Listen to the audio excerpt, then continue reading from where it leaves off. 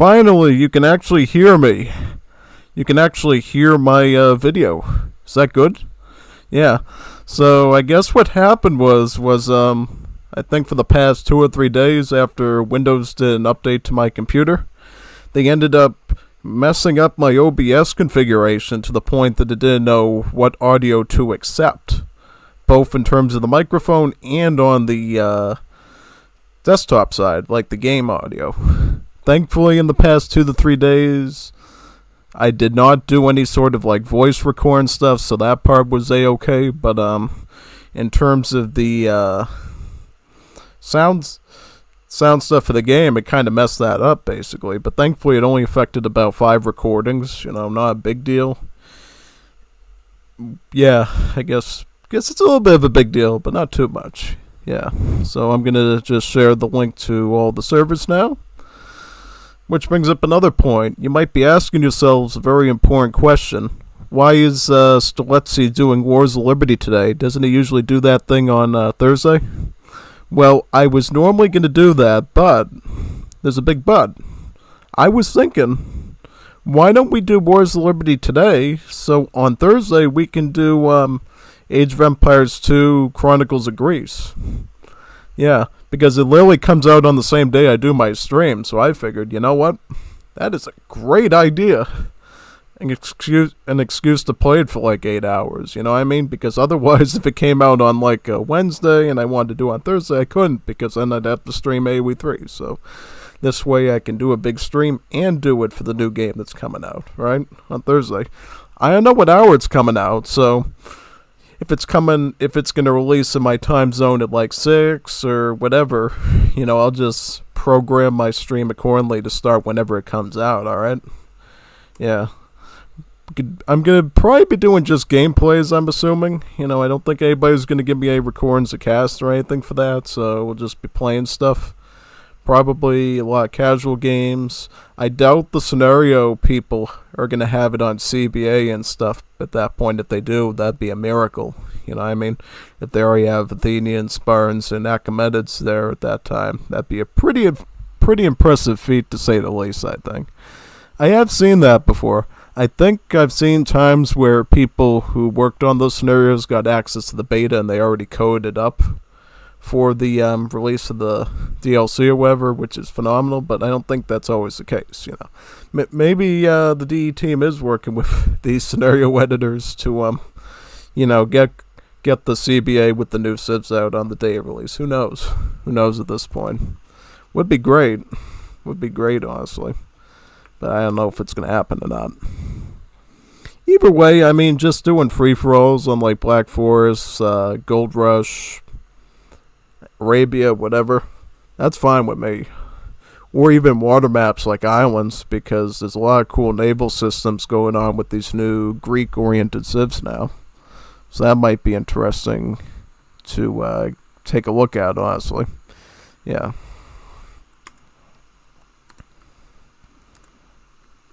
Yep, had to give somebody a phone call earlier. That's why the stream start is microscopically delayed. Yeah. Hopefully it wasn't too long for you. Now we're live now, so we don't have anything to worry about. Hopefully, you know how it always is, right?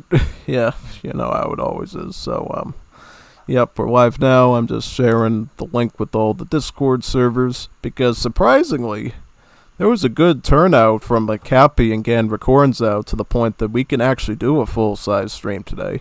I don't know how many recordings we got, but from what I could tell, it was a pretty good number. So, yeah, I think we got a pretty reasonably sized stream for today, even on Tuesday, even on Tuesday. Because I usually give it like a week to fill up, but it's already looking pretty big now, so doing the stream 2 days early is pretty appropriate, I think. So that on Thursday we can deal with Chronicles of Greece alone.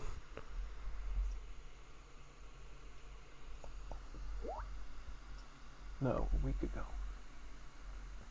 It's still good. Yeah, I was talking to somebody about some food or something in the fridge. Pretty basic. It's a little old, but not too bad. Yeah, so anyways, let me just keep spreading these links on these Discord servers right now. Right now, I'm at the Wars of Liberty multiplayer server, and let me ping this one now. Juanito en Vivo. This is the Leon server. Let me do everyone. In Vivo, so the Juanitos understand what it means. It's live.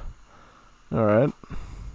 One thing I'm slightly worried about today, I don't think it's going to be a problem, but I guess this morning when I was trying to open up BlueStacks, got a blue screen on my PC, which I haven't experienced in like 8 months or something after this wonderful Windows update. So I'm just hoping something doesn't go awry with the CPU where it crashes out in the middle of the stream and we get cut short.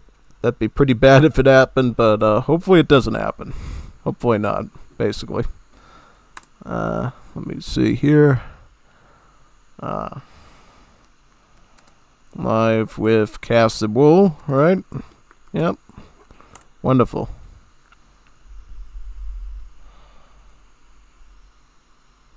Alright.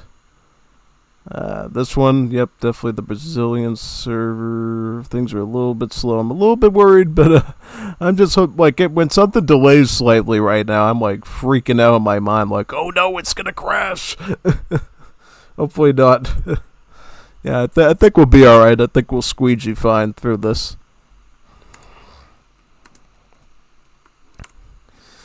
What do you think about that storming of the Bastille map that I published this afternoon? Is that a map you'd like to try yourselves or something? Yeah, I mean, if anybody ever wants to play against me doing that, I'd be happy to, honestly. You know what I mean? Get like a real multiplayer match a bit going. Yeah. I mean, honestly, some of these big communities like House of the Trained Post, Royal Clan, they should be doing matches on these Age of Pirate maps. Like, seriously, these things are phenomenal. I mean, they just keep outdoing themselves every time. Like, first it was a bunch of cool natives, then they went to the Christmas stuff, and then they went to volcanoes, then scuba diving, and now they're got, like basically the heart of the French Revolution, storming of the Bastille, you know?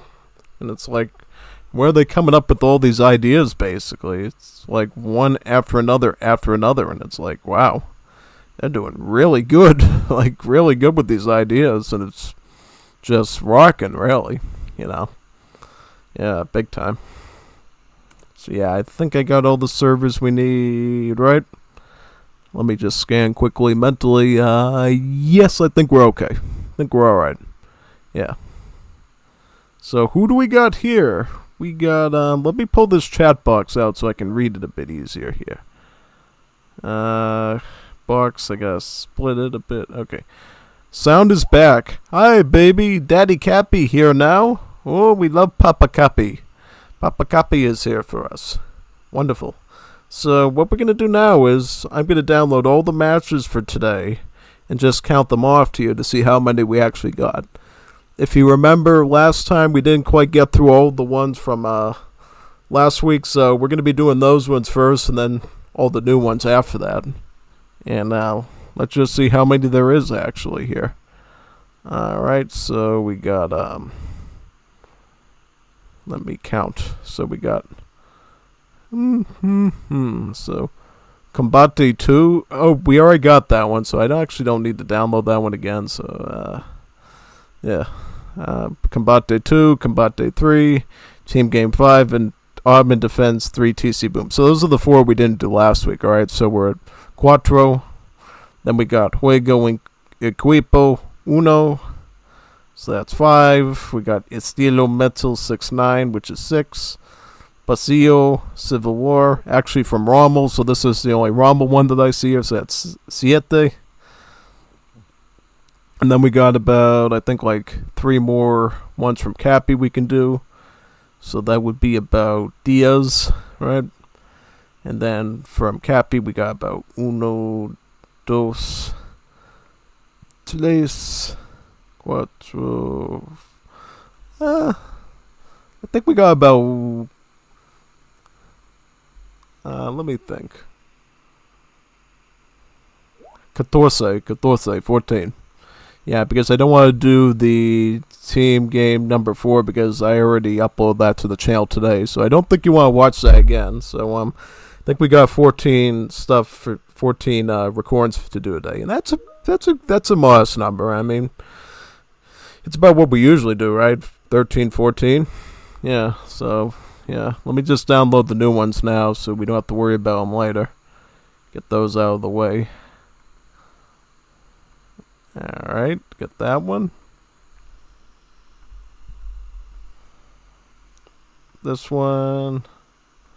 And this one. That one too. Any other ones?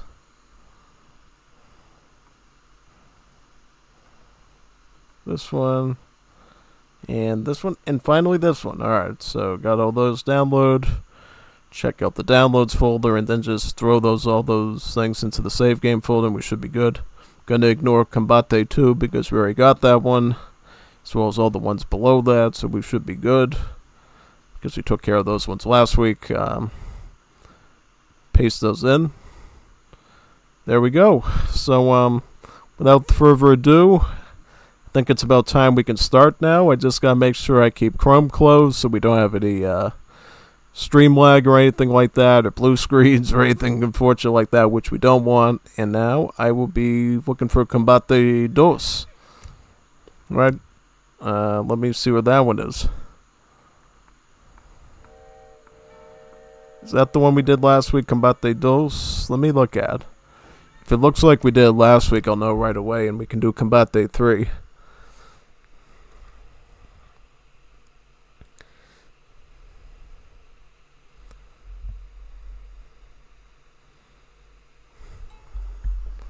Yeah, we didn't do this one last week. Cappy of Spain and Kazan as Sweden. Yeah, we didn't do this one last week. This is definitely new. It's new enough anyways. Oh, we got Spinny here. Hello, Luso. Hello. Hello, Stella. You count in Espanol. Si. I know how to count in Espanol. Hola, Spinny. Alright, let's get started here. So, before we get started, let's see what map we're on. We're on High Plains. It's the Great Plains, but it's super high.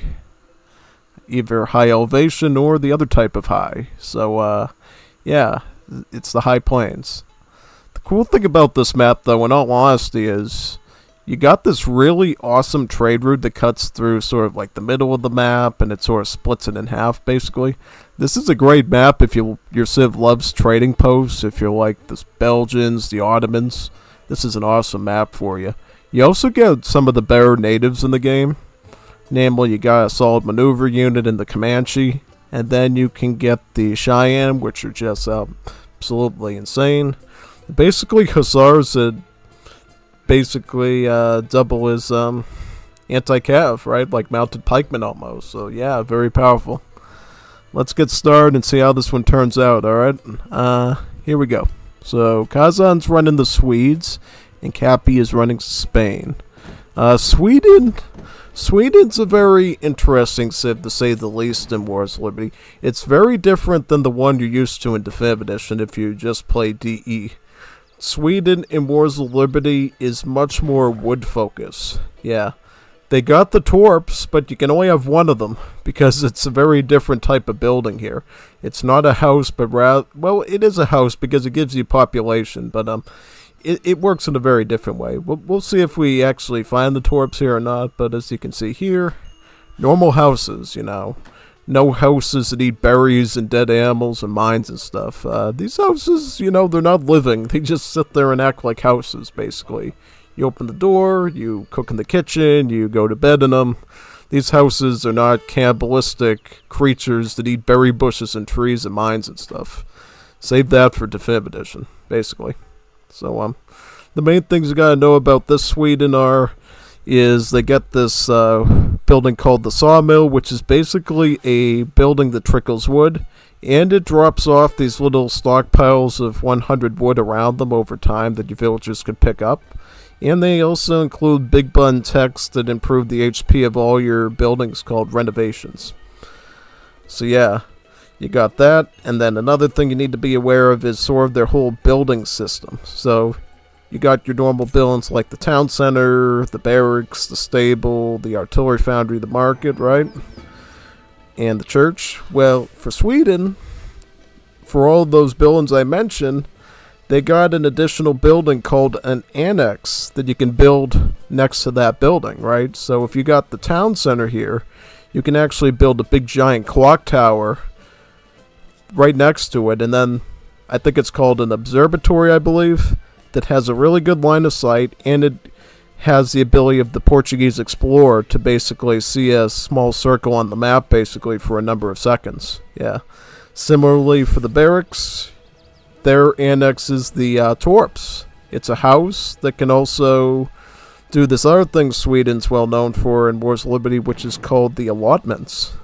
The allotments are these big bun texts that you can send again and again that send groups of units for arguably a cheaper price and definitely much quicker than just training them out of the building themselves. So they got some for the unit called the Beveringer, which is your musket, as well as the Hussatruppe, which is sort of like your heavy cavalry equivalent at the stable from another annex, which used to be called the Paddock. Now it has a more Swedish sounding name, I believe.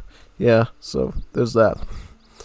As for Spain, Spain is mostly the same as they are in the Definitive Edition game, except for the fact that their roster is definitely a lot different. You know, you don't have the rods anymore, you don't have the lancers anymore. You got a whole host of other things to work with, right? You got culisses. Oh yes, the culisses, you know, from France, that wonderful cavalry it has a splash attack on. Yes, you can train that with Spain as well as a large host of other European civs as well, like Germany, the Danish, the Italians, the Austro-Hungarians. So yeah, if you like splashy cav, Wars of Liberty is definitely for you then. Yep, they can also make these raiding infantry called the Aduaneros, which have multipliers against villagers and trickle coin to help pay back for their existence basically, which is pretty nice. So yeah, definitely a very interesting roster that this Spain gets pretty much, but otherwise it's pretty much the same as the Spain, you know, the quicker access to shipments, the war dogs, even most of the other roster, like you still have the Royal Guard pikemen, the missionaries. Oh yeah, the missionaries. Let's go into the missionaries. One thing you'll notice here, you don't need unction anymore, right? If you want to get your missionaries running with their attack aura for your units, that comes automatically now, so you don't actually need any cards in the home suite to actually get that set up, which is pretty phenomenal actually. Yeah, pretty phenomenal. Saves you an entire card, you know what I mean, that you can get better things with, like Colonial Militia. Yeah, Colonial Militia. Yeah, in terms of deck here, this is looking like a pretty okay 1v1 deck. Definitely a big emphasis on unit shipments and crate shipments, because your Spain, your shipments come out a lot quicker. In addition, Cappy is going to be doing some trading posts as well, including this one right here, which is going to lead to a big contingent of very powerful units in Age 3, I'm presuming. Typically, when I see Cappy doing Spain, I see more or less some sort of semi-FF, you know, a barracks for some security, and the training of some line infantry, you know, your musketeer, so that you can basically defend your base with a little bit of protection in case somebody's going to raid, but more or less going for that Age 3, so you can access your 2 cannons here, your culisses, your larger hussar shipments and line infantry shipments. These are the ones you really want, you know what I mean? You can always obviously fight in Age 2 if you want to, especially if you add missionaries in from the church. But it's much preferable to do it in Age 3 because that's when you get the splash cav and the cannons and the skirmishers, which, you know, really ups your game pretty much, yeah. As for Sweden, Sweden is running an interesting 1v1 deck. We got about 700 coin, we got some unit shipments, we got frontier defenses. Age 3 we have a lot of different standard units as well as the Beverlingers here.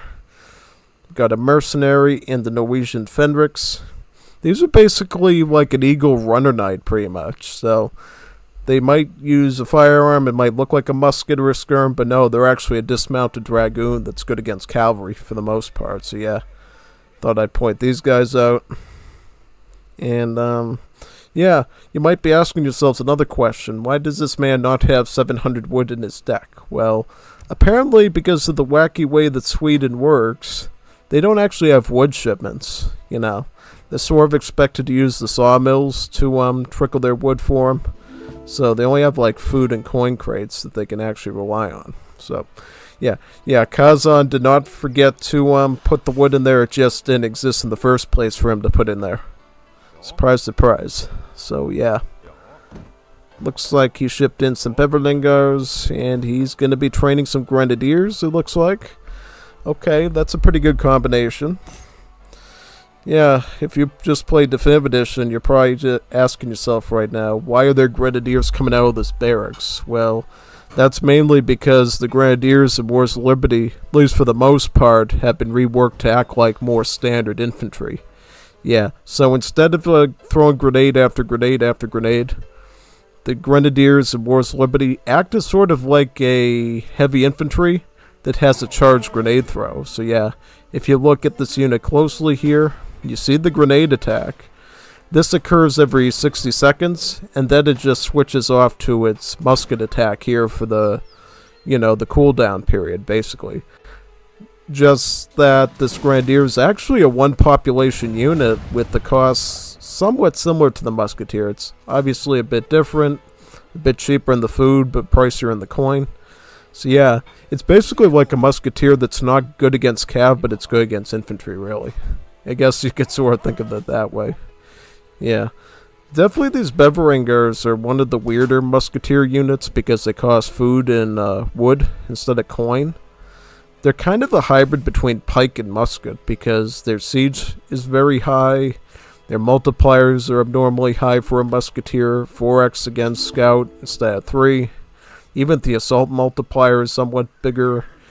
It's usually, I think, like 1.3 against assault. Here it's 2.6, which is much more substantial. So yeah, very good unit. It's also faster too for whatever reason. It's like 5 speed instead of the normal 4 on the Grenadier. Yeah, so these guys can zip in and out trouble really fast, you know what I mean? They can even raid villagers, they can raid villagers, they can kite, they can do all sorts of stuff if you're not quick on your feet and, you don't have units that can counter them properly. So you definitely want to make sure you have a pretty good mass of some sort of skirmisher to deal with Beverlingos properly. Yep. Oh wow, look at this. Going for the heroine politician of Spain grants you a falconet. But, oh wow, look at that. Look at that wonderful grenade throw from Kazan. He just wiped out his falconet. I think that was critical right there. That was actually very critical. I mean, I still think Kazan's in a very tight bind now. The Cappy has gone for the semi-FF. At least now he's only dealing with 2 Falcons and not 3. 3 Falcons would have been basically game over at that point with the comp like this. At least now he's only dealing with 2 of the cans, and if he can pull off that sort of an upset again, he might actually be able to even the odds. I would just be worried about the skirmishers right now, because there's nothing really stopping Cappy from training skirms out of the barracks now, since he's age 3. Yeah, make sure you don't waste your grenade tosses, I think they're in cooldown right now. Once you get that grenade throw, you're going to want to save it for these things here, because these guys have a lot of pierce armor, and grenades deal crush armor. So, yeah, you notice here how the grenade attack hasn't returned yet. It will return in a number of seconds, and then he can attempt another grenade throw. Here it is, it's back, and toss it at these cans right here. I think he's just preparing his placement so he doesn't get caught at the wrong place at the wrong time. Ooh, no, Killa says. Cherry on top of the sundae. You definitely don't want that.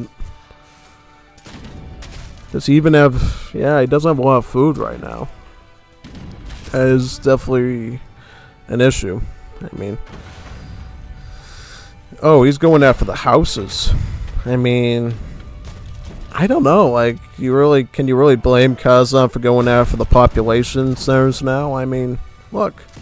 you're not going to beat his units head on. I guess you can try to cap his population somewhat to try to stop the armies from coming in, I guess. Yeah, get the barracks down so we can't do skirms. Totally makes sense. The only problem is, of course, shipments. We're talking about Spain here. Shipment acquisition is one of the easiest things they can do. So, I mean, doesn't matter how many production buildings and houses they're going to take out. As long as they have the pop, they're probably going to get another shipment after the other one, you know. And now it's over. It's absolutely over. Nothing Kazan can really do in this circumstance. He's got 2 cannons to deal with. He's got splash cav. And a huge mass of muskets here in the form of line infantry. Yeah. Musketeers were basically reskinned and named into line infantry, but they have the same stats as they do, relatively speaking, as Definitive Edition. So yeah, don't be confused when you see line infantry. They're just musketeers, really. Skirmishers are still called skirmishers. Hussars are still called hussars. Same with dragoons. It's really the line infantry that changed their names and appearance, as well as the crossbowmen, which are now the volunteers. And then the pikemen were changed to a name called the partisans, yeah. But stats-wise, again, all 3 of those units are basically the same, just about, so definitely don't be confused when you see, ooh, this is a line infantry. This might be something totally different than what I'm used to, just about. So yeah, definitely. He is trying his best, though, to... He got one of them, which is actually very exceptional, I think. Most people would not get that. But now, yeah, you got this one just barely hanging on to life here at this point with about 30 HP. Just not enough, though. I mean, like, what is his resource count right now? Yeah, I mean, he was kind of on his last legs. He didn't have enough wood to get barracks back here or anything. He did get the bank, though. He did get the bank from this card here, the Riksbank, to at least make sure he had the coin for those grenadiers. Yeah, that's at least a good part, really. So now we're going to just look at the post-game here. See what went wrong, what went right. Resources, who was definitely doing a good job there. It just came down to units, mid-game units, you know. It's the same sort of thing that trips everybody up against Spain in ranked games in DE.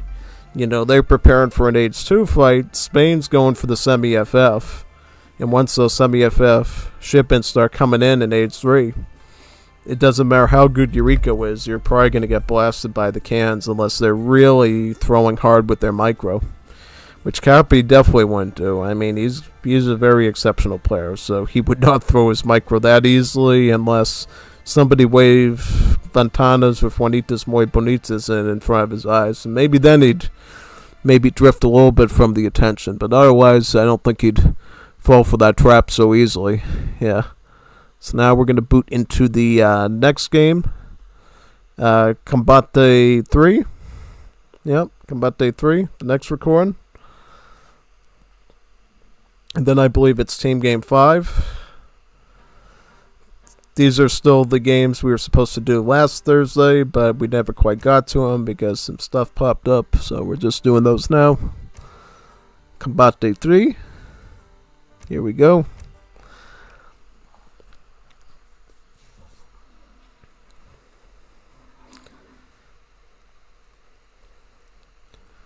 Alright, so we got Cappy with Japan, one of his signature civs, and Kazan's going to try again with Sweden to see if he gets any better luck with this civ.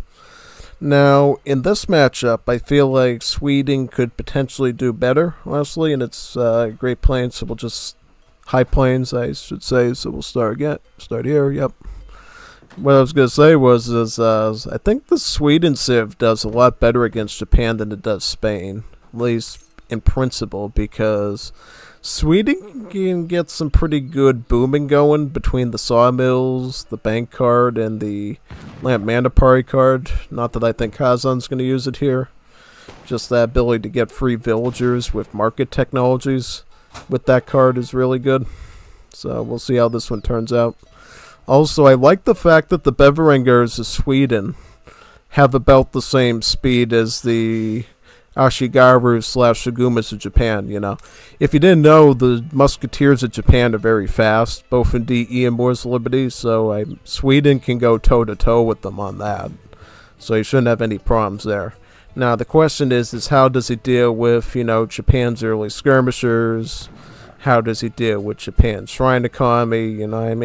How do you do that? And I think the answer is since you have a unit like the Beverangar, which is a pike and musket hybrid, your main job is going to be looking for all the hunts, like right here, this one, all the probable hunts that are closer to Japan's base, and start raising their shrines. Well, of course, securing your own base too, because that's the one advantage that Sweden has and not a lot of other civs do, is Sweden has a fast musketeer that has a high siege. So they can zip in and out with definitely lesser units than you would think to take out shrines. And if they can do that constantly, it's going to reduce the amount of units that Japan can field, and it's going to reduce their overall economy as well. And it's going to force them to macro more in a normalish way, because they're not going to have that big giant give me sort of trickle, giving them the resource that they want so they could focus their bills on all the other stuff, basically. So, yeah, if you want to do Sweden well against Japan, I think it's probably going to be an advantage to Sweden overall. Yeah, so it looks like the deck is this a different deck? I think it's the same deck here. He sent Colbertism first, which is a food trickle. This is mainly because Sweden does not get the normal villager cards, right? They get a team 3 villagers in age 2, and a team, I think it's 8 villagers in age 4.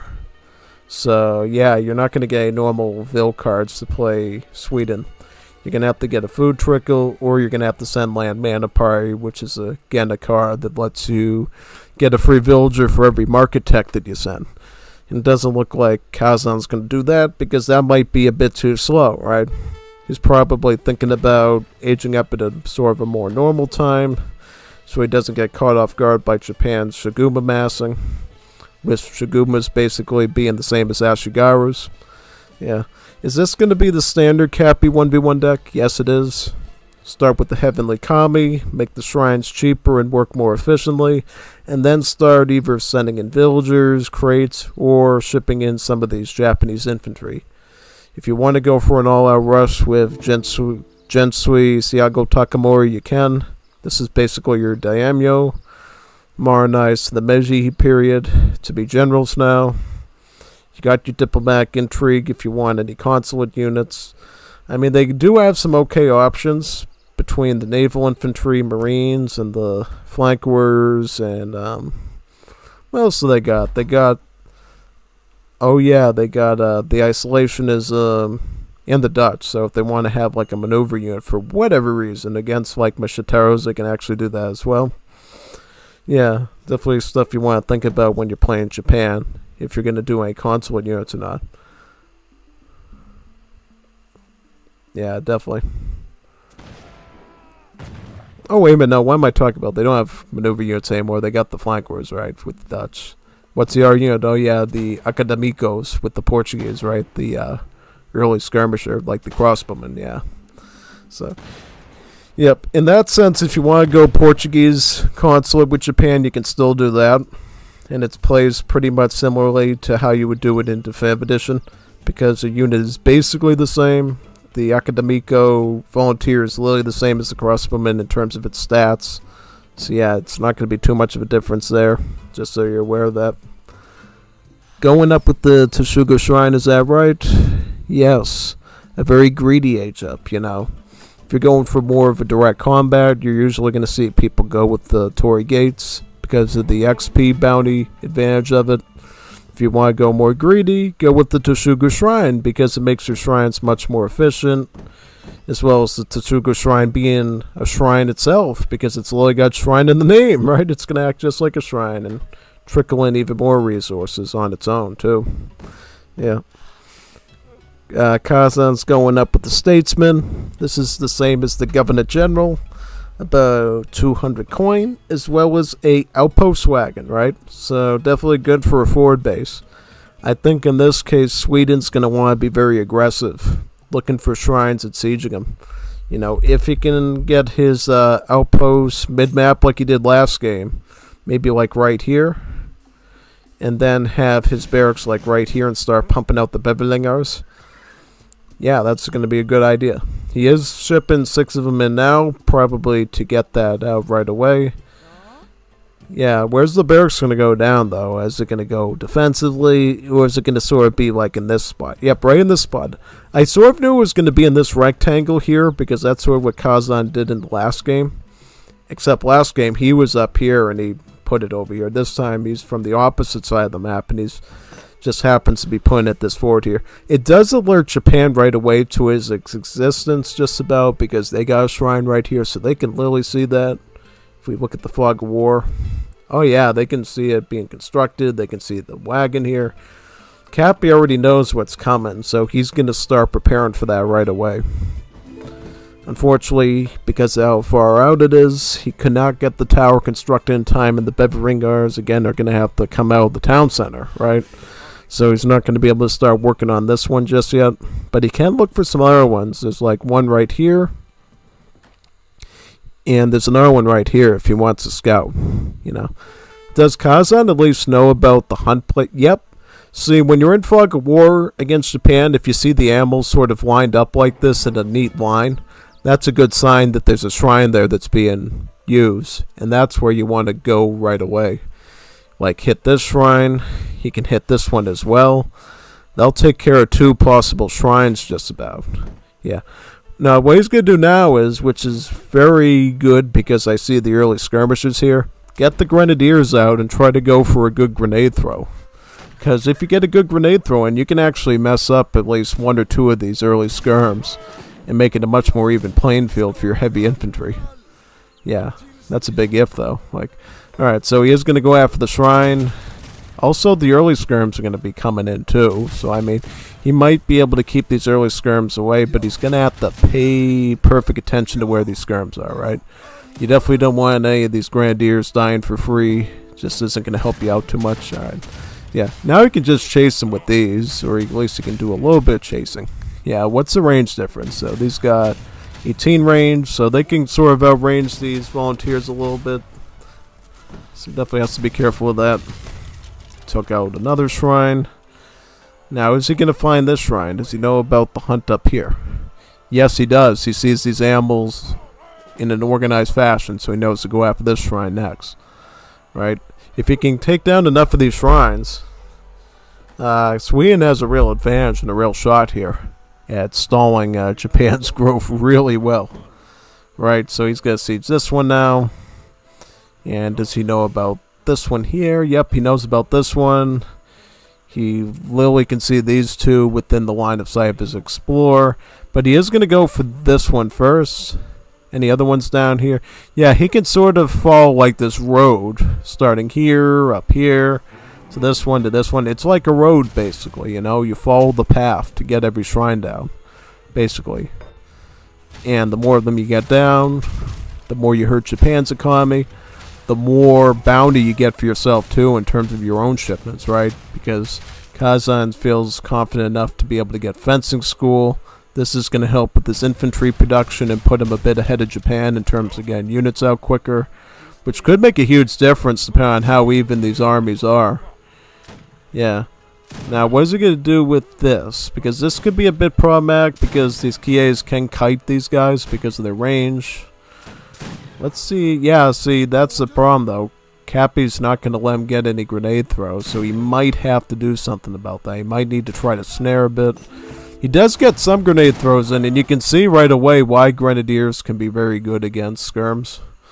Now, he's got Beveringer, so he can actually get these in the melee and start snaring these skirms if he wants to. And he might want to... no. None of the Shiguma's coming there. Kind of a death bowl. This is kind of the Japanese death bowl. You know, they just get so many of these skirms, and then they get the Shigumas, and it really becomes hard to deal with. And then on top of it, later on, they add their artillery in, and then it becomes really cumbersome to deal with. So I don't know. Like, can Kazan afford to take out any more of these shrines, I think, without getting wiped out? I don't know, actually. I mean, he can get this one, I think. He can get that one. Just depends on what Japan's going to do up there. So he's going to get this one down. Right? Hopefully Japan stays away long enough so that this grenade throw doesn't hinder Kazan. As I said, you have to wait a whole 60 seconds for the grenade throw to come back now, so if Japan does any funny business within those 60 seconds or 1 minute, yeah, Kazan might actually really suffer because of that now. So he's going to have to keep his distance away from where he thinks Japan is. Right now, Japan is in the base, thankfully, so there's a good chance that he's going to have 60 seconds of freedom to avoid getting caught in a bad fight now. They stuck in the musket mode. Yeah, he's being very careful, you can tell. He's like going, woo, I don't want to run into any problems here. So that could go very badly, right? Yeah, Japan's just going to go for the forward base because they got the opportunity now. Yeah, they're just going to go for the forward base. And Beverlingers are going to go for this shrine. Now, this could be a very good steal by Kazan if he could get these shrines out. Like, yeah, can he get this shrine out? Grenadiers have an opportunity to get a throw in here, too. Yeah, let's see. If Kazan can get all these shrines, that is actually very large of an advantage because that means... How much wood is Cappy on right now? He's got like no wood, so he's actually shipping wood now because he's gonna have to recover all these shrines once he's secured. Because he doesn't even have enough wood to get more shrines right now. He can get like 1 shrine right now thanks to Heavenly Kami, cheapening the cost, but that's about it. He's gonna need like actual crates of wood to be able to recover a large contingent of these shrines. And this basically forces Cappy onto the attack now.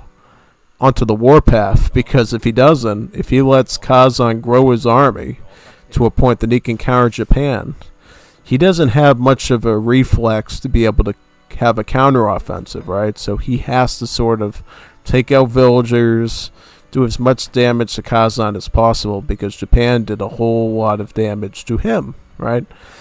And look at this. Look at what's happening. Cappy, out of security, is literally being forced to put his shrines in his base in suboptimal spots. That being said, though, we are going to lose villagers on the Kazan side, and this is very big. Very big indeed. Yep, look at that. Get that villager, get that one, yep. That's a pretty big loss of about 6 vills. At the same time, though, Kazan's going for his base again here. How many shrines has he got? He got 1, 2, 3, 4. So about 60 population, 80 population due to the Tushugu. Does this force Japan to go back on the defensive towards the base? Well, he's going to go for the town center. That could be very serious. That could be very serious.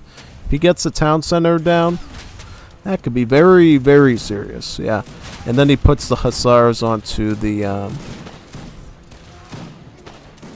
villagers. He's taking out villagers. This is big too. This is actually a huge concern here for Cappy. Like, what do you do if you lose too many of these villas and the town center? Yeah, you gotta focus on the town center though if you're Kazan. Unless he knows that he's returning now. Yeah, I think he knows that he's returning. This is gonna put him in the hot pursuit with Japan at this point. He's gonna try to catch this army now. He's gonna not want him to escape. Question is, though, can Sweden get out safely? If he can get out, right? This puts Sweden and Japan on pretty even terms right now. If he loses the army, though, Sweden does have some problems because he's got a fully charged up Japanese military of skirmishers that he's going to have to deal with. And probably need a big, massive hussars to deal with at this point, yeah. Hussars going after sort of the wrong thing there. You're going to want to go this way with the hussars. Well, he's trying to skirmish because he's got no choice now. He's cornered. He's going to take out the Shigumas, I think. He's going to take out the Ondabushis as well. These are the same as the Yamabushis in Definitive Edition, except they're females that use Naginatas instead of the clubs that the men use in DE. Yeah. Is engaging somewhat with the Kies, but it's going to be less favorable because of the multipliers, right? So, I don't know, maybe now you can retreat. You can try to squeegee out a retreat here with some of your army. So now your trades are not going to be so good anymore. Getting the bank wagon now, so that's good. He sent the Norland logging here, which is pretty key as well. It makes your sawmills cheaper to build, and it increases the build limit to 2. Because you can normally only build 1 sawmill, but this lets you have 2 of them. Which means double the wood trickle, double the cords of wood. It's just an overall good situation in Sweden, since you're very wood dependent. What is he doing? Oh, he got caught in the trees there. That's unfortunate. At this point, he's probably just going to take out as much as he can. Like, yeah, he's not going to let his Jagumas stay there. He's going to let the Kies take the brunt, because they can do the most here. Oh, this means that Cappy can reclaim his shrines now, so that's a huge problem. Does he have any food? He lost all those villagers on the hunt. I don't even know if he has any food anymore. To tell the truth, I think that was a huge loss for Kazan. Yeah, he's got some hussars here, but he's going up against a musket unit. That's not good. He's got the army basically coming onto his hunt now. He's not going to let him breathe much here. He's got a good opportunity here to just knock out Sweden now and knock out his food ego, and he's going to take it. He's going to take the whole thing. He's not going to leave any chances here.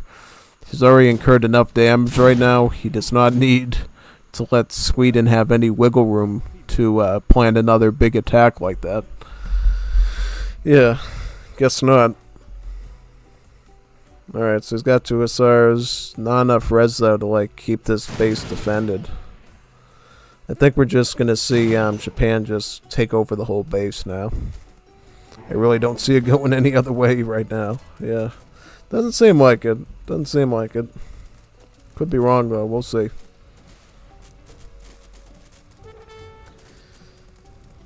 Stable's gonna go down.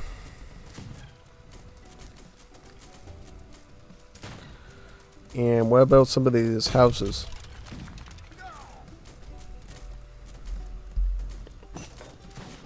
Yeah, he's gonna take 3 houses out. What can Cousin even do? Well, he's gonna do town militia. He's gonna send out like a bunch of Minutemen. See if that can buy him some time and to do something.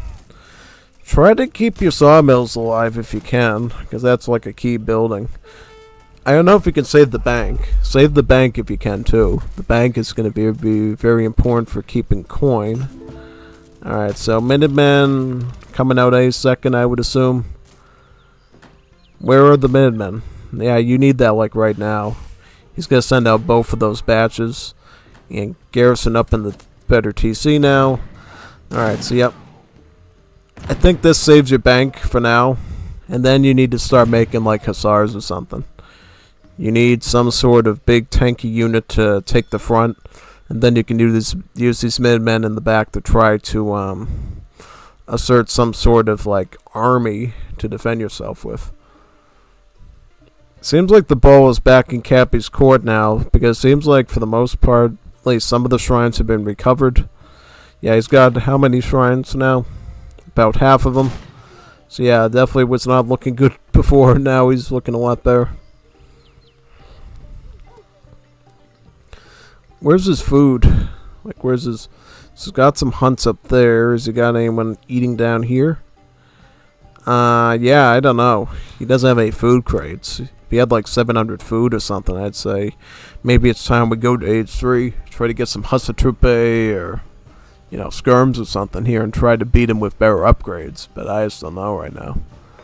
Barracks, stable... Yeah, I just don't know. Like, you're going to lose villagers now. Well, maybe not.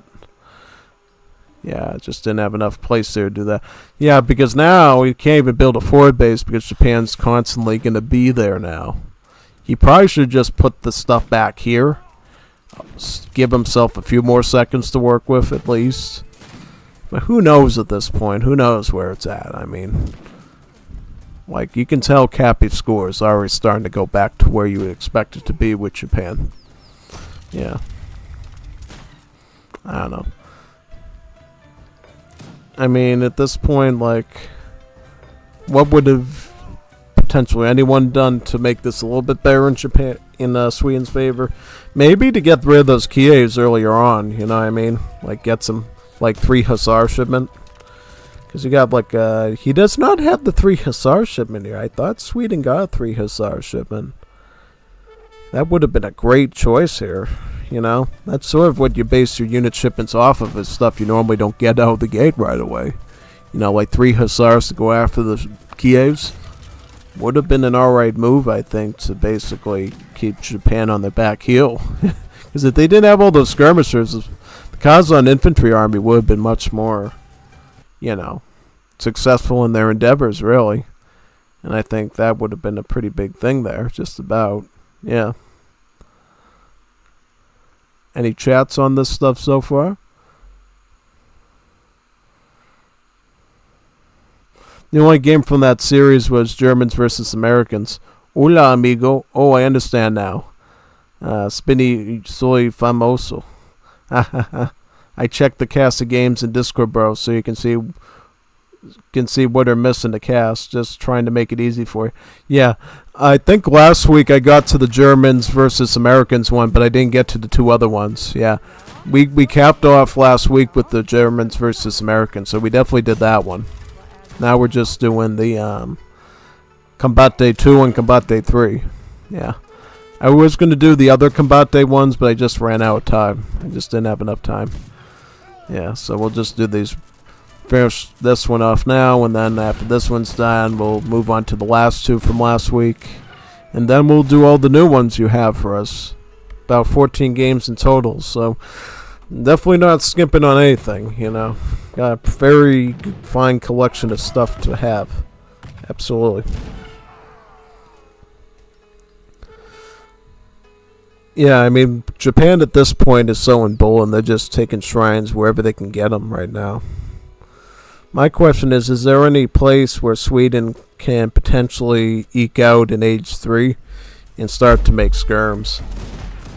To basically root out the Shogumas and have a strong playing field against the Kievs. Because right now I think H2 Army keeps Sweden on the back pedal right now. Because he sort of lost that whole rating advantage at this point because of how deep it is into the match. Yeah, and he's just going to erode all those Minutemen now that they're on to 1 HP. Another grenade throw there. Softening up some more of those Shogumas, but not enough to take out. Well, maybe he can take him out because he's got the outposts there now. Yeah, just not enough to do a total clean. Yeah, there we go. GG on that side. Yep. I don't know. I mean, he might get to age 3 now, because he's got about the amount of food he needs for it. Got enough food, like less than 200 food, till he gets to age 3. Then he can start pumping out the skirms. Yeah, that's what he needs. He needs the skirmishers right now. Yeah, he definitely needs the skirmishers right now. That's absolutely what he needs there.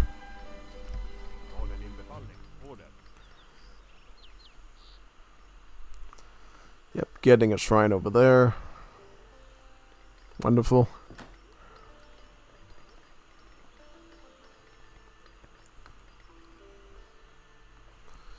Shogumas.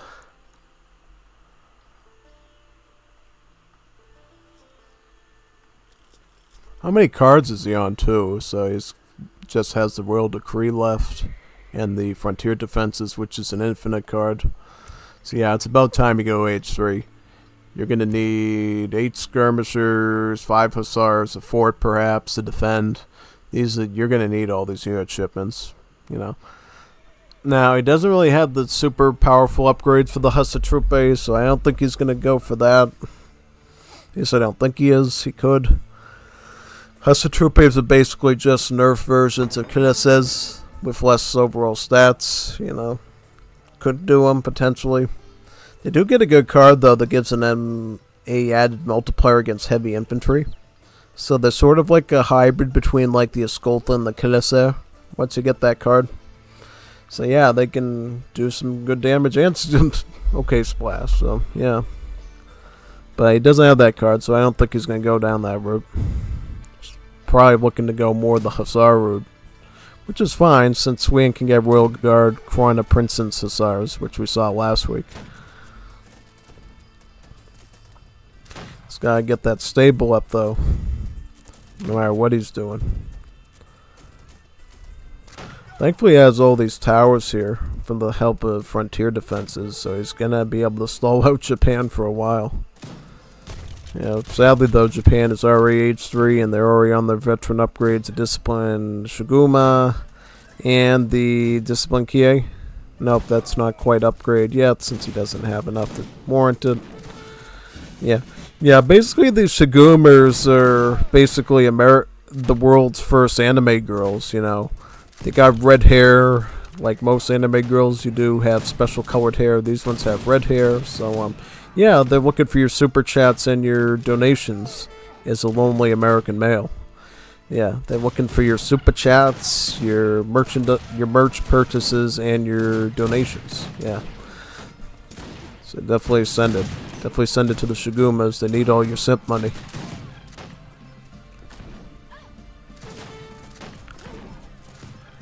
Yeah, I don't know. Like, Fort.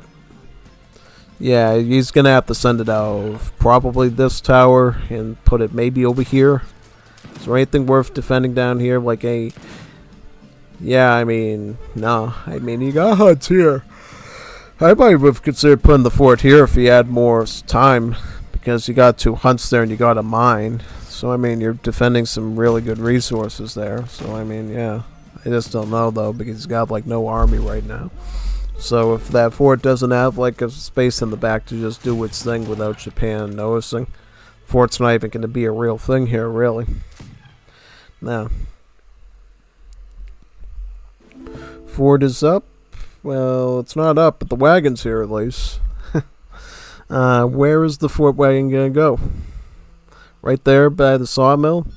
It's an alright frontal position. He is protecting this mine, but this mine is almost done, and he's got only like a few hunts here. Maybe this one would, like, here would have been good, or somewhere there to protect that. Because this is no longer a valuable part of your base, especially considering where Japan's going to spend most of their time on. It's just patrolling the front. Does fort even get up fully without getting tanked out? No, it doesn't look like it. It doesn't look like it's going to get taken out at all. Shigumas do come from the backside, though, which is going to pose another problem. One ville down. Another ville down. Another ville down. Yep, that one gets away.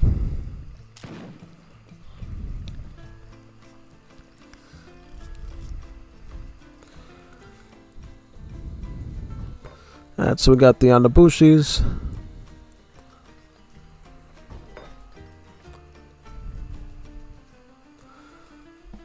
Got the Shigumas here with their anime girl wigs.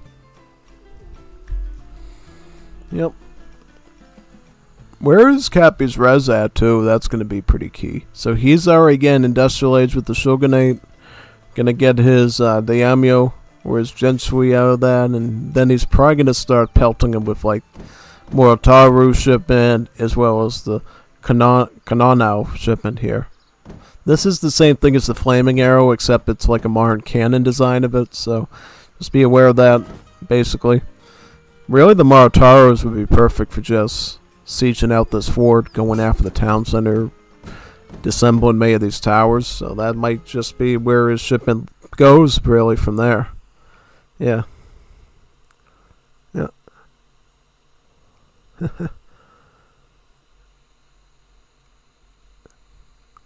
Ooh, Spinny gave us a super chat. Very nice. I think that's my first ever super chat right there.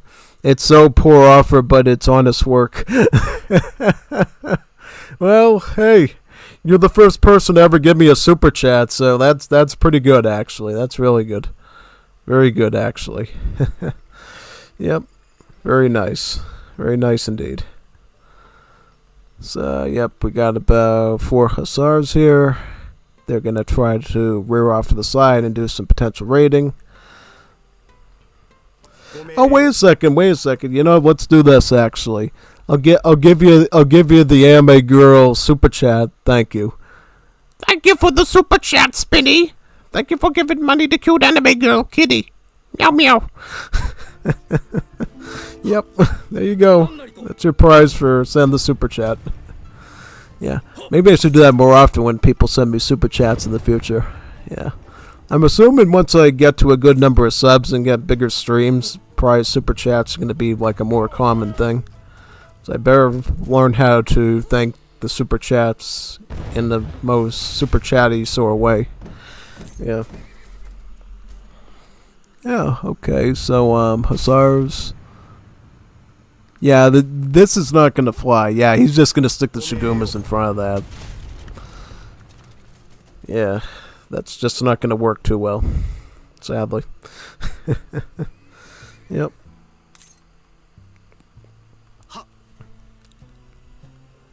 Fort's gone. Town centers will be gone any moment. Yeah, I'm assuming shipment number 2 of the Morotarus is coming next. Yep. Yep, Steve. Yeah, outpost is going down. There you go.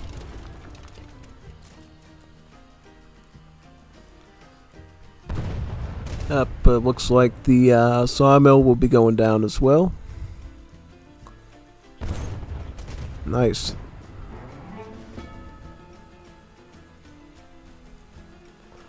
Here comes the 4 more Morotarus. And who is this daimyo? It's Nagorka Gaishi. With this very long mustache. It looks like a bird's wings, basically. Yeah. He's got like the longest mustache I've ever seen in my life in like an actual human. Like this is something you see like cartoon characters have, like a mustache that goes from like here to here, but he's actually got like a real set of super long kitty whiskers that come out of both sides. Almost like he's trying to become like an actual cat and put like cat ears on.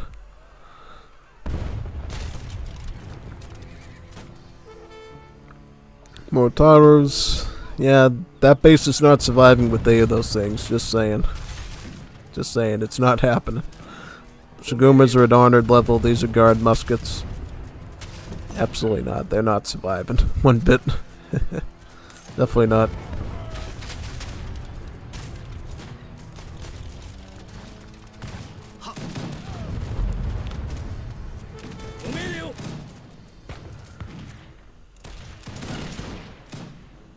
And that's alright.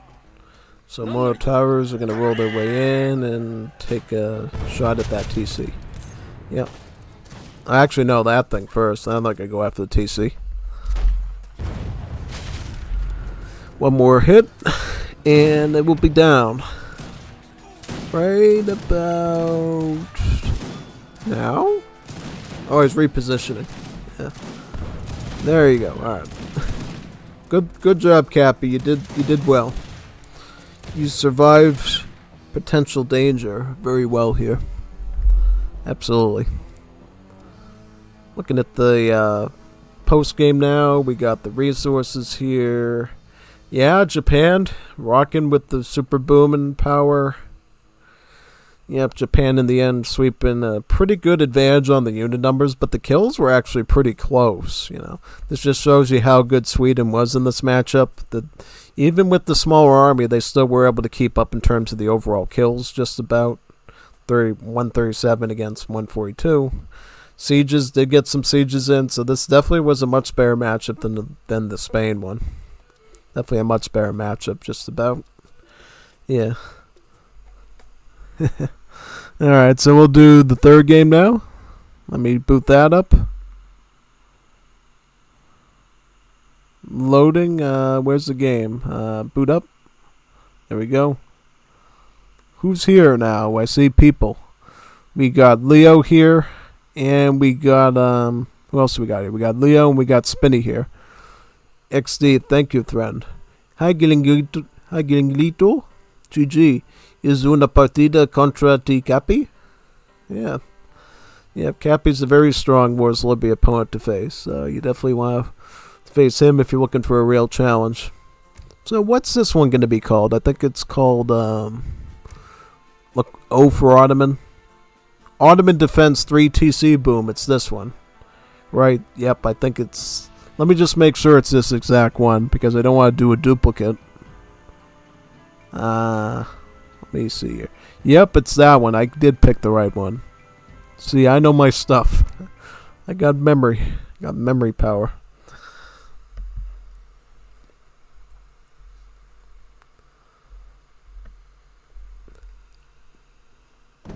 Alright, so who do we got here? We got Ottomans, Ottomanco versus Metal, 6969. So this is Cappy, I'm assuming, up here with a cool new name, and this is Metal down here playing as Romania. Yeah, I got to witness Metal's Romania a couple of days ago, as you saw in that upload I did today without the audio, where I was Brazil and I had Jesus Cristo was Inca, and I faced off against Cappy's Brazil and Metal's Romania. I won't go into too much detail, so you can go check that out, but it was a good match, you know. Playing with Brazil was not easy. It's probably one of the most painful experiences you'll ever have in Wars of Liberty. But thankfully, one of the other guys was Brazil as well, so it felt kind of comfortable to play as it. Yeah. Definitely want to check that one out, though. It was a very tight match between both sides. But anyways, let's get started on this matchup right over here in terms of the map. I think this is Pampas Cielas, right? Yeah, this is a pretty cool map. You got sort of like the river and its choke points on this side to protect this little green area that you have some natives on.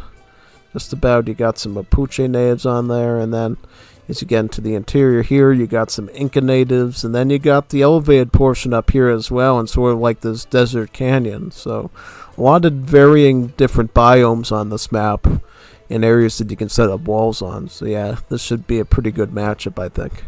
Yeah. So Ottomans in Wars of Liberty, as you know, not too different than the Ottomans we know in Definitive Edition. Clearly missing all those fancy schmancy cards that Talanus added to them, but they do have some of the unit reworks of Definitive Edition, like they have Humbaraces, they got Nizams, they got the Delis, you know. Some of the Definitive Edition Ottoman units do exist in Wars of Liberty, just not as good, you know. Nizams in Wars of Liberty are pretty not chat at all. They're pretty weak. Yeah, like, they're just barely better than a Janissary, but cost 2 pop for whatever reason, which makes literally no sense. I think they need to change that myself. Like, Nizam should not cost like 2 population, especially since I know what they're designed to do, and it just does not fit. Either that or they need to give them like 16, 18 range or something. Much better, you know. That's just me anyways. Who knows? Who knows what they're going to do in the end with the Ottomans. If eventually they're going to get a full rework as part of the Europeans, I think. And they're going to have like 2 rosters. They're going to have an early game roster and a late game roster. And you can either use the early game roster or you can use the stronger late game one when it becomes available in Age 4. Yeah, so that should be pretty fun to see where they go with that. Metal, though, running Romania. Romania is a very, very different civ. A very powerful civ. Namely because they got some really strong powers in their pocket. What happens is with Romania, when they research technologies, their age-ups become cheaper. But when they do age-ups, their technologies become cheaper. Or at least the ones in the current age become cheaper. So if you don't do hunting dogs in Age 1, going up to Age 2 will make hunting dogs microscopically cheaper. Whereas research in hunting dogs will make your Age 2 a bit cheaper to like $7.90 food or something, you know. And it does add up as well, so definitely keep that in mind. And the military base improvements do have a stronger pull on the discount than the economic ones do. But do note this, though. This is really, really important. The effect of the age up cheapening does not carry over to the other age up. So if you make your Age 2 cheaper, that does not affect all the other age ups. So it's not like you're going to be in this OP situation where your Imperial Age is only like 100 food and coin, and it's like, whoop, that was easy. No, you're not going to be able to do that. What you can do, though, is you can be very greedy not research much technologies at all between age 2 and 4, and just do them all at the end and make your Imperial Age like really cheap. That's something you can do. And some people do that, including me sometimes, so that's something you can actually pull off there. Now, what this is a gypsy wagon, a Verdun, and it contains some gypsy villagers here, the Roma villagers. Now, how this works is you want to set up your Verdun wagon as far away from the town center as possible, because the gypsies actually gather less effectively when near a town center within the mortars area, so it's better for them to set up all the way over here to do their hunting and stuff. And why would you want these villagers over these villagers? Well, these villagers, though they do have less HP, they trickle experience points while they work. So you'll get a lot faster shipments if you get a full stack of these Roma villagers compared to these regular peasants here. So do keep that in mind. And basically how it works is, from a deck perspective, every time you ship one of these Verduns with Romas inside, it actually increases their build limit, but it also reduces your peasants' build limit. Eventually what you can end up doing is you can actually send so many of these Roma shipments that you actually can't even train peasants anymore, and you just can do the Romas. And as you know, that's not a perfect ideal scenario every time, because as you know, you're going to have to set these Verdun wagons away from the town center for them to actually gather at an equal rate, which of course opens you up to raiding and different situations like that if you don't have forts and towers to basically facilitate that defense, right? So you do have to plan it kind of carefully there. In general, though, sending like 2 or 3 of these Verdun wagons shouldn't affect your economy too much and your ability to stay near the TC. It's just once you want to go beyond that, you might want to think about how am I going to defend the exterior of my base barrel with like walls, towers, because you're definitely not going to be able to use the TC anymore for that. At least if you want to keep your resource output staying the same, really. Yeah. So the age up here is Viennamin Kostache from the Hunting Lodge. I believe, well, back in the old days, he used to send you bears, like actual pet bears, that you could use to eat your opponents with.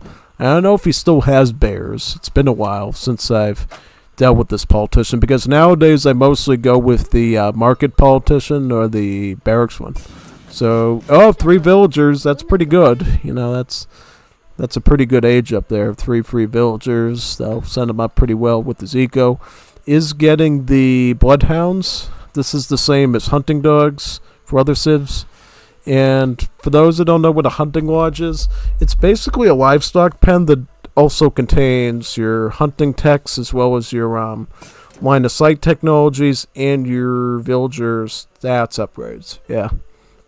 Because, interestingly enough, the Romanian market not only researches stuff for wood chopping and mining, but also your agriculture too. So you gather rates for both your farming of food and your farming of coin as well. Because apparently your farming upgrades, instead of being separate, affect both the farming of food and coin. So yeah, it's sort of an advantage you get with playing the nation states is if you want to get quick onto your farming eco, it's definitely a lot less research time because it's 1 technology instead of 2 technologies. Just about, yeah. Yep, I see another Verdun here from the home city. So it looks like he sent number 2 out, and he could potentially send a 3rd one out as well since he has a shipment for that, just about. Yep.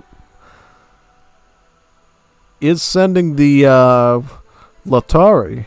Roma villager hit points increase and Verduns improve their gather rates. So this again is something you could do if you want to have a lot of these Roma villagers. It basically makes them more defensible because if you look right here between them and a peasant, the peasant's going to have an easier time surviving a raid than these Romas are because of the lack of HP. But this card here will actually give them enough stats that they might actually survive the raid a bit better, as well as gather actually faster than the regular peasants do around the town center. So if you want to go through the extra trouble of planning your walls, your towers, all that, you can actually get a really good boom out of this, potentially. So yeah, I don't know how much the gather rate improvement is. I'm assuming it's maybe like eco theory or something along those lines, perhaps. So yeah, I do see he's bringing in a lot of food, a lot of meat, so it might actually be doing it quite a bit there. Yeah. Here comes some of the Dorabanti. These are Romanian musketeers. What makes them different is their HP and damage is not that impressive, but they get great hand armor. They resist about 40% melee damage, which is actually pretty astronomical for a musketeer. Your everyday musket usually resists like 20 to 30% melee damage. This resists 40, so it can take a lot of melee abuse from like stuff like pikemen, hussars. Yeah, most definitely. But you don't really want these guys to really be fighting the skirms or the other muskets that much, because they're really not equipped for that. Really, these are only going to be the guys you're going to want to call out when you're dealing with specifically cavalry or very soft melee targets just about there. Yeah. Capi Cibro son partidas mías y de team de juego con los chicos del Wolf. Yeah, basically Cappy sends just about most of these, not all, but most of these recordings. He's either doing like a 1v1 of some kind, an FFA, or a team game. Today we actually got a recording from Rommel, which we haven't seen for a while, so that's always refreshing, because Rommel sends recordings from time to time as well. Sometimes also others like Ferengo or Lucas Fierro will send recordings, or also even Dragon, Black Dragon will send some sometimes. So if we could get even more players to send their recordings to me, we could have even more cast of game streams during the week. That's what I was talking about with one of the Wool Juanitos. He said, why don't we do these streams multiple times a week? It's because we don't have enough recordings to facilitate that, really. If we say got like 30 recordings a week, or 40 or 50, yeah, I could probably cast 2 or 3 days a week of just Wars of Liberty, and maybe have one more day to do another game during the week. But we just don't have the supplies to spread it out that far, unless we wanted the streams to be super small, which I know probably isn't the best thing. It's better just to have very large streams. It gives everybody a chance to come in and participate, depending on their time zone, depending on work requirements and family requirements and all that, yeah. Because everybody's different, Some people have a pretty lenient schedule, like if they're in college or whatever. Some people have their own little Juanitos Pequeños and Juanitas Pequeñas they have to take care of, or they have like a trabajo to do or something like that, and they just have to, adjust to those changes in their life, and it might take them a while to get to the stream and see it live. So the longer we can make the streams, the more everybody gets to see it actually live, and not just as a VOD. I certainly welcome people to come to the VOD as well and watch the whole thing in live if they haven't gone to see all of it, because every one of these games is always entertaining. So if you want to learn how to do Wars of Liberty well, you should probably watch every cast of game I do, because there's usually going to be something that you can learn from every one of them, basically, because we have some really strong players that do these games. You got Cappy, you got Rommel, you got me, you got Kaiser, Alucard. Some legendary Wars of Liberty players that have been around for many years, in some cases, like Alucard and Jeff, that just really know their stuff well. They've been around even since the Kikimadimitos days, since the very beginning, and even before that, from the War of the Triple Alliance period. So if you want to learn how Wars of Liberty works, how to do some good builds, general Age of Empires 3 knowledge that you could apply to the Definitive Edition, yeah, definitely watch all these cast of games if possible, and just learn the different strats that everybody uses. Some are not perfect, but some are actually really tough and powerful, if you want to explore them, yeah. Oh, interesting, he's doing a town center in H3. He's actually constructing it with his villagers, is that right? And he's protecting it with the Janissaries. I would be shooting at some of these villas if it was me, personally. He could get 1 or 2. Yeah, he got 1. He should have just been targeting the villagers, I feel like. Yeah, I'm a little bit surprised he didn't start raiding those villas a bit earlier there, since he was in that spot. You know, because if he could have taken out some of the armored villas there, he maybe could have held them back a bit more, you know. Yeah, like, here's the thing, man. Calarassi is probably not going to be the thing you want here. You definitely don't want the Calarassi just yet. You probably just want to go to H3. But you don't necessarily have to go to H3, because here's another thing about Romania that's actually really interesting. They can actually research any technology in any age, H2 and onwards, but for a higher price. That gets cheaper as you age up. Now you sort of understand how Romania works. You can either get technologies you're not supposed to get yet very early, but you're paying an arm and a leg for them. Or you can age up normally and get them, you know, at the normal price. Or you can wait a bit behind to get the technology and get it for slightly cheaper, right? All considering how you're going to plan these techs out to affect your next age up, right? So, lots of equations going on in your Juanito noodle when you're thinking about how you're going to do Romania, right? Like, should I save these technologies for later to make my Imperial Age or Industrial Age cheaper? Should I get them now and have like a cheaper earlier age that I might need? Should I get my Veteran Guard upgrades in Age 2, potentially for just one unit, which is going to be pretty rare, but you can do that.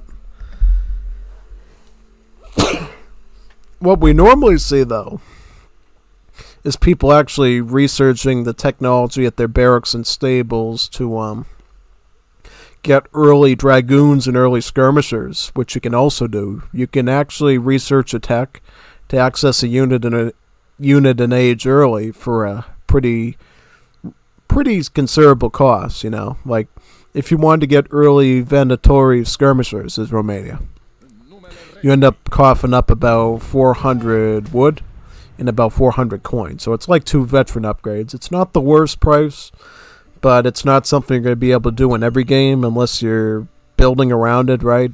If you're setting up a build order where you're already going to have that wooden coin, you can actually make that a standard build, like early Venatori build or early Carboneer build for the Dragoons, or you can even do an early mobile armor build too. Yeah, it's very expensive, and you're probably not going to do it if it's not a team game or an FFA game, but you can actually save up like a cajillion wood and coin and go for early mobile armors, heavy artillery. Yeah, I've done it a number of times. If you want to check that out, it's an interesting idea that either requires a team game so somebody can help protect you and be a diversion, or requires you to have like a really big and safe map for you to be able to plan that out, basically.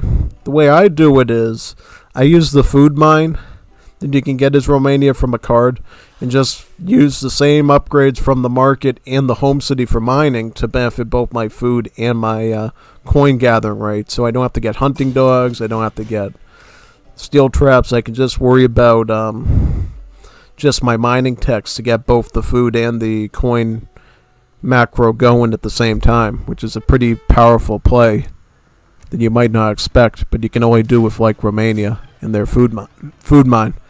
Sadly, they can't build more food mines, but that one that they do get does have a lot of food in it that does get you through a lot of stuff, really, that you might be playing for the match.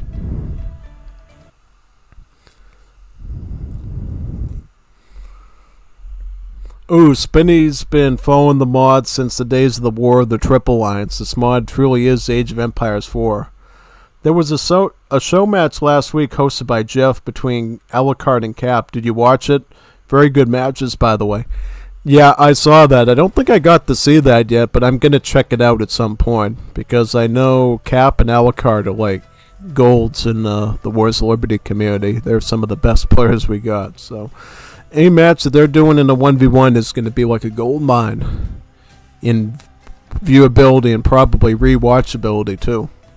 So I can already see how that one's going to turn out. Metal decides I'm just going to go H3. to get my Venatori with the veteran upgrade Shadow Tech on him, which is totally fine. Does opt to get the Venator combat as well, which affects the Venatori by 20% and the Carbonaire Dragoon by 15%. So this is a really good way to set up Dragoons and Skirmishers, the way you usually see people get OP in the Legacy game. Spamming Cazadors and Dragoons as Portugal and stuff. Yeah, this is a pretty good card for that because it makes your Skirm stronger and your Light Cav stronger too. So maybe we'll see some Carbonaires here. Who knows? Maybe we will. But another key part of Romania's military is these guys, the Caloras. These hand cavalry. They don't look that good in stats. You might be thinking, why would you train this? But then you realize the cost is very cheap and they're only 1 pop. Yeah. Then they get this really cool card which Metal has. It's called Juni Brozovini. The Calorasi have a chance of when they're killing units, they actually turn the deceased unit into a fellow handcav, a fellow Caloras, to add to your army. So it's actually possible as Romania with really good RNG to have a larger army of cavalry coming out of a fight than you had going into a fight, which should make no sense, right? Like Spirit of the Law would be like, I'm Spirit of the Law here, and I actually have more cavalry than I started the match with. How is that happening? Like, yeah, they're basically zombies, basically, Take out a Ottoman and he somehow reanimates into some Romanian guy on a horse. I don't want to explain the science, but it just happens. Yeah. Yep. Now, this should be interesting, though. We do see Romania actually taking the sneaky route and attacking the town centers from behind, out of the range, potentially, of the fort.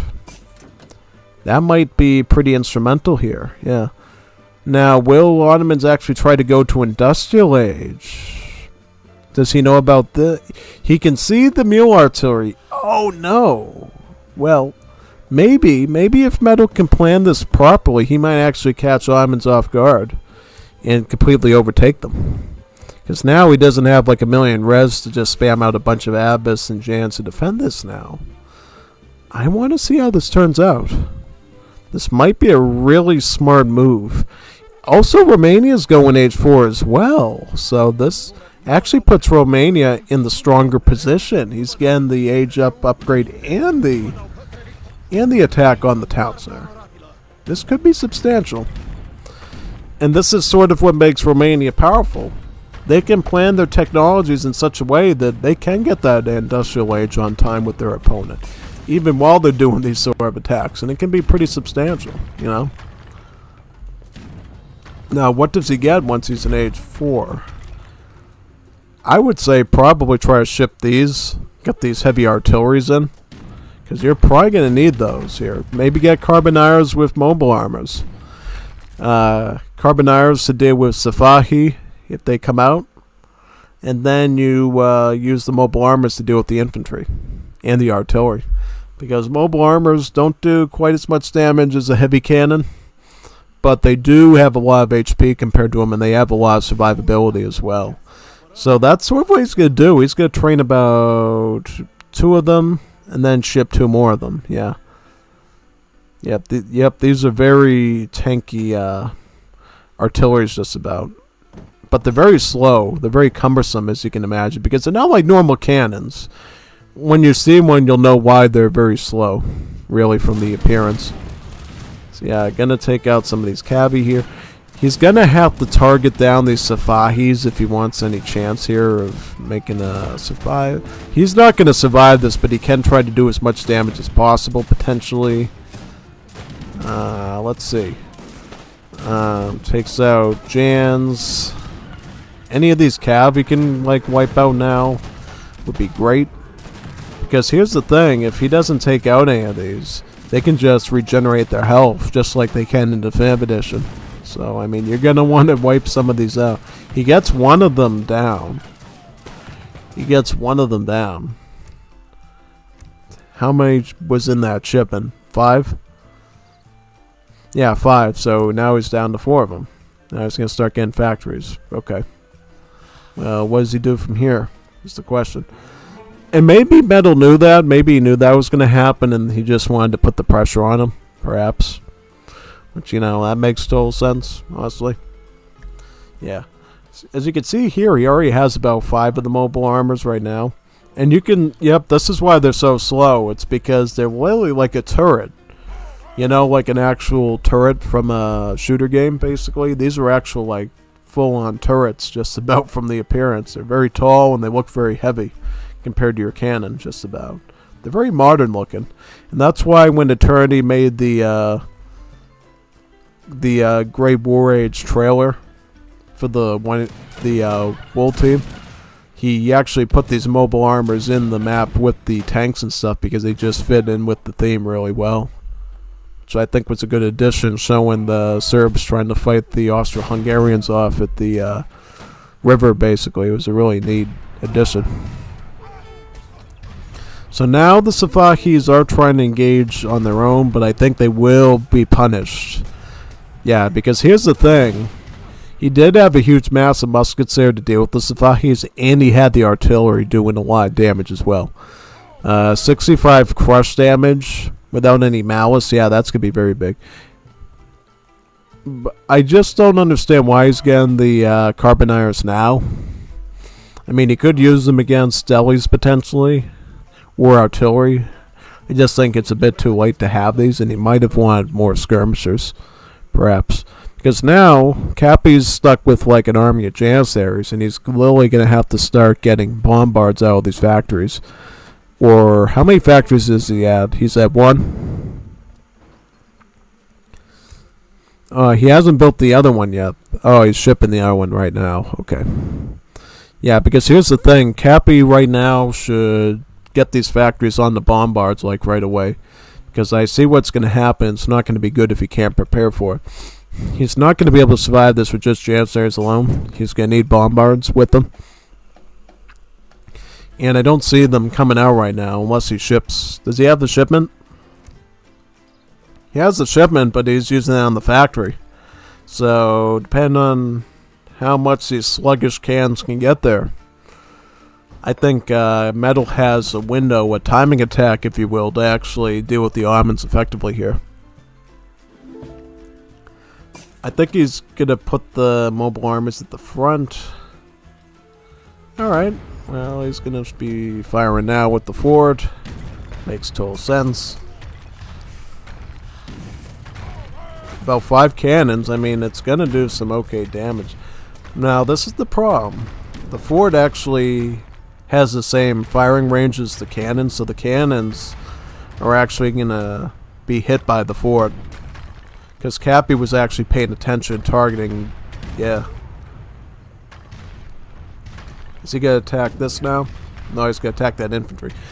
Good thing for Metal to actually put some infantry in the front to try to mess up the fort's AI to target them. But no, Cappy's paying attention. He's making sure he's going to target those cannons first of all here. The fort is lost, and 3 cannons remain. No artillery yet, though, from Cappy. So this is still a very bad situation for Cappy here. Gets guard upgrade on the Dorobanti, and now the town centers are at risk. And this is where things get really dicey if you're Cappy. Also, this statue could have a huge effect as well, because what this statue does is when your explorer dies, and yes, the Romanian explorers actually literally die and become these statues, the statue actually improves the rate of fire of units. So these cannons will actually shoot faster as long as they're within a certain radius of the statue. I think the statue stays up for like 60, like 90, 120 seconds or something, and then it just dies, basically. Your opponents can actually take out the statue and get some XP bounty from it too, so if you're fighting like Romania, Serbia, Greece, any sort of like Balkan or nation states, try to take out their statue and get that little bit of extra XP from it. Might be very rewarding for you to do that, yeah. So, one town center is actually wiped out, which is pretty big, but it's not the end of the war. Still does not have enough XP yet for bombards. So, yeah, Metal still has a shot here of wiping out this army of Jans. Yeah, he still has a... This is why Cappy's very hesitant about engaging him with the Janissaries. He wants to do him when he has artillery. He wants to do him when he knows he can actually do something. If he gets rid of his Jans now, then he throws the game. He needs to keep this mass of Janissaries alive, so he actually has a big protective bubble around the bombards to prevent them from getting attacked. Wait a second, he does Safahi. Wrong play. Wrong play here. Not only does he have a huge mass of heavy infantry, but he actually has some maneuver as well. So, yeah, these might be Shadow Tech to guard upgrade right now, but still, he can take out about 6 Safahis with this army. And it doesn't give your Jans enough time, I think, to clean up house with the Dorobanti. It's might be a good stall tactic, but it's just not enough. Now, you're going to want to make sure you keep your Carboniers here, and you keep these guys shooting at stuff. Just take out as much infantry as possible if you're Metal.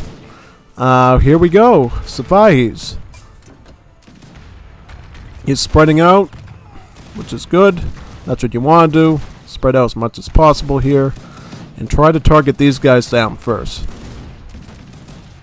Carboniers are going to make their way back because now they realize they're actually needed on this front. Safahis will be wiped out this time. Yeah. They won't make it this time because these Dorobanti are fully upgraded. One cannon is still alive as well, so that's another issue that Cappy has to contend with here. He is going to target his artillery, though. Cannon's just going to focus on siege as much as possible to take out the barracks, maybe. Oh, nope, it was taken out. Alright. Well, that's okay. This barracks is almost down here, so that should be good.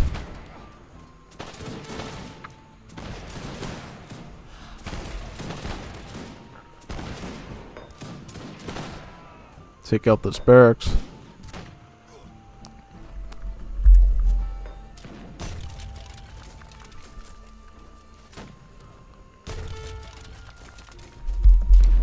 Yep, houses are going to go down as well. Here comes the bombards, though, and about 5 falconets. So here comes the artillery threat. I just don't know if this is enough to save Cappy here. Is this enough to save him? To make him win the game? I don't know. That's a good question. Because now, Metal just retreats. He can retreat very easily from this. These artillery are literally still in their bombard mode.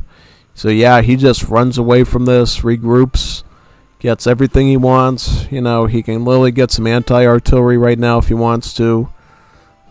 Yeah, get some of those Danglis guns, some of those mountain artillery, I should say.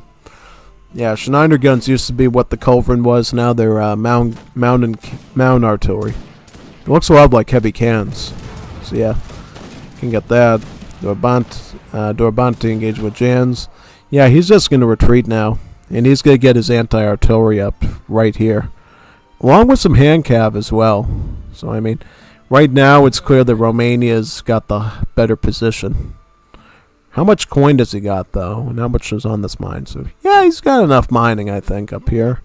He's got a mine over here he can grab pretty easily. Maybe even this one because of the proximity. He's getting this mine. I definitely think Meta would have to mess this up very badly. Like, have a whole army lost here to really end up in a real pickle like that. You know what I mean? Very interesting. He's going for Monstrous Coalition, this card. It lets you basically get the Guard and Imperial upgrades of your Pikemen and your Crossbowmen of the Balkan Civs. You know, your Scythemen and your Hajusi. Yeah, this can be very powerful, too, for getting a large army of trash units. Yeah, because here's the thing. Your Scythemen and Hajuks, or your Hajuks of the Balkan Civs, they're actually very solid, you know. These Hajuks actually have about 2x multipliers, so they're actually on par with, like, regular skirmishers, mind you. So they can do pretty well, you know. Like, look at this, like... 19 times 2, that's not bad for an early skirmisher with veteran upgrades. And to boot, he's going to be able to get the guard upgrade on him now. patriotic, yeah. So he's looking very well right now. He's going to have a huge army of, like, skirms, and he's going to have anti-artillery to boot. So, I mean, he's adding in more heavy artillery as well. So, I don't think Cappy is going to be okay here unless this really turns out really badly just about for, yeah. Here we go. Here we go. Is it going to be a fight? Is there going to be a skirmish? Some sort of skirmish there? We'll have to wait and see. Alright. Looks like... Where is the fight? It should happen any second now. Yeah. I'm pretty sure Cappy might actually just resign here. That would be my guess. So, this is going to be an easy sweep for these. But he's going to put these in bombard mode, though. So, let's see what happens. Bombards get a nice shot in. But, yeah, you got to move these up a bit better there. Mobile armors in the position. Mountain artillery in the position. Bombard down. Oh, that's very bad. Ooh, look at that. Very interesting outcome. Ooh, I did not expect that. Cappy is really microing these. Oh, these are anti-artillery, and they're getting completely countered by this. Another bombard down. That's good. So who won that? Who won that one? I think it was Cappy. He has the higher amount of res and he still has bombards and jams. Metal ran out of resources. Unbelievable. He lost to the pure stats of this cannon. I totally thought Metal was going to get that one. He just didn't do it. Leave it to the bombards to change the outcomes of games all on their own. Yeah. Unbelievable. Look at that. Just pure stats on those bombards. Unbelievable. Like, really, like, look at all the kills that they got him at there at the end. Lily saved them. If he didn't have those, he would have been done. If he was just doing regular Falcons, Mount Artillery would have cleaned that. As well as even the mobile armors. But no, the bombards with their large stats and splash completely changed the game and left Romania starving for food to the point that they resigned. That's why he was doing the Hajuks, because the Hajuks are very cheap in food. Yeah, I mean, if we could see any on the map here. Does he have any on the map at all still, or is he... Yeah, look at this, how cheap they are in food. Like 30 food. That's cheaper than a crossbowman. That's really good food costs, and that's why he was doing that. But now you see here his wood was even in lesser shape, and these cost like 45 wood. Is that right? So yeah, just didn't have the resources there, it looks like. Yeah, very interesting outcome to say the least. Yeah, big time. And so you definitely need to know your units well. Like, know that you're dealing with Ottomans, what they're going to pull with their bombards. You just need to prep yourself for that situation just about. Otherwise, it's not going to go too well there, really. Yep. Now, let's go into game number 4 now. Game number 4. Which is the last one that we have from last week. And now we're going to be doing all stuff from this week now. Yeah. Do you think next week's stream's going to be very long then? Because we're going to have all the stuff from like Wednesday into Thursday of next week. yeah, we might be here for 12 hours next week doing casted Wars of Liberty. I know everybody here would love that, and maybe we will. Maybe we will at this point. Cap Ottomans are simply OP. Yes, they are. I mean, oh my god, that bombard. Yeah. Exactly. That is just not that is just not normal. Like, I think I've seen that happen to Witchy before when he was playing China in the 5th edition. Like, he did this whole China build and he was trying to get up on the ELO ladder, and some FI Ottomans decided, hey, I'm going to spam bombards, and it just completely shredded the field. And he just got completely humbled by it. It was like a really clean sweep just about. Yeah. Really, it was. So now, what's the game called? Let me look. It is called Team Game 5. It's going to be Cap and Mehmet Khan versus Metal and Jeff. That one is actually a really interesting one. I think we're going to like this one. That's a really competitive team, you know. Mehmet Khan with Cap facing off against Metal and Jeff. It's basically really well balanced, you know. Because Mehmet Khan sort of nerfs Cappy's capabilities a bit, and then Metal's very competent, and then Jeff's like a demigod. So, yeah, it kind of makes it in such a way, like if you gave Cappy someone like Alucard or something, it might be too OP of a team, but I think someone like Mehmet Khan sort of nerfs it out a bit. Necessary, but he is, Mehmet Khan is getting better at Wars of Liberty, because he actually beat Rommel during one of Jeff's Lightning Leagues a number of weeks ago, so he is learning to beat some of the stronger Juanitos now, like Rommel. I don't think he can beat me just yet, but he can definitely get Rommel. He might be able to beat me if I play like a portable civ like Brazil, like this one, but definitely not if I do my standard Paraguay Zulu thing. Still has a ways to go before he can do that. I think most people do. Like, even Cappy struggles with my Zulu. Like, you remember when he was trying out USA for the first time, right, and I went Zulu? He just ran into some really bad pickles with that, and he just couldn't handle it. So, yeah. Definitely don't face me when I'm doing Zulu. You won't make it. Unless you're really, really good. Like, very good, actually. Yeah, so who we have here? We got Jeff as Brazil, and we got Metal as Argentina. Cappy's doing Ottomans, and Mehmet Khan is doing the Chinese. So Team Vanilla versus Team Juanito Bonito of the War of the Triple Lines. Yeah, because Brazil and Argentina were part of the Triple Lines. Yeah, just need good old Uruguay to join them, which is a civ in Wars of Liberty as well, so they could potentially join them if it was a 3v3. Yeah. So what's the map here going to be? It's going to be Arizona, is that right? You got sort of the canyon that cuts through the middle of the map, and then on the sides here you got basically an open sort of desert, because that's what Arizona is, right? It's sort of like a desert, but it still has some vegetation, right? Like some of the more shrubby type of trees. You got the cactuses. I'm surprised they didn't put cacti on this Arizona map.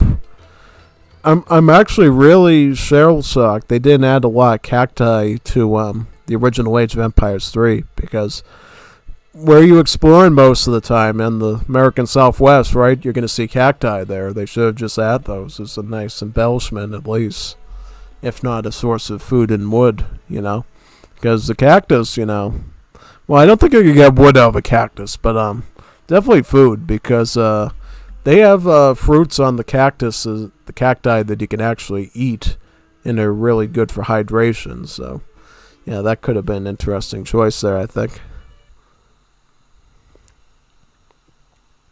So here we go. So even though Jeff is playing Brazil, he's actually one of the best Brazils in the Wars of Liberty community. He can make Brazil into a real problem. So, I mean, don't discount Jeff if he's playing Brazil. He's really good at the civ.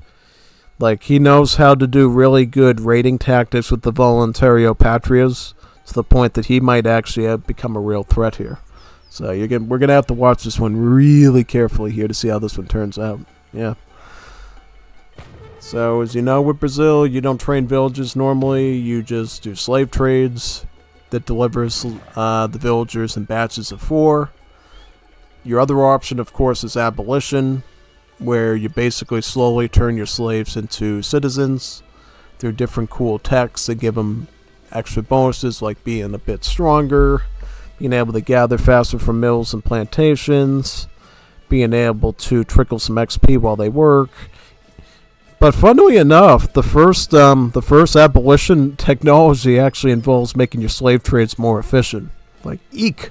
I thought it was abolition. Why are you getting more slavery? I thought abolitionism was anti-slavery. Why is it adding another slave to the tech? And it's, you know, it's just to get the ball rolling, I guess, to sweeten the pot, I guess, for the abolitionists. Like, before they get into the actual abolition, it's like, oh, pick us. We'll give you one extra slave with your slave trades. Like, ooh, boy, I want that. I need another gatherer. Yeah. Yep. So normally what you do is with Brazil, at least what I do is, I'll get like 2 or 3 slave trades in age 1, depending on the urgency of the age up. And then I'll pick up the abolition 1 as soon as I hit age 2 to make the slave trade block a little bit bigger. And then I kind of ignore slave abolitionism until I got enough slaves to make the most of the second one that involves improving the agriculture gather rate. So yeah, that's what I usually do. I don't know if that's what Jeff's going to do. It looks like so far he's got about 1 slave trade. The one thing you do need to consider, though, with slave trades is they do cost coin because you're literally buying these blocks of villagers. So it's kind of going to be a bit unnatural for you to have, a lot of villagers in age 1 trying to mine coin and being able to get the trades, right? The only time you might see another slave trade, depending on what your age up time desire is if you get some RNG and you can get a lot of coin treasures. Maybe then you can sometimes eke out another slave trade at 4 vills. But looks like in this case, what Jeff does is he just sits with just 10 vills and gets the 300 wood. Which I'm like, okay. It's different. It's definitely different. I don't know if it's a good tactic, a bad tactic. We're going to have to see if this build order works with Brazil. I might actually just focus on Brazil this game to see how Jeff manages it and handles it here. Yeah. What is he going to do with that 300 wood? What is that going to be used for? I'm kind of curious, actually. Where's that wood going to go? I know in the old days, the abolition texts used to be at the town hall, which was like 250 wood or whatever. Nowadays, they're at the town center, so it's not going to be for that. He is getting a market with 100 of that wood. Is he going to get like some sort of market text here, potentially? He can't get hunting dogs because Brazil doesn't get any hunting technologies. They instead get extra technologies for mill gathering. So instead of hunting dogs and steel traps for Brazil, it's the farming sickle and the steel plow, basically, for the field. So, yeah. Brazil can be a very defensive civ if you want them to, because they can sit back behind their mills and their plantations and just gather that way. Yeah. One more thing that makes them really good at that whole agricultural eco is that when you age up as Brazil, you get a free agricultural wagon, which can become either a mill or a plantation, basically. So, yep, here we go. Here comes agricultural wagon right over here with all these cool crates of like plant food and stuff in there. So what's he going to make? Is he going to make a mill or is he going to make a plantation? Yep, he's going to make a plantation, and that's probably the smartest thing to do because plantation costs about 600 wood, whereas the mill is 400 wood, so you're literally getting 200 more wood value from making these bigger, more expensive buildings, really. And it does set you up pretty nicely for getting more slave trades, because guess what? These mines don't last forever, and you're going to need more slave trades, right? So if you're going to want to keep the slave trades going without the mines, you're going to need these buildings here to basically keep the gather rate alive, just about. Yeah.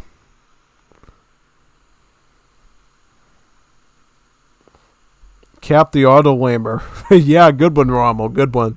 Cap the auto lamer. Evid, come on, Evid. Yeah. Isn't everyone that mains Ottomans basically an auto lamer, though, to be fair?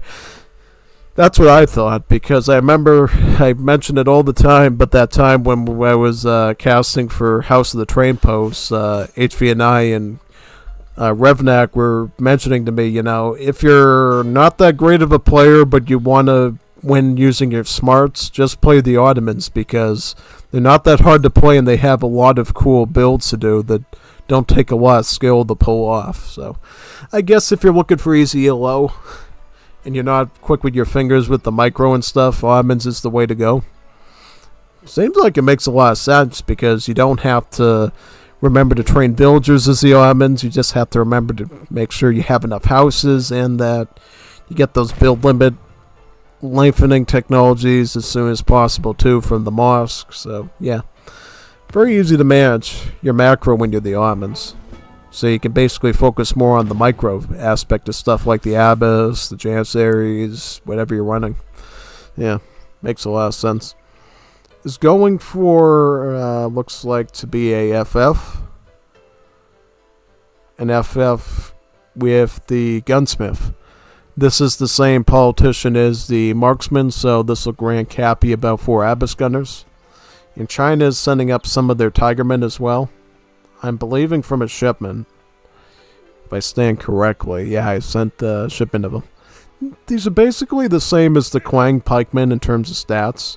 They used to have slightly altered stats compared to the Legacy game, but the devs decided they're going to make a lot of the units like the Tigerman and the Nien Rider reflect the Asian dynasties and not the weird wacky stats that Wars of Liberty decided to give them eons ago. Yeah, mainly for balance reasons, I'm assuming. Yeah, should make them a bit more easier to deal with maybe, but who knows.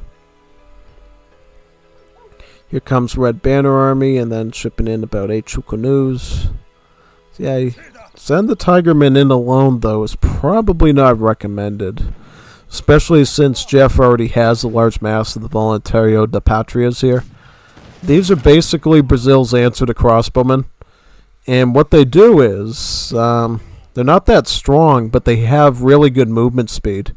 They have that 5 movement speed that we saw earlier with the Beveringers with Sweden, actually. So, if you like kiting a lot, Brazil actually has a really decent kiting option with these early skirms. And they're very cheap as well. 35 food and 40 wood. That's cheaper than a crossbowman, so you can definitely stack them pretty well. As long as you're bringing in enough wood. Gets the first abolition tech, the Aberdeen Act. This is the one that makes the slave trades include 1 extra villager just about. Yep. So we got even more voluntarios here. And, let's see, actually.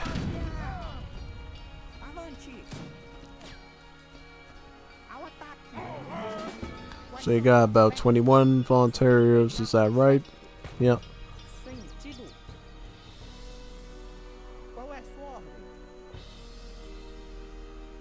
Alright, so you got about 7 Tigermen here. And how many Jans? So you got about 4 Abyss and about like 9 Jans with 2 Falcons. So this is a pretty substantial push here by China and Ottomans. It's going to be up to the Argentines and Brazilians to basically form up some sort of defense. A couple of Patricios here from Argentina. These are Argentinian muskets. And these are the skirms on the Brazil side. I don't think this is going to be enough to deal with the Falcons though. So Jeff's going to have to play this very carefully. So he's going to get frontier defenses so he can start to fortify this base and make it extra hard to penetrate. As much as possible. Put tower here. And he's going to have to put one over here as well.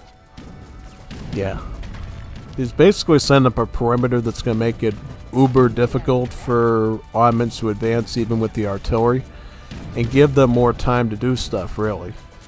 Because where is Argentina in all this? Is Argentina close to aging up?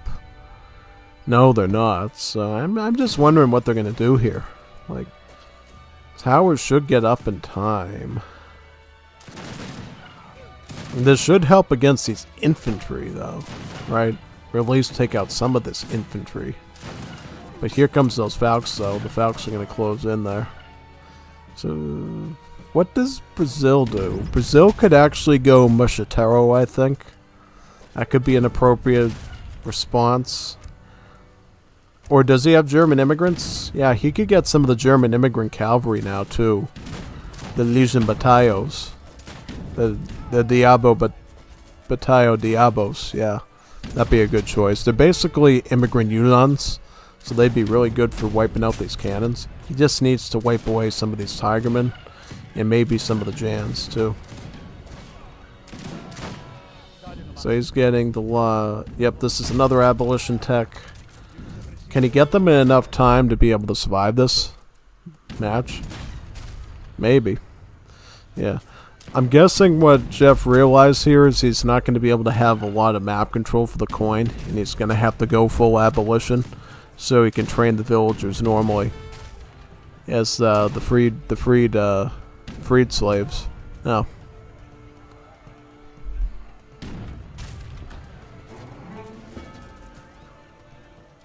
So you got some patricios here.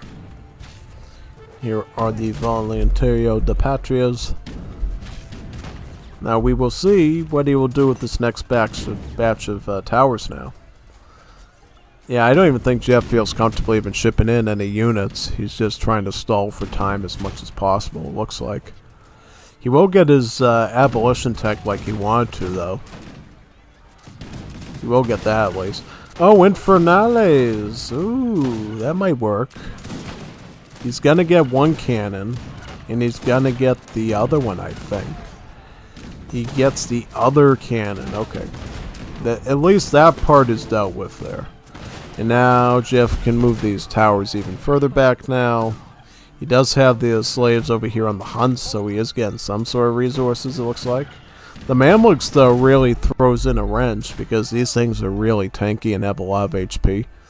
Like, look at the stats. Over 1,450 HP. Is that right? Oh, wow. He's got... China brought a surgeon with them from the treasure. That might make a huge difference because I saw that surgeon starting to heal the Mamluks. So if he can... If Cappy plays this carefully and uses that surgeon of his ally to heal the Mamluks, he's going to get a lot of value out of these things and really do a pretty good job here. Yeah. Is abolition gonna... Nope, that one does not come in. And I don't think that's what Jeff wanted. He wanted that abolition tech so badly there so he could start training the slaves normally. At that point. Yeah.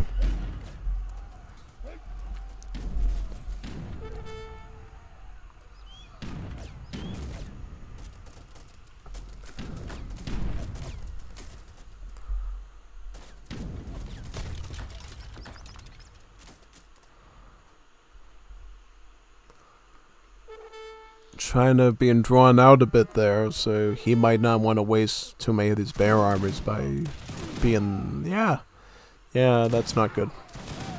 It's alright though, Ottomans I think got it for the most part. They got Macedonians, they got some Abbas, they got the Mamluks. You really don't have to worry about much as China at this point because your Ottoman sugar daddy here is going to take care of it for you right now. Sort of seems like that at this point, yeah. Jeff is going to get a TC, though, and finish up that abolition tech. Now, question is, will it make much of a difference here? That we will have to find out, potentially. Yeah. So here comes those Janissaries right now. Come on, Evet. You put them. Evet. You're going to be hearing a lot of that on Thursday when we're doing AoE 2 Chronicles of Greece, right? Well, I won't be playing the Ottomans. I'll be doing either Athens or Sparta or Achaemenids that day. Whichever one floats my boat in the certain matchup, yeah. Who do you think is probably going to be the strongest civ of the three on Thursday? Is it going to be the Achaemenids, the Spartans, or the Athenians? I just watched Spirit of the Law's overview that they did today for the Achaemenids, and they're looking really nice. The one thing that the Achaemenids do that I think that the Spartans and the Athenians don't is they actually have a good focus other than infantry, just about. Because the Persian archers are pretty solid, and they got solid cavalry, you know. They're the only one of the three that has a full stable. And the archery range is missing... It's only missing, like, the Imperial Age archers, right? I think the recurve bow. That's about it. They got the elite skirms. They're the only one with, like, elite, like, heavy cav archers and party and tactics, so they got that. So, yeah, I mean, if you like archers and you like cavalry, the Achaemenids will be pretty solid. It's not to say that they don't have useful infantry either. They got the Immortals, of course, which doubles as both an archer and an infantry. And then, too, they got that tech option at their castle. the Sparabara, right? That allows spearmen to give the infantry around them one additional armor. So yeah, really cool stuff there. Just like this match, this was a pretty neat match. I didn't know what Jeff was planning, if he was gonna. Yeah, but that just proves how bad Brazil is in even the team games. My success with Brazil was pretty minimal, actually. Sometimes I can do good and eke out a win, but it's just not common. Especially when you're dealing with the auto-lamers and the Chinese. Yeah, China and Ottomans are like the scariest civs in like vanilla in Wars of Liberty. Like, if you're dealing with one of those civs, it's bad enough, but when you put them on the same team, it's really just disturbing. Like, here's the thing. Let's suppose 1 second it wasn't Mehmed Khan, it was actually me playing China. It would have been even worse for them then, because I would have done even more horrible things with China than even Mehmed Khan could do. So, I mean, that was a very skewed match, I think, in terms of civs, just because you got Cappy doing Ottomans. I would have just did my China stuff on top of it, and it would have been a big one. Cappy says, Ottomans are easy to use, hard to masterize, as you say, are very micro-intensive when you go Abisjan. Also, you only have one shot to take the match. If you fail, it's almost always GG for you. And that's the unspoken truth about Ottoman 1v1s in tournaments in the 5th edition. Because when the Ottomans were able to get a clean sweep with the Jan Abbas build, they did really well.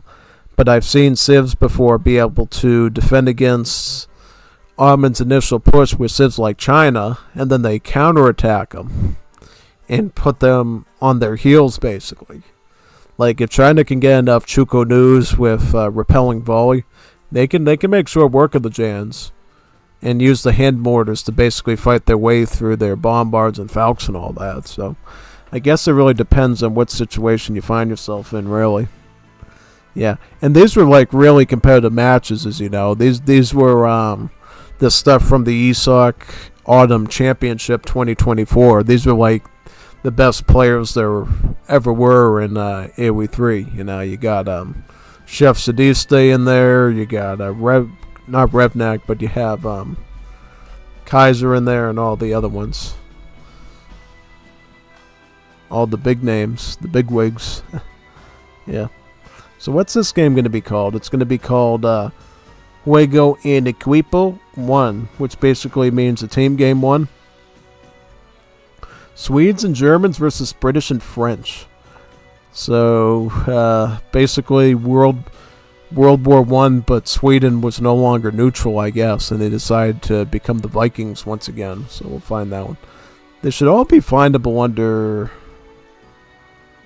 Where is it? Oh, J for Juego. J for Juego. Here we go. Should be over this one, right? Yeah, this one. Juego en Equipo 1.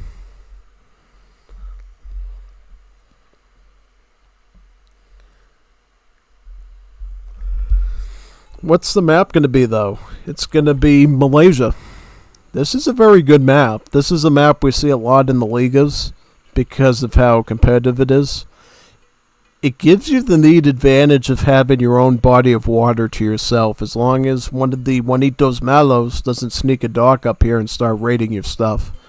Or another thing you can do is you can take your home city water point and you can stick it into their water too with the help of your explorer's line of sight, which is a pretty sneaky move, but it can be pretty harmful. So yeah, I like this map. I do like it. Doesn't have a lot of trading posts on it for the length of this trade route. Like, the trade route goes from like all the way down here up to here, and you only have this socket and this one. Like, basically every team only gets like one socket to work with. So if you're looking to go super arm and take over on this map, it's not going to be that rewarding for you, honestly. You're better off going to a map like the High Plains or some of the other ones, like Arizona, I think, honestly. Yeah. Yeah, this should be a pretty interesting matchup, though. We got Jesus Cristo playing as Francia, and then who is in the British seat, Cappy. That could be pretty powerful. Pablo is playing the Germans, and Jeff is playing the Swedes.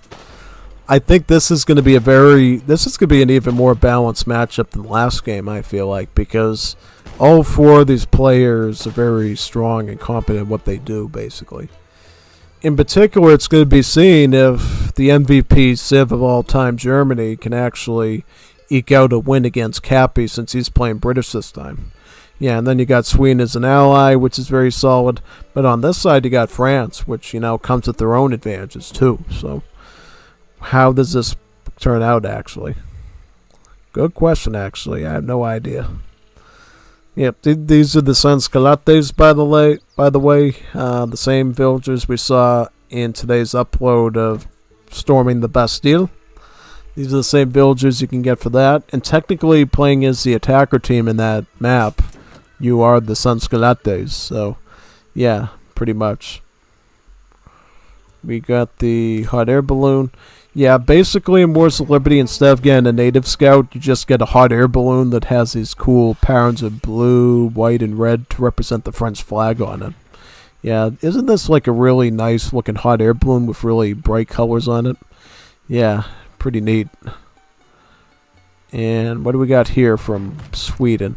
So Sweden is running Colbertism.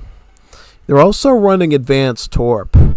This can be a very good aggro card that can lead to very large armies. Because what it does is, it basically makes the Beverlinger allotments contain more units. So I think instead of like 10 Beverlingers, then you can get like 13 or something. Like, it's a bigger mass. And it leads to much better aggro overall. Yeah. Other than that, it looks quite similar to what Kazan was running, really. I mean, one thing I think is a bit different here is we got the food crates here in Age 2, which, if Jeff gets caught in a pickle, he can get to Age 3 safely and start doing some skirms and stuff. So, yeah. It's got options. No fort, though. It has a covered wagon, which is important to note. You can only have up to one factory of Sweden, so this is totally normal. Yep. What about the others? What's Germany running? Germany is running a 1v1 deck with Hubrick Plan and Eco Theory. Does the Eco Theory first, but might do Hubrick Plan later. Hubrick Plan is basically the same as Virginia Company to make your manor houses cheaper, because if you didn't know, British up here no longer has manor houses. Those actually belong to the German Civ now. Right over here, basically. Or nope, this is Jeff over here, Germany. The Meitz-Kierne house. This is Germany's manor house right here. Just about. And as such, if Germany can build 20 of these houses, they're going to get 20 free villages out of that, which is really substantial for them. Yep. Now, what do the others have on the other side, though? What's Jesucristo going to do? Jesucristo has Algiers Wives and the, okay, alright. Yeah, this could be interesting. I was just wondering if he had any infinite shipments in here. Doesn't look like he does, so I don't know. Okay. My prize going to go FF. It's kind of looking like that. So that way he can get out the Mamluk shipment, the 2 Falks, 7 Chausier Cheval, the 9 line infantry, or these waves here. Yeah, pretty much. So he has some pretty good H3 coverage there for shipments.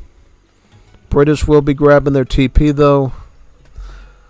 And British, as I'm imagining, is going to be running the same deck they always do under Cappy. Yep, the 2 rocket cards. You got the Household Blue shipments in tow. So yeah, this is looking like what I think it would. Moonlit Charge as well is an option. That's very powerful. Yeah, this card basically allows your Household Blue cavalry to go into stealth mode. A lot like the Tajunki Prowlers, But the thing is Household Blues are very tanky, though. They have a lot of HP. A lot of HP and good melee armor too, being assault cavalry. So if you can get a huge stack of these guys and get them in a stealthy, they can still be a real threat that eats up the game, basically. Yeah. Also, Cardwell reforms to make infantry and cavalry cheaper in the late game. It's always a good option. Sir Thomas Picton to help the Redcoats get a bit stronger. I wish there was a way you could retrain these generals, but unfortunately you can't. Yeah, they definitely gotta work on that. Getting them like their own like icons, their own voice lines and stuff, and ability to make them at the fort perhaps. Similarly to what the Inglefoy citizens can do, they can get generals too and train them from the forts. Only one of them though, you can't have more than one. Otherwise the game would get really broken and twisted really fast.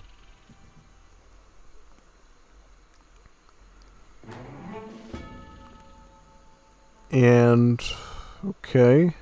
British goes age 3 with Infante of Portugal. Infante de Portugal.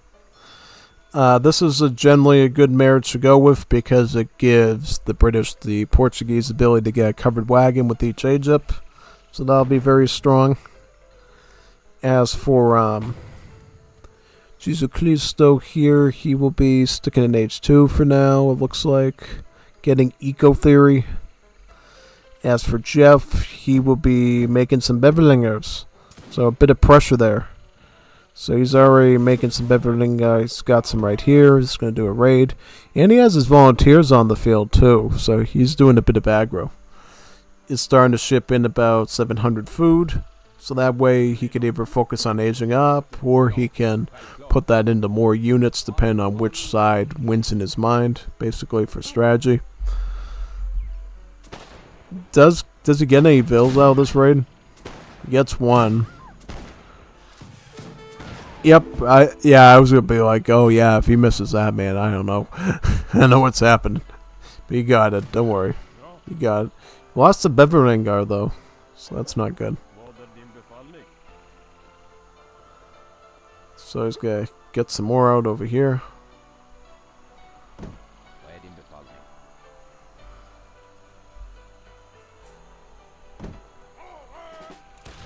He's gonna start raiding onto France and take out some of their Sanscalates now. He's gonna get that one.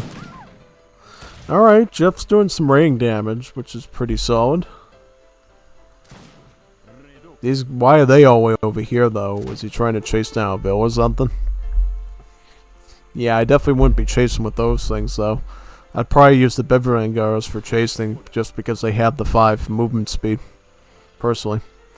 Yeah, just about on that one. So yep, we got a decent skirmish building up about here.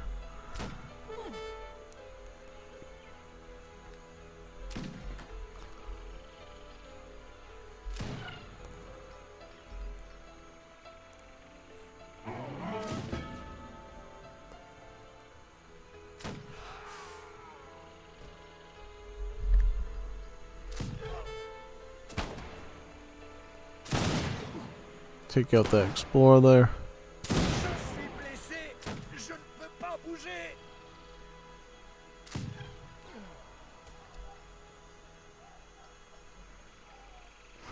Alright.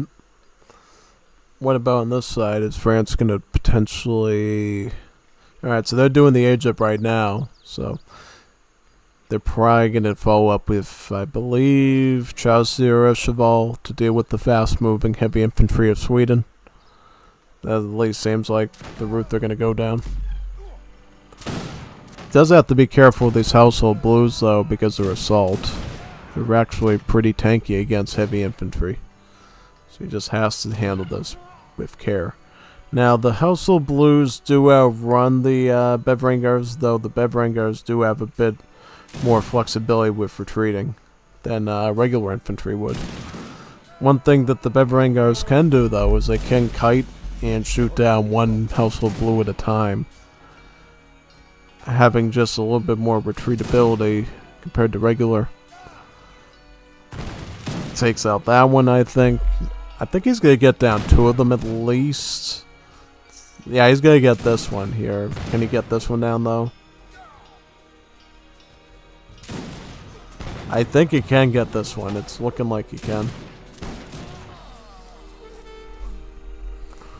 Yeah, I mean, he's just looking to distance himself from the redcoats right now, it looks like. Where's Germany in all this? Germany is aged up with the cornets, so they have 4 free hussars from that age up. Definitely enough to help out, I think, Sweden. France is doing 1,000 wood, looks like, to get some infrastructure going and help out his ally there. Yeah, he's got a stable right now. He might do barracks as well at some point, potentially.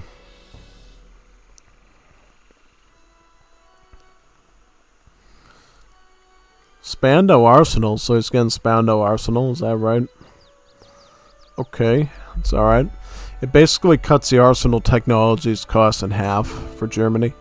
So he might be thinking long-term going line infantry, I'm guessing, from the looks of it. That could be good, but only if Cappy doesn't do rockets. Cappy does rockets, that could be a problem. But then again, Germany has needle gun, right? Yep, they got the needle gun cards, so they might be able to utilize that there to make some advances against artillery. So Cappy is shipping in about 2 Falcons, it looks like, to support his army. And since Falcons are a pretty strong value unit overall, looks like. Yep.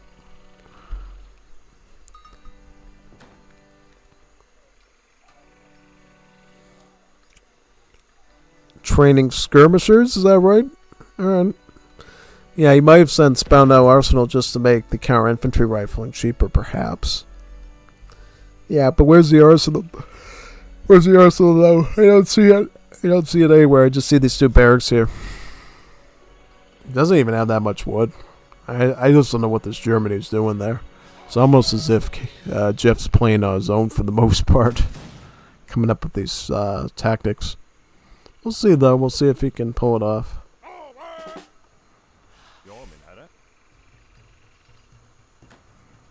Ooh, look at this forward town center. That was very bold by Jesus Cristo to put it down there. Yep, very bold indeed. Very bold move, I think. Is he like just scouting right now, or is he actually planning on doing some damage? Because now he's going to have to worry about this. He might just not be able to deal with that now. If he had the Beverlingos here to sneak up from the backside, might be able to do so.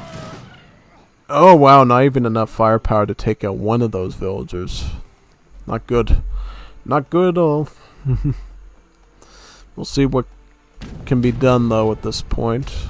Be a tricky one to say the least.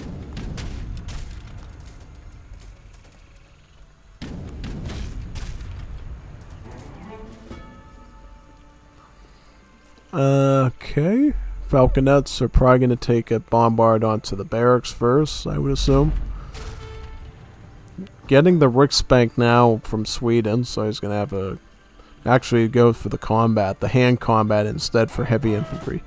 That was probably a good move for Sweden, because now basically these heavy infantry are going to be a bit better at dealing with cav, as well as maybe taking out a cannon or 2 with their swords. And their bayonets just about, so yeah.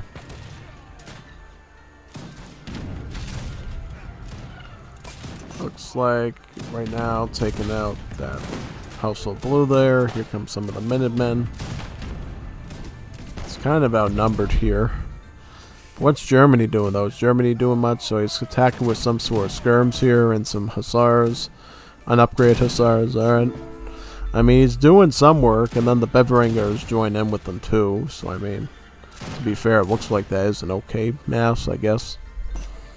Just wish that you could help your ally Sweden out a bit here. Maybe clean things up for him. Will the Beveringers be able to... They almost take out this one. I think the town center can get it down now. Yep, town center does that one. Looks like he's got... Oh, France went up to age 4 and got the Royal Guard, Saint Guard upgrade for the Clisses. So these are looking really strong right now with their HP and attack. Yeah, this might prove fatal here for the enemy team because these cuirassiers have a really good stat. As you can see there, 43 hand attack, 1 splash, 720 on the HP, and 30 hand armor. Yeah, this is going to be a real tanky mess for the Sweden to deal with. I don't think they're going to be able to fight these things off. These things make the Household Blues look like nothing, really. Oh yeah, big time. I mean, do we have any Household Blues from the British? Or are they even not even doing that anymore? Nah, looks like Cappy's just going to spam out Red Coat. He is shipping some Household Blues actually in Age 3 because he didn't go up to Age 4 yet. Looks like the Cuirassiers are going to be just about all the assault they need for the rest of this, it looks like. Yeah. Let's take out that town center there. It has some Grenadiers here to clean up some of the Redcoats, it looks like. But the Cuirassiers, though, having field day here. Grenadiers, even though they're heavy infantry, they don't have any hand armor. Like their musketeer counterparts do, so they go down really fast. Really fast, really quickly. And what is Germany even doing here? So they got a couple of pikes, is that right, with skirms? Okay. Definitely not what I would expect this late into the match. I mean, the skirmishers are alright, but I just think the unupgraded pikes just don't look that great at this point. Like, you're Germany and you sent Spandau Arsenal, you should already be looking at line infantry in large quantities at this point, yeah. Yeah, so this is a Household Blue compared to a Cuirassier. It's only in Age 3, but the Household Blue has more HP than this guy did. Has as much HP as this guy does with the Royal Guard upgrade. And then that should mean for you, even though they don't have a splash attack and the damage is... I don't know, I think technically they do more damage slightly once they get upgraded. I don't know how it works exactly, but definitely from an HP perspective, the Household Blues are tankier than the Cuirassiers are. Yeah, big time. They have similar types of armor that they're wearing, but these guys, for whatever reason, are slightly weaker than them in their armor, basically. Alright, so there's that match. Now we will go on to game number 6. Is that right? Yep, let's go on to game number 6 right now. Let's pull it up. Let's boot it up right now.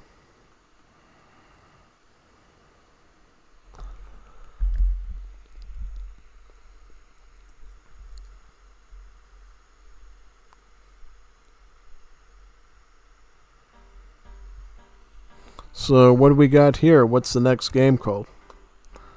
Let me check the Discord out. I'll check through all my messages first, and then we'll check out that match.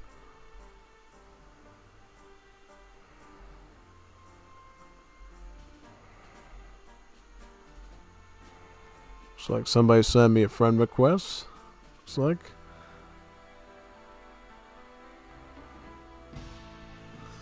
Maris Loren. Looks like a Wars of Liberty server member. Interesting.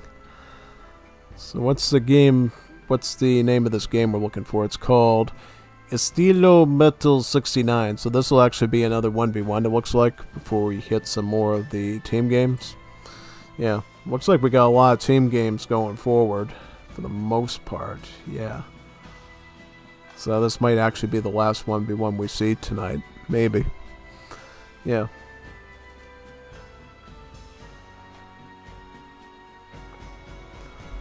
So Cappy's telling us if you don't send Hardbreak Plan as card number 1, you usually don't want to use card number 2 because it's kind of slow and not as valuable. Yeah, I could see what you mean there, just about. Yeah, that's true. It's definitely true.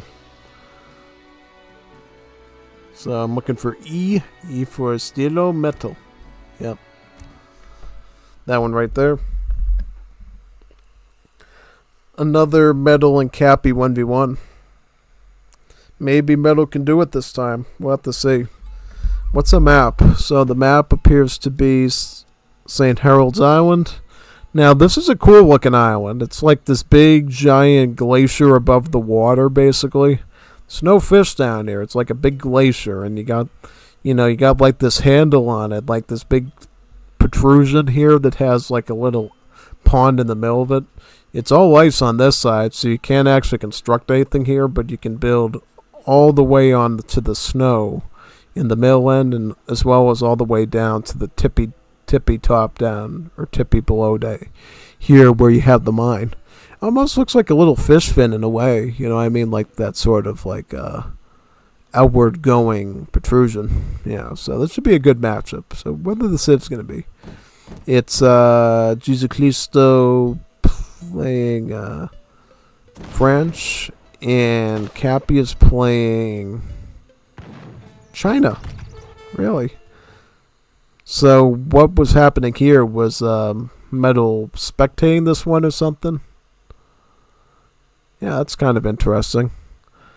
I thought it was going to be Metal versus Cappy, but no, it's Jesus Cristo.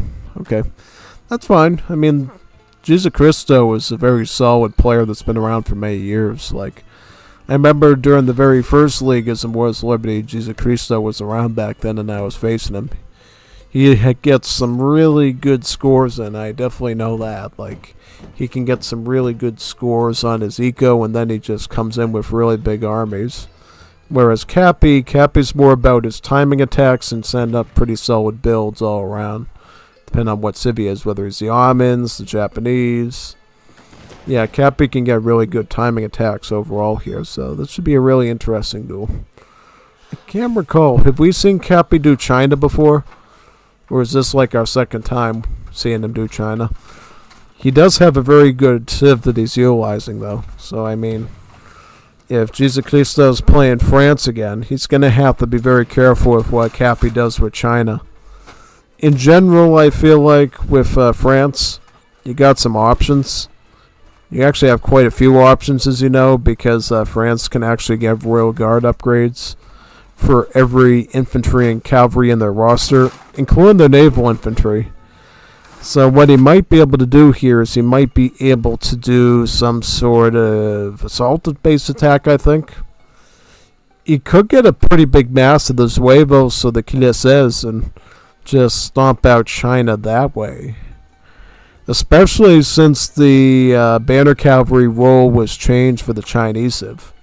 See, a little bit like a patch ago, China's banner cavalry, range cavalry was a dragoon unit, so it was good against assault cavalry. Now it's been changed to an assault unit itself, good against infantry.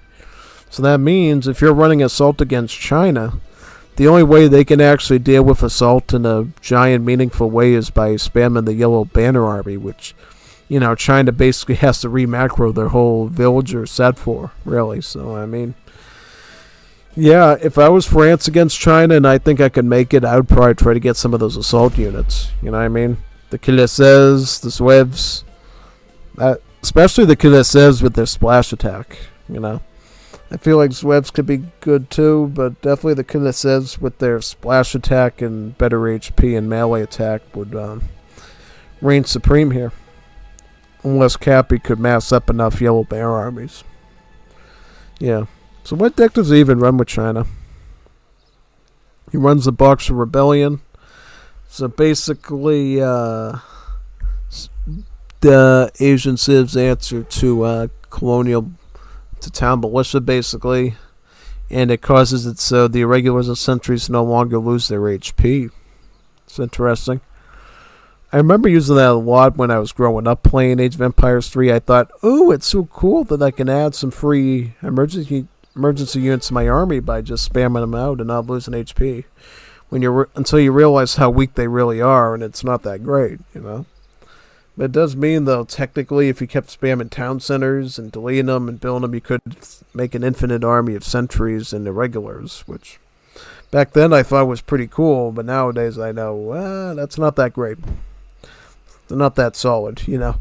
Once you deal with a huge army of, like, grenadiers or something and some hand cav, it's probably not going to be the thing you're looking for there. Just about, yeah. So, where do we go from here? Looks like some unit shipments, some crates. H3, we got repelling volley, as well as intervention. got the hand mortars, we got the meteor hammers here, as well as the territorial uprising.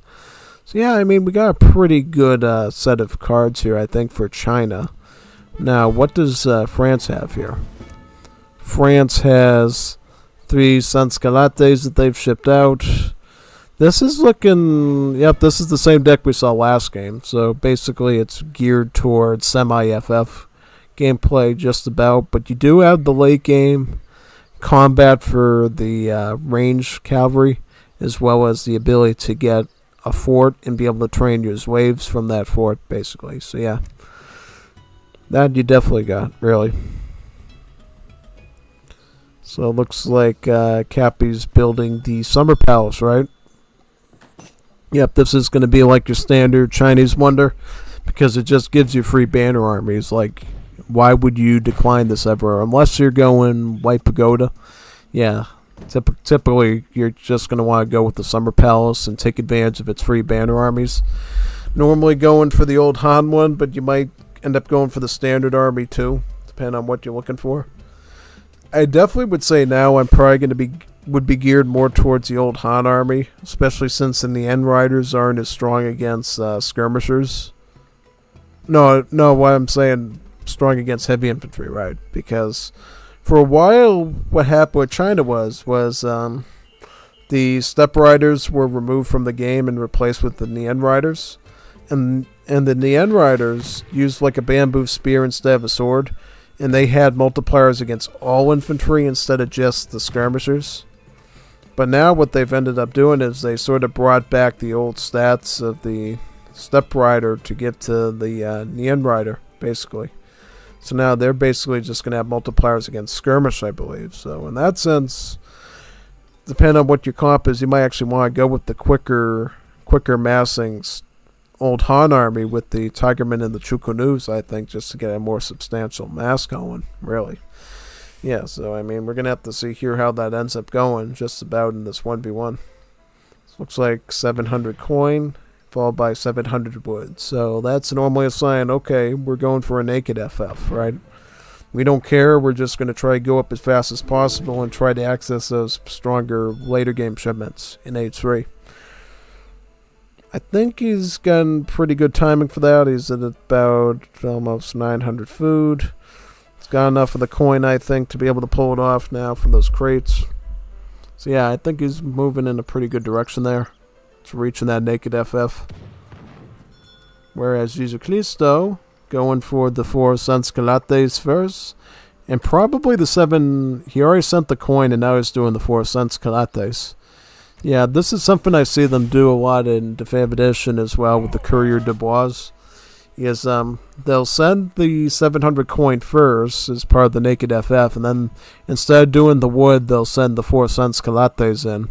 Probably because the Sans-Culottes just have a really good gather rate as villagers compared to the normal settlers, so you probably want to get them out a bit sooner and cap up on that villager number of them, basically, to get the most value out of them. Sounds about right. So I don't think he's going to make anything else. He could cancel... No, he doesn't need to. He can age up right now to age 3. He goes up with the City Planner. So this is the same thing as the Bishop in Definitive Edition. You get a free covered wagon. And what I think is going to happen is we're probably going to see Jesucristo put it either sort of like here or here. Maybe even over on this side, and he's just going to expand out with that and branch out, again, even more of the Sans-Culottes he needs to boom ahead. Does have to be careful with China, though. China can get some pretty large armies to deal with them, so he kind of has to be careful of that, really. We'll see, though. We'll see if he can pull it off here. Just about. So we got some line infantry there, looks like.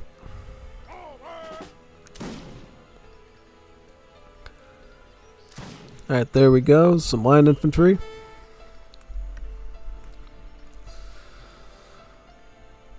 Is he going to just do line infantry, or is he going to ship in... I don't know. I don't know if line infantry is probably the best way to deal with China. Could be a moderate option, I guess, but well, it just depends, right? Where's Cappy? So Cappy's going up with the Porcelain Tower.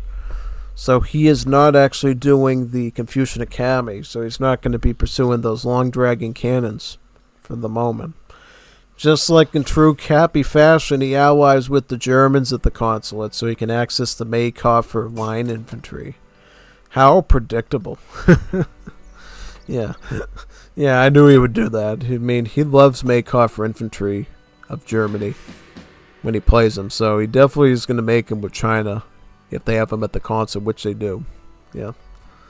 So he's going to ship in about 10 of the Zangus. And then about, how many of these? About 16 Boxers, right? So these are basically Arquebusiers, and these are basically Changdao swordsmen in terms of stats. Just about. Cancels out the Boxer shipment. Might be getting something else like Handmores here. We'll have to see. So Town Center's going to go mid-map. Mid-map here. And does have a pretty good mass here of the line infantry now. Is probably going to get the veteran upgrade on these rather soon, I would expect. Back at the barracks here. Needs a bit more wood for that veteran upgrade, though. He's about... Yeah, it doesn't have a... He's going to have to take these Sanskelates and put them on the wood if he wants to get that veteran upgrade. At least that's the direction he's going in. Or he could just ship in 1,000 wood right now. That might be appropriate since he doesn't have any coin shipments. He's just going to ship in about 9 line infantry, it looks like. Pretty sizable mass. And any more coin, like... yeah, he ran out of that coin. He's going to have to move on to this tin mine now. Get the rest of that tin out of the earth. Is he just going like age 4? He might be. He might be going just age 4 here. And hoping that Cappy doesn't go for an aggressive attack on him. I just don't know how that's going to do here against China, because China's just really good at pushing out with big armies. And he's already starting to build up that force, you know. Because the Zangus, as long as he can protect them, they can do fairly okay, you know. Especially if he gets repelling volley on them, then they have like basically the same multipliers as like a European skirmisher with counter infantry rifling, really. So I mean, that's going to be a pretty substantial situation there overall.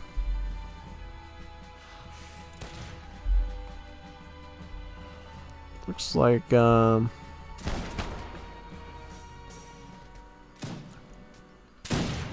takes out the polar bears there.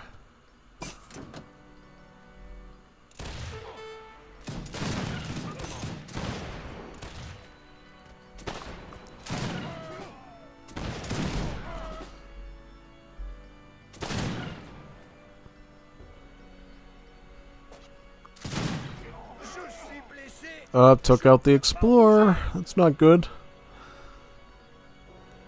Getting the Territorial Combat car instead, though, to also boost up the Boxers. Okay. Town Center is completely going to get ravaged here. What does Jesus Cristo have up his sleeve, though, to deal with? So he ships in the Mamelukes. The Mamelukes, yeah, that's sort of the thing I was talking about. Get some good assault against China. Because Cappy would literally have to go out of his way just to get the Manchu to deal with that. So if you can run some really good, solid, tanky assault here, that might actually be just what you're looking for here, just about, yeah. Alright, so he's going to bring in those Mamluks, I think.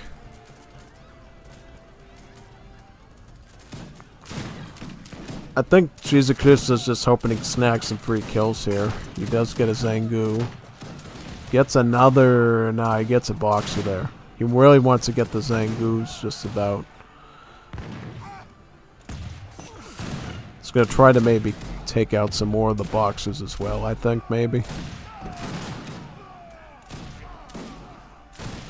Yeah, he definitely doesn't want to take too much volleys from the Zangus, though, and the Chukunus. But here comes the Mamelukes, though. Mamelukes inbound. Ooh, perfect spot. That's going to be really good. Just needs to clean up these Boxers, though. Yep, Mameluke assault should be perfect here for dealing with all this infantry. Get those line infantry in the position. Just start taking out those boxers like right now. Now you want to take out the boxers because you got the Mamluks to deal with the skirmisher stuff.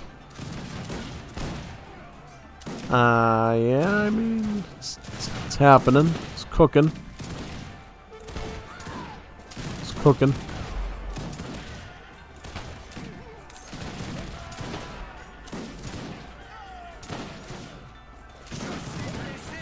It's like swarming a bunch of mosquitoes. I can imagine all those boxers. Yeah, just a little bit. They do have enough HP, though, to make short work of them in the end. Now the Zangoos are going to be pushed out. Ships in about 2 Falcons now, which I think is the proper play there overall. Yep, should be an easy cleanup at this point on aisle 5. Yep, there you go. Took out the Chinese explorer there. Can finish off the rest of those skirms. There you go. I think Jesus Christos is doing it. Oh, he sent out intervention from the home city. He got some Totenkopf Hussars from Germany. Yeah, these are basically just veteran Hussars here, so they will be a much more advanced threat, I think, than what China was sending there before. Oh, has the Maykov for line infantry as well. So it's almost as if he transformed into Germany before our very eyes. Yeah, but here comes those Falkies, though. Falkies are here. Get the Falkies in the play and start taking out those. How many Hussars did he get? Oh, he sent a whole batch from the consulate as well, beyond intervention, alongside the Maykoffers. No defense for the artillery, but the town centers fire, enough to take out another Hussar. Takes out another Hussar. Does he have enough to maybe wipe out that last Hussar? Takes out an infantry instead, probably the good move there. Takes out a Hussar. Now just has 2 Mamluks, really. Is he going to age up? Yep, he's going to go up to age 4. But what is he going to do in age 4? That's the question. Like, he's down to 1 Mamluk, trying to tank some of this stuff here. How much HP does he have on the town center? Why would you age up at this town center? Why not do the one in the back? Oh, because you wanted to do villages back there. Is that right? Alright, that makes a bit more sense, but still, I'd be a little concerned about that because you knew China was going to be pressuring you, right? Yeah. You knew China was going to be coming for you right now. I don't know if you can get that age up in time, because what do you really have in age 4? You got your factories. That's great. But you don't have any, like, really big late-game infinite shipments here, like of the Chausiers or anything like that to really depend on now. So, I mean, so he's going to have to do the age-up thingy here unless he's going to... Yeah, no. Yeah, just stay in age 3. Do Kilesses with line infantry. Yeah, you just need some good old cold steel blades here, I think, to cut through whatever China's doing. Will he get them in enough time, though? Yes, he will. I think it's about halfway through the queue. He just needs to make sure he keeps the Sanskalates away from getting raided. How many Sanskalates does he have down here? He's got about 5 of them on the hunt.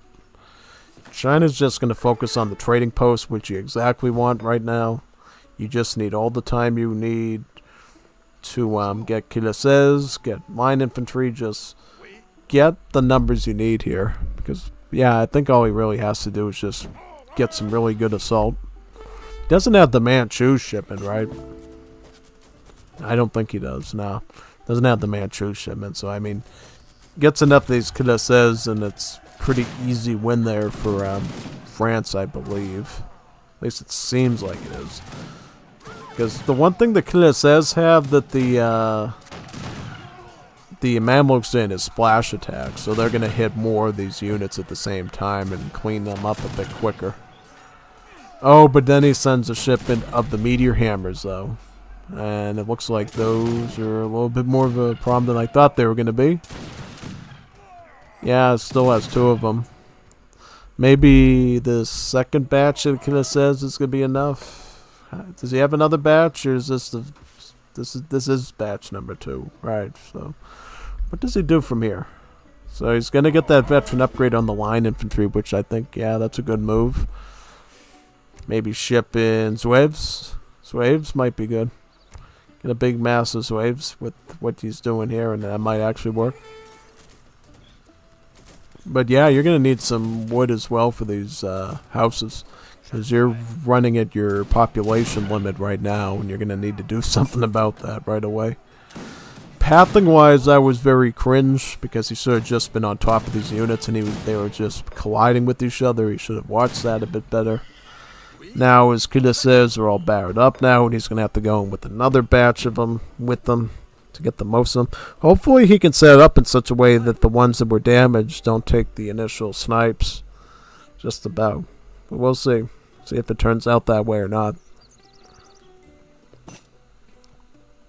Yeah, now you need that wood, right? Yeah, here comes that wood. 1,000 Woodrow Wilson.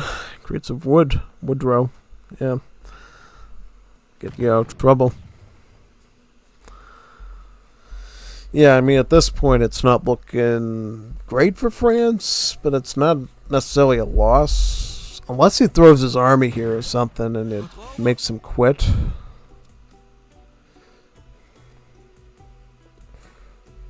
I think France can still do something here. Let's get some infantry here. France could still win this. France can still do this. Just needs the wood. Like a bunch more of these cuirassiers and he should be alright. Why did he feel like he had the attack now? He wasn't in any rush or anything. He could have just baited him for a bit longer and gone some mountain skirmishers and sort of evened out the playing field against the... Here's the thing, you just take out the boxers and then you just chase down the skirms with the assault. I just don't know about that one. I feel like that was premature resignation there from Jesus Christo. Like, you know, sometimes when you know, okay, this match is definitely over. I think Jesus Christo might have actually had a shot there and he just didn't take in the resignation. He shouldn't have resigned that quickly, basically. Yeah. So, Cappy is telling us why he named the recording the way he did. I named it Estilo Metal 69 because China is Metal 69's main civ. Actually, I learned from him all that I know from China since the Asian Dynasty era. That is the same as my FF. Oh, interesting, yeah. Tú me enseñaste, bro. Hace como 7, 8 años de eso. Oh, wow, interesting. Siento que si el Jesús metía canones a vez de esa mejora, me la ponía más dura. ¿Te la ponía qué? Rommel? Ah, okay. What else are you teaching each other? I know you're teaching each other about China. What else are you teaching each other about? Any Juanito tricks? Juanito Bonito tricks or anything? That's a good question. Yep. Just sent the message to this Marin Lauren fella. Hopefully it's just a fan and not one of those weird scammer people that hangs out on the Discord. So like, hey, you want to buy my horribly designed art for $1,000? I get that all the time. They like target me because I'm like a content creator and they think I have money. They go like, hey, buy my artwork. You could use it for your channel. It'll help it grow. You'll get subscribers. And you look at the art and it's like, what is this stuff? It looks like ChatGPT ate at Denny's and just did it all over the toilet. Like, this isn't good. I'm not buying that. That's what you're selling, man. I just don't want it. This does not look good.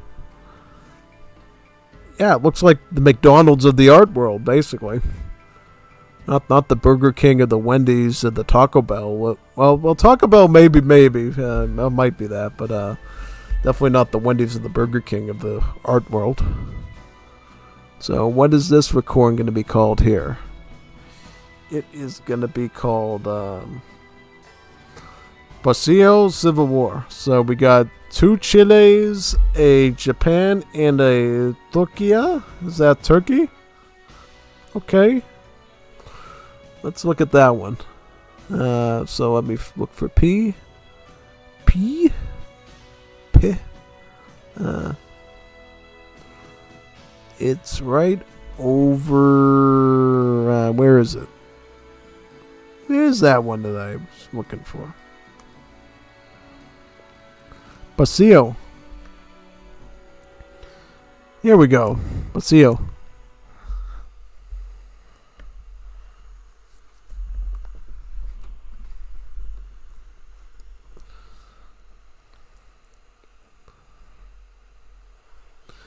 So we got Japan teamed up with Rommel as Chile. On the other side, we got another Chile teamed up with Ottomans. Okay. Map is Jebel Musa. In the 5th edition, it's called Tripolitania. Basically, the coast of North Africa, just about. And it's pretty weird in Wars of Liberty because you don't have African natives. You got the Apache. Yeah, who knew that the Apache were living in North Africa? I didn't know that.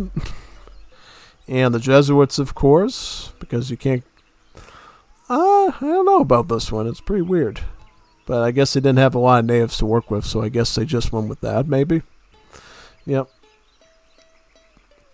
And you got this nice 3 train post trade route through the mill. The big part of this map, though, is the fact that you start on these sort of like grassy cliffs. Basically, these grassy areas that have these little choke points between the cliffs here that you can actually wall up pretty easily and create a bit of a little fort here for yourself. So that's sort of the thing that makes that map quite good, actually. Yeah, so this should be a pretty interesting matchup. I'm looking at the teams right now. It's actually Cappy and Akimoran teamed with Rommel and Memicon. So it's really going to be a question to see if Rommel can actually eke out a win against Cappy here. Because I think Akimoran and Memicon are sort of on a similar playing field, really. They're sort of like the mini Juanitos, and then the big Juanitos muy grandes would be Cappy and Rommel, just about, in terms of ELO and stuff. Really depends on how strong Rommel can put a win here, really. Chile, so we don't see a lot of. It's always good to see them. Especially 2 Chiles. There's a Chile here, and there's a Chile over here, too. Yeah.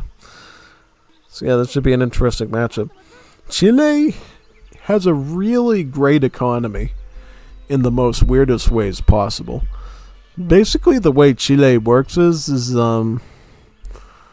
their villagers benefit from gathering technologies better than other villagers do, but at the same time, they end up becoming more expensive the more economic technologies you research.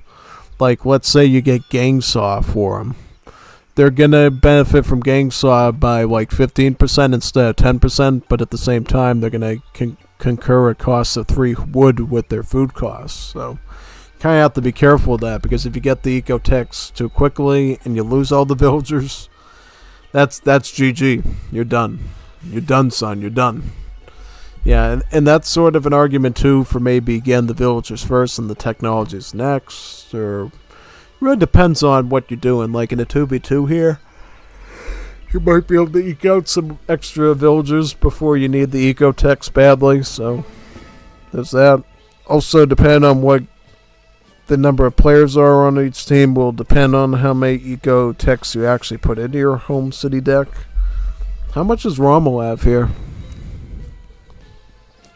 So he has Casa de Moneda. This is basically the Juanitos' version of Royal Mint. You know what Refridge does, right? Bear food. Gran Cacao. Gran Coco is basically same as the textile mill, basically. And what else has he got? He's got Trojes. This is the same as food silos. Extractivism is like eco-theory, really. And then Trelia Yegoa Suerta. This is actually a really cool card that gives you a mill wagon in Age 1 that can train horses, and the horses act as food-gathering villagers, and you can have up to 10 of them. It's like having an additional eco source that you can boom up with while you're training your regular villagers. You could be making these horses as well. Yeah. In terms of military, what are we looking at? We got our basic desert combat for the Battalion Civico, as well as the Juanitas Muy Bonitas, Las Vivenderas. And in terms of frontier combat, this affects frontier cavalry as well as the escopeteros. Alright. We got Larmhue wheel here. This is basically a team card that basically benefits the gather rates for everybody on the team in terms of food and coin from the farming resources. And their ultimate building here, Auge Salatrero. That basically allows you to make the Salatrera, which is this really cool mining related building that produces crates over time that you can gather from. And you get to choose what crate it'll configure as well, whether you want food or wood or coin. And then also it trains Chilean war wagons, yeah. Which they actually have. Yeah, Chile has war wagons. You can make that with them. Yeah. What's the emigrant going to be, though? It's going to be German Wave. What about with Akimoran? German Wave. Everybody seems to go with the German Wave. Like, we don't ever have any takers anymore with the Arab Wave. And I'm like, why would you not get the Arab Wave in, like, a 1v1 or 2v2, you know? Because the Gallegos, you know, they're basically immigrant janissaries. Why not just mass those in? You know, I think like it'd be a pretty good advantage to have something like that, you know? Yeah, just about. Yeah, so how's this going to turn out? It really depends on how well Rommel does Chile, I think. If he can do really well with Chile here, I think he could get a pretty good win. What's his ally running? The Armans? I mean, Armans are pretty easy to run too, so I mean, it's not like he's going to be struggling hard to do much there, you know what I mean? Now, this is sus. You never really want to build your towers. You kind of just want to go with, like, the statesman and get through the age up, really. So I don't know what he's doing with that. Yeah, like, I would have used that wood to get an artillery foundry myself. Especially when I'm dealing with Japan and you might need the Abiskars to deal with their infantry. Yeah, I definitely should have thought that. Just stuff you think about, you know what I mean? Yeah. I was going to get 3 delis here. Some decent hand cab, and then he's going to be able to get the wood in next. Looks like. Yep. So here we go. Just park it in right over there. Yep. There you go.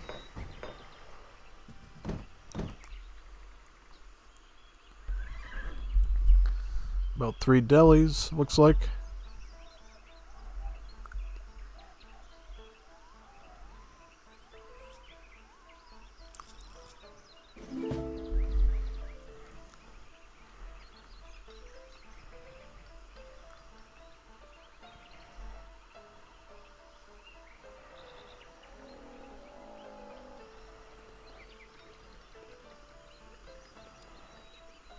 Here come some of these mares. These are the horses I was talking about. They'll help you gather from the mill. Yeah, try to get these as fast as possible because they have a really good rate of gathering from food. And you'll just notice that you'll really not struggle as much with food once you get all 10 of them in the early game. You know, you'll be able to get more infantry, even be able to add in some lanceros potentially. So definitely make that a priority, really. Yep. So it's going to be going Civicos. That's usually the common way to rush with Chile. And they're a pretty interesting musket unit. So looking at it here, you'll notice that they're much more oriented towards melee. You know, their range attack is like, not the greatest. But their melee attack is as good as a pikeman. Yeah. Well, I mean, at least for hussars and dragoons.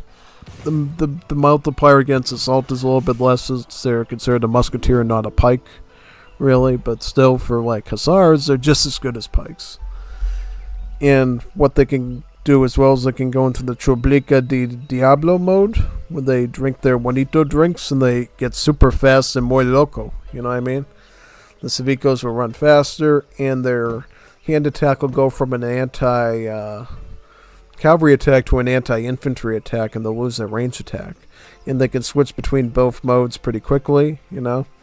Because the Juanito, in his regular mode, will act like a normal soldier, and then he'll drink his Juanito beverage, and he'll go, yeah, or something like that, and go, and start pulling out a saber and start going into full melee with high speed, just about. Yeah. Look, he's doing it right now. They're in Choblica de Diablo mode. This is their anti-infantry attack here. And they actually got malice against cavalry when they do it as well, so they got to be careful when they do this, really. So here we go. He's going to do it right against these Escopeteros there of Rommel. Ooh, look at that. Look at these attacks. Okay. Good targeting, though. That's a good use of it, honestly. Because it leads to a weird relationship with skirms, because technically the skirms counter them, but they can counter them as well, depending on their numbers. Yep, so they took out all that. It looks like they defended pretty well there. So maybe Akimoran is going to be the Bear Chile today. Is going to be shipping in some Rotos as well. Rommel will keep it up with the Escopeteros and the Civicos. And we'll ship in some of the German Batallo de Diabo legions. Some of those immigrant Uhlans. But, you know, if the Akimoran today is going to use his Choblica mode, that's a good way to exploit that. Because if he's in Choblica mode, he won't be able to counter the Uhlans anymore. They'll basically make him a sitting duck. But only if Rommel notices Japan's infantry. Alright, so they're using the cover mode with the sentries. That's pretty interesting distraction there. Forcing the back on up. Adds in a German Mason. These villagers gather very slowly, but they build really fast, basically. They look a lot like settler wagons, too, so don't get confused by that. If you see them like, ooh, they're settler wagons, I'm going to get a good eco with these. Sadly, no, you're not. You're just going to get a really good building time, you know. Get up a quick tower, get up a house. That's what they're really meant for. Yeah.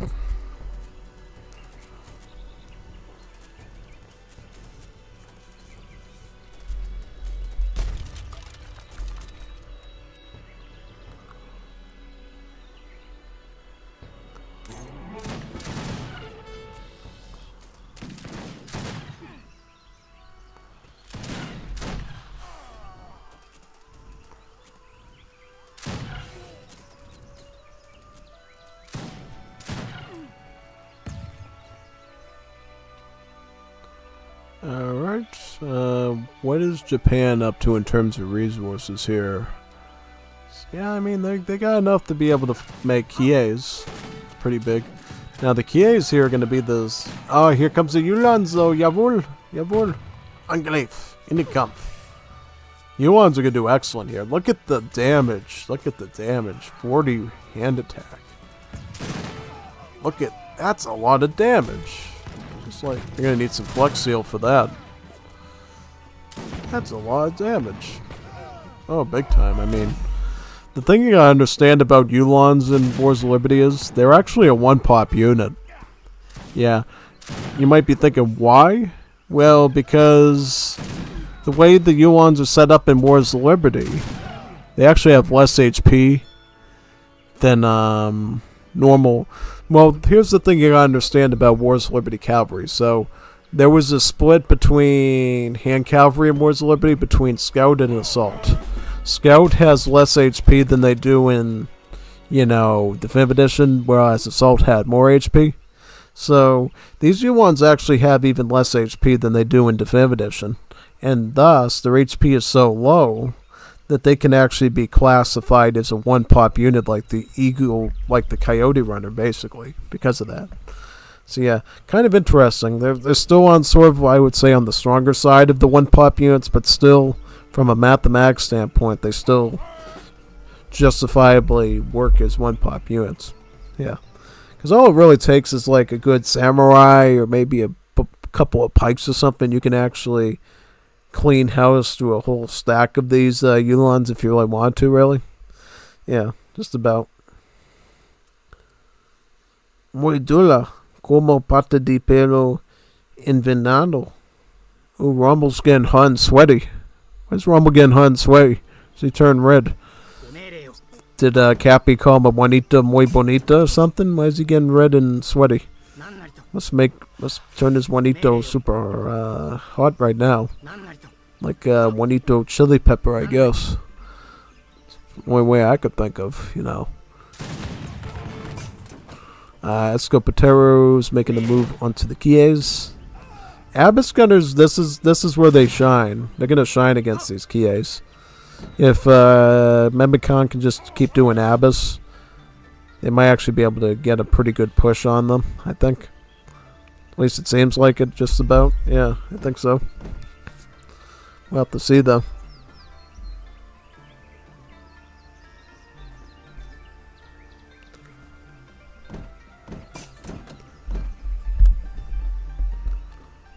So, Saviko's with... I don't like that he has them mixed, though. He needs to get them all into one mode and just plan what to do with them, honestly. To me, the Savicos, it's not... You can't treat them like the Immortals for the Achaemenids and AoE 2. Like, you're either going to go all in with the anti-cav or you're going to go for the anti-infantry. You're not going to do either or, really. So you kind of have to plan that out just about.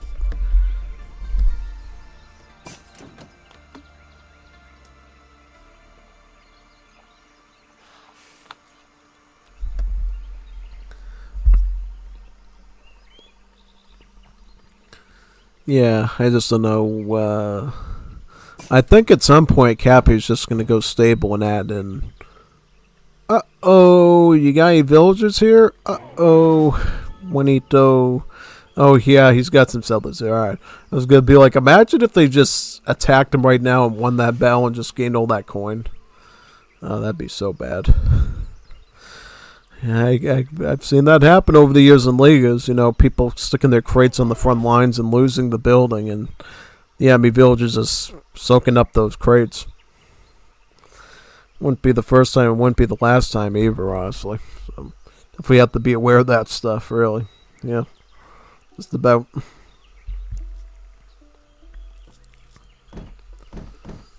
Gonna grab up the rest of those crates, it looks like. Yeah.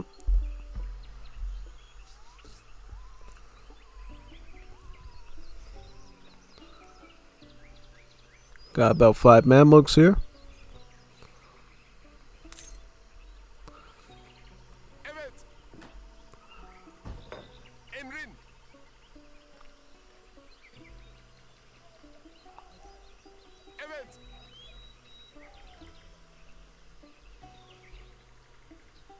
About 5 Abyss Gunners there. Getting the gang saw now. So gonna need, yeah, I notice his pop is going a bit dry there, so he's gonna need to get some houses up muy pronto. Yeah, Rommel just spamming Escopatero in age 2. I think that's gonna only go so far though.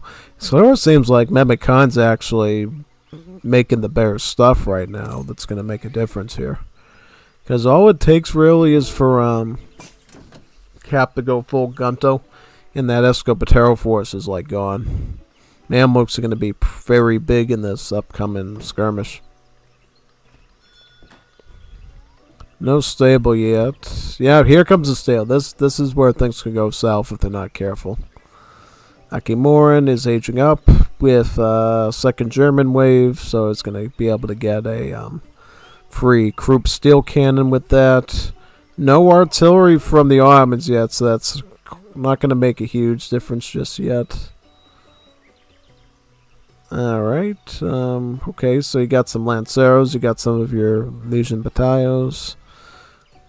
Rommel, yeah, Rommel's just going all in here with his Lanceros and stuff. I mean, this does look somewhat favored in Memecon.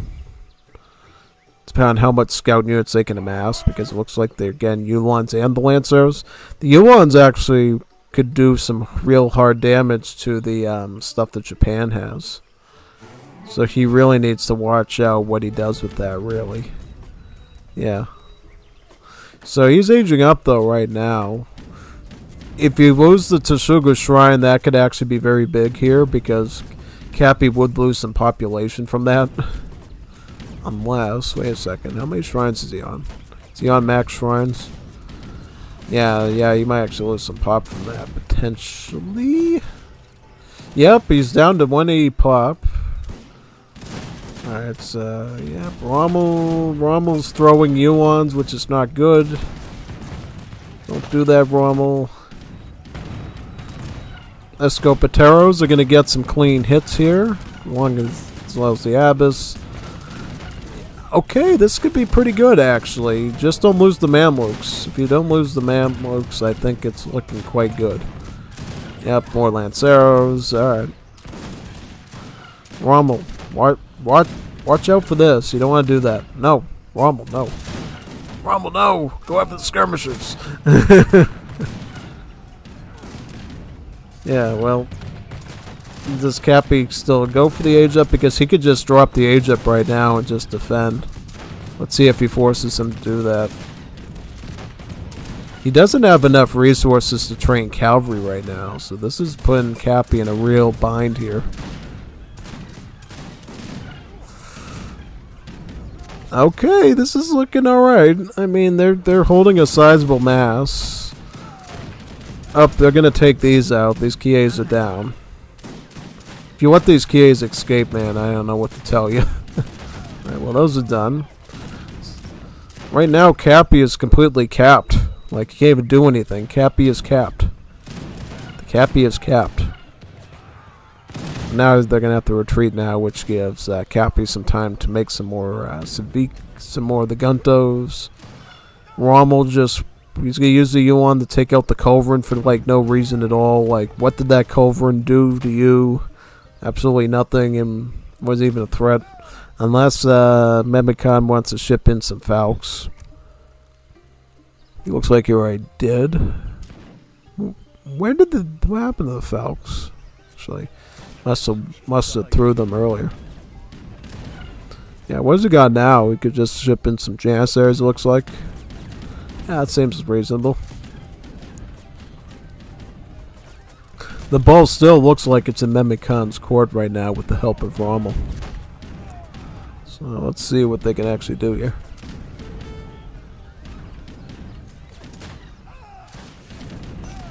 So yeah, Cappy is running a bit low on food. Like, he's not able to get just get batches and batches of the Guntos when he wants now. He kind of has to budget himself carefully here. If he loses the stable, that's pretty substantial because that means Cappy can't get hand cav, which is kind of like the most important unit right now to begin. Alright, well, looks like Gunto's not enough to be able to hold a push there, so yeah. Engaging with Ottomans and Chileans. Chile's just sieging. And now the Escopateros are shooting. Ottomans are going to reposition. Alright, so here's more Lanceros. I guess any hand cavalry is good cavalry at this point. No, here's the Falconets. Here's those Falcons. Yeah, I think from here it's looking really bad right now for Cappy. His town center is going to be lost here. Yeah, town center is down. Villagers are also going to be swept up under the rug. Do something. They basically got away. What are they doing? They didn't even micro the villagers down. What are they doing? They want more action. That's what it is. They don't want to make it an easy win. They want more action. And the Juanitas Bonitas are going to hide behind the safety of the wall, it looks like, too. Yeah, just about.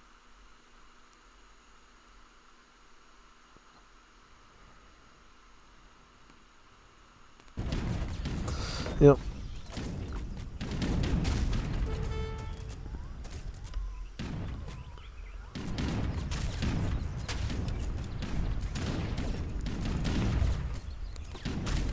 Alright, Abiskars are doing work. Looks like, yeah.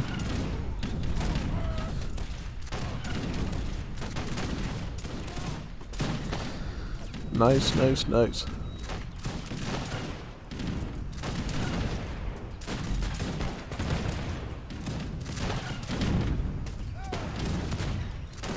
Yeah.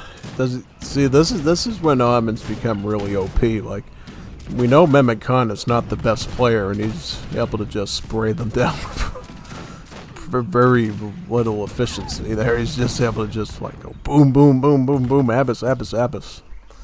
Just does a clean sweep. Yeah. 2 Falcons to siege, and yeah. What was in the Golden Pavilion is going to be very huge, because that's like less stats on your military. Like, look at his score just dropped by like 18 points. That's very substantial there. And shrines are going down too. Frontier Cavalry, that's the allied Chileans. Sieging another shrine around here with villagers. Cappy's actually going out of his way to pressure these villas now with 5 Shigumas. With the veteran upgrade he was able to get. Alright. I mean, it could really go either way still. But it's definitely looking more in favor of Team Rommel right now. Rommel McDonald. Rommel McDonald's. Yeah. Rommel put it at McDonald's. It's got about enough coin there. Almost enough coin to go up to age 3. What is Rommel thinking? He's trying to destroy shrines with villagers. He must feel really confident about himself right now in his odds. Yeah, that's what I would expect if you see that coming out. 2 Falcons are looking healthy with no damage. Rommel has 3 artisanal cans as well. So they got some really good artillery to work with here. He's just gunning down the Shigumas with scout units. This is really bold move by Rommel. He doesn't even care about the improper unit rolls here. He's just doing it anyways, I guess. I suppose when you have like armaments at this stack of stuff, probably makes you feel like you can do that sort of a thing, I guess. Just a little bit. Got some of these shrines now. He's going to take out these shrines too. So yeah, I mean, once the shrines go down for Cappy, it's looking really not good to be Cappy right now. Because, like, what's his population at right now? Like 140? It's going to go down to like 100 or something. Starts taking out all the ones on the exteriors here and all that. It's really not looking good for Japan. And that means no matter what Rommel does and what he throws, I mean, it sounds like they're going to be able to pull off a win here. Yeah, just about, yeah.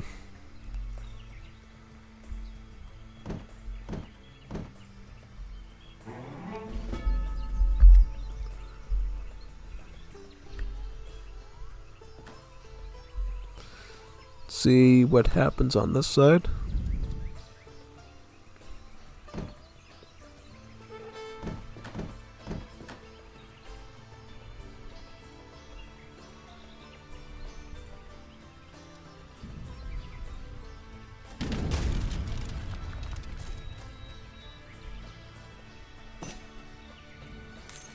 Start sieging down these shrines.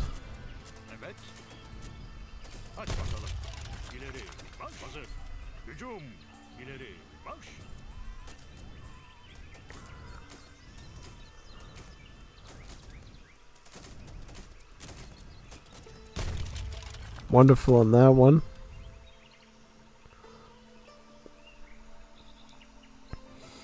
Cappy's like outside of the base though. Cappy could get completely sacked over here though if he's not careful. I would have still put the town center in my allies' base just to prevent them from like sieging it with infantry. Oh, he's gonna pick his canal cannons into Chile's base and let Chile be the champion of the team. Interesting choice actually, yeah. Yep, Abyss were game changers here. You know it is when Mehmet Khan's being Cappy. The Abyss guards are something completely different. Yeah, exactly. That's all I can say. You know something's up when the Abyss, when Mehmet Khan's being Cappy. The unit's definitely whacked. Yep. So what's gonna happen at this point? Is it like they're gonna... okay.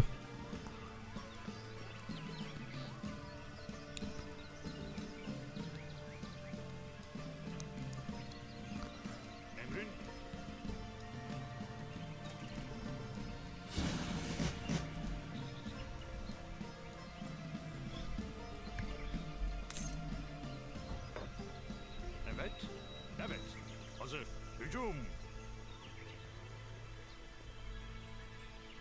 Emrin? Evet. Evet. Tamamdır.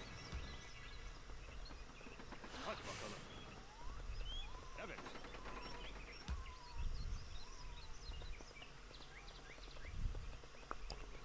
Oh, Frontier Cavalry.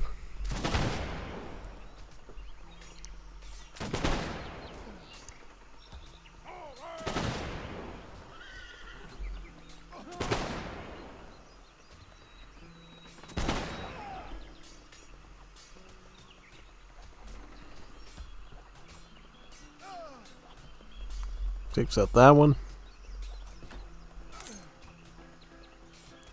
Yeah, this is technically an unfavorable fight because even though these maneuver units don't have range multipliers against Scout, they do get melee multipliers against Scout here of about 4x, so yeah. Yeah, in one way, Dragoons are not that great against Hussar-like units like this, but once again, the melee, it's totally different. They can actually shred them with the proper numbers, really. That was like a response to something when the Trag rework first happened, where Dragoons literally became like useless pieces of poop that you would never want to use because they didn't have the range or melee multipliers against Scout. So it's like, why are we using Dragoons? Like, literally just to handle cuirasses and cannons. It's like, yeah, they're not that great. Yeah. Uh-oh. Memicon is bringing in the Great Bombards. The greatest thing ever. It wouldn't be called Great Bombards if they weren't great. They're very great, actually.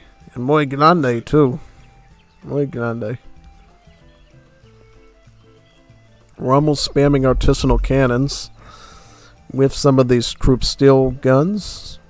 I mean, the Krupp steel guns should be able to disassemble those canal cans pretty quickly. The canonau cans.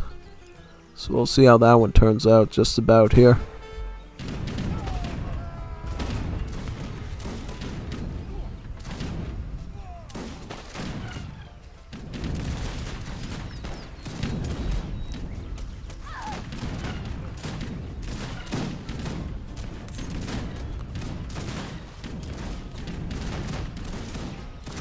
Yeah, Cappy's like, Oh, I'm out of here. Adios, Juanitos.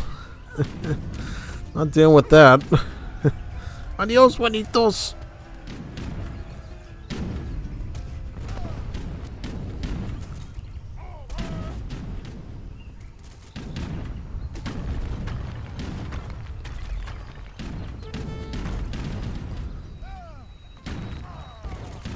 Fort will be destroyed. Even as mortars. How did he send those? He trained them. Alright. I was wondering if he was actually running Team Mortars. The Team Mortars card for whatever reason. Yeah. Would have been an interesting sight to say the least. I used to think that was a great card for the Ovens. Oh yeah, I'm sending Team 2 Mortars to my team. I'm a really good teammate. Sending 2 Mortars. You realize, not that great. Like if you're on the defensive and you send your teammate mortars, it's like, what am I going to do with this stuff? It doesn't even do anything. It's like sending them a teddy bear or something. Like, they're not going to be able to do anything with that. Absolutely not. No. Well, there we go. Alright, well, what about kills? Yeah, first time you see Mehmet Khan get more kills than Cappy in 2v2. Like, really? Like, when does that ever happen? It's like history in the making of Cappy history. Of Mehmet Khan actually getting more kills with something. Yeah, it really is. Like, you never see that, really. Finally, I see Cap losing at least a game because he's always good in a row. He defeated Metal, he defeated Alucard, he defeated Jesus Cristo, he defeated Kazan. He can die, boys. He can't. No, I beat him before. I beat Cappy before using the Zulus. He was playing America and I beat him using the Zulus. Go find that right now if you want to, or after the stream. Where I beat Cappy twice in a row because of bad Civ matchups. You can do it. It just requires skewing the Civ matchups in your favor really, really hardly. Yep. Or if it was like me doing Zulu again, I was doing Zulu and he'd probably be doing Brazil or something. That would that would not go well for him. I guarantee you that that probably would be even worse. Give poor Cappy Brazil, and I go Zulus. That would not end too well at all. Just about. Yeah.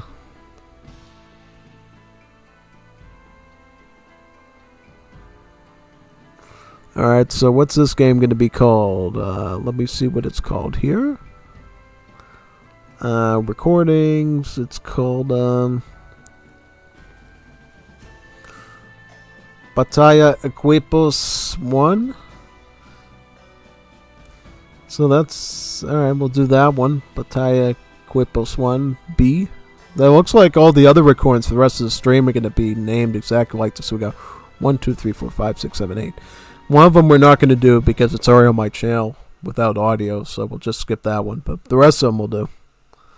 Yeah.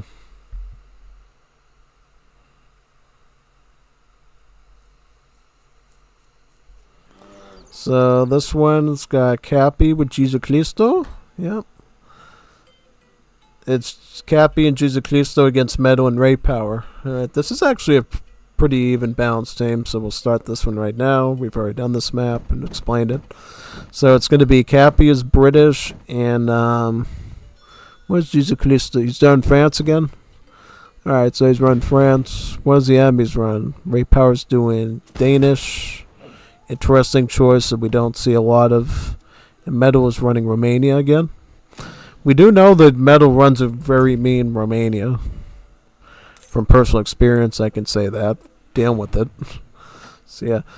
Now, this should be an interesting matchup, though, because Danish could probably do some pretty OP things to help out Romania and get them some pretty interesting setups, I think. Yeah. Well, this is one thing they do. As you can see here, Danish get XP crates at the start of the match. That translates right away to an early shipment. So there's going to be sending 2 team settlers. So Romania's are going to have 2 extra villagers from the start of the game to work with. And then from there, they got Team Furrier. Any other team cards we have to look at? Yep, they got Team Infantry Attack, Team Free Press. Danish have a lot of team cards. Almost as much as the Canadians do. And they have some pretty strong ones. Be it like they got this one here that's good. It gives everybody a shipment. The team early artillery card is kind of bonkers though, but it's kind of nerfed down if you're with the nation state ally because they already have their artillery early with the mule artillery. So yeah. Like if it was another European civ, I would say go with team early artillery and try something with that for fun, you know. Team early artillery is one of the most fun cards the Danish civ has, but it's also not OP because if you do it the wrong way, you might actually end up losing very quickly. But if you work well with your teammates, it can bring you some pretty tough victories as well. What it does is it unblocks Falconets in H2 with the Foundry. Be it with 20% less stats because it undoes the Veteran Shadow Tech and then it re-enables it once you go to H3. But yeah, that just makes it a really interesting setup overall when you're playing the Danish. That you can get early Falconets just about and give them to your friends too. And it works the same way if other civs have other types of cannons like that, like the Militareuse cannons, or let me think of any other ones. Organ guns, or yeah, just about anything like that, really. Yeah.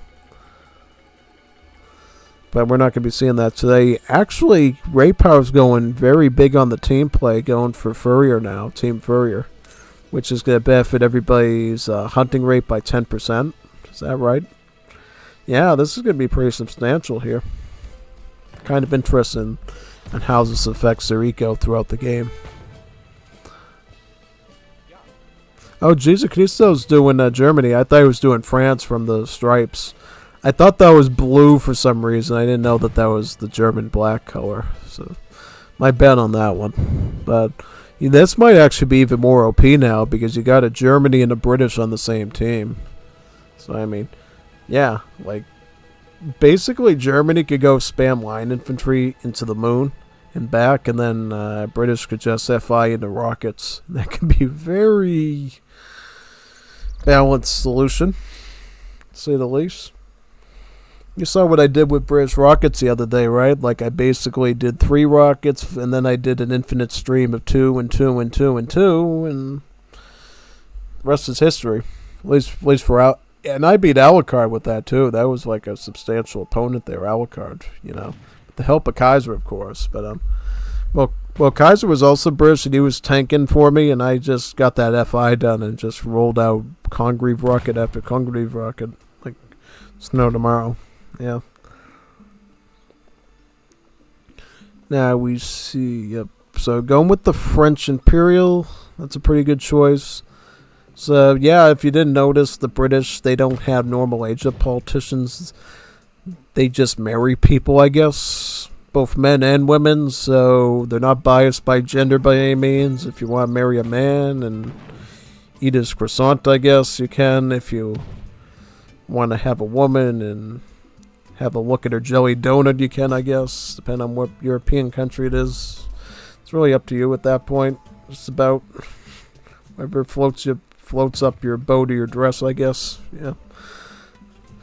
Yep, that's basically the way the Spurs Civ works. And in return, you get Civ bonuses. Yeah, like with France, if you go with Prince Imperial, you get villagers that have a similar gather rate, but also cost is the Courier de Bois, right? So 10% faster gathering, but 10% more expensive. Like if you look right here, look at these settlers now, they cost 110. But they also gathered slightly better now from these caribou. It's going up with probably a naked FF, I'm assuming, because that's what Cappy's British has mainly been for the most part here. Unless he feels like he's going to be pressured, then he does a semi-FF with some redcoats. Yeah. Danish going for forward barracks. So what does that mean? Is he going to go land soldatar or something like that? The question is what do you do with the Danish? Like, what's the best move when you're playing as Danish to do? Do you pair up just going for an attack, going for a later setup? Yeah.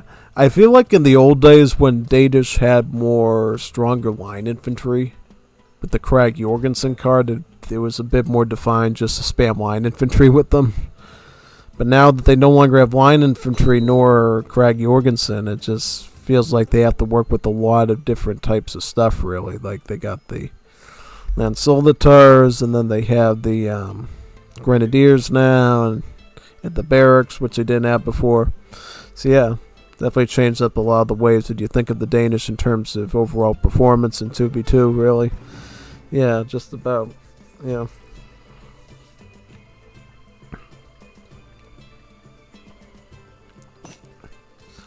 So we got about, how many of these? About 9 Lansoldatars. Is that right? Yeah. How many settlers there? About, so it's going to be Grenadiers and Lansoldatars from Danish. And what is Metal going to do? Oh, he's rushing in with some Scythemen. Alright. Going after the Explorer for whatever reason. So he's got some Dorobanti and Scythemen, it looks like. Even more Dorobanti. So mostly muskets, but a few pikemen in the mix and Grenadiers between the two players. Okay, you could take out these settlers here and deny him some free villies for now from his manor house boom. Yeah, alright. Does he even see him? Yeah, now he sees him. Like, barely caught the corner of his eye there. Yeah. There you go. Get that down. That out. What does he do from there? That's a question. Does he? Yeah, he's just gonna go right for Germany. It looks like. I mean, if you can take out settlers against Germany, it's not fatal for them, right? Because they're doing this manor house boom and stuff basically now. So, yeah, it's not like they're down villages. It just means that they're closer to what they should be if they were any other civ in the world. So, it's just like dealing with British into 5th edition. Same concept, really. Like, Yeah, killing villagers is great not because it actually gives you a village advantage, it just makes you have equal villagers or somewhat close to that, right? Because I don't think British or Wars of Liberty German's going to be sus enough to leave out 10 to 20 villagers for the taking. If they do that, then maybe they're simping for a Juanita muy bonita or something, you know? Some abnormal circumstances, really. That's all I could say with that one. Yeah, just about.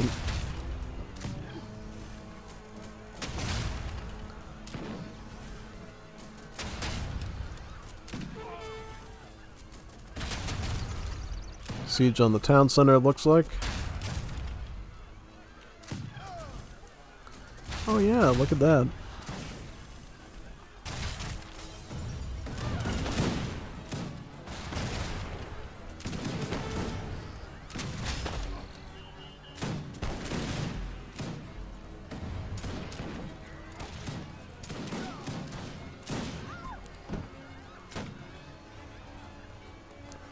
Looks like Germany is under fire.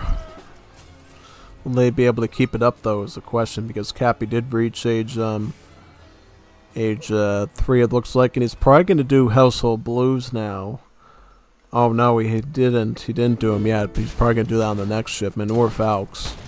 Kind of his call there, which one he does. Oh, wow. Jesus Christ just abandoned the town center. Oh no, he's got the Calras here. He's gonna cook them. Look at that. This is gonna be horrible. This is a nightmare fuel. Jesus Cristo is basically out for the count. Or very close to it, I mean. Like, what has he got there? These line infantry? Yeah, I mean. So now he knows where you are, though. He's gonna... Alright, for some reason not paying attention to his hand cav, but still, I mean, that's pretty serious. It's going after the TP instead, though, I guess. Kind of leaving Danish out to dry, though. Because, yeah, they just don't have the numbers of stats to defend against veteran redcoat. Not veteran, just regular redcoats.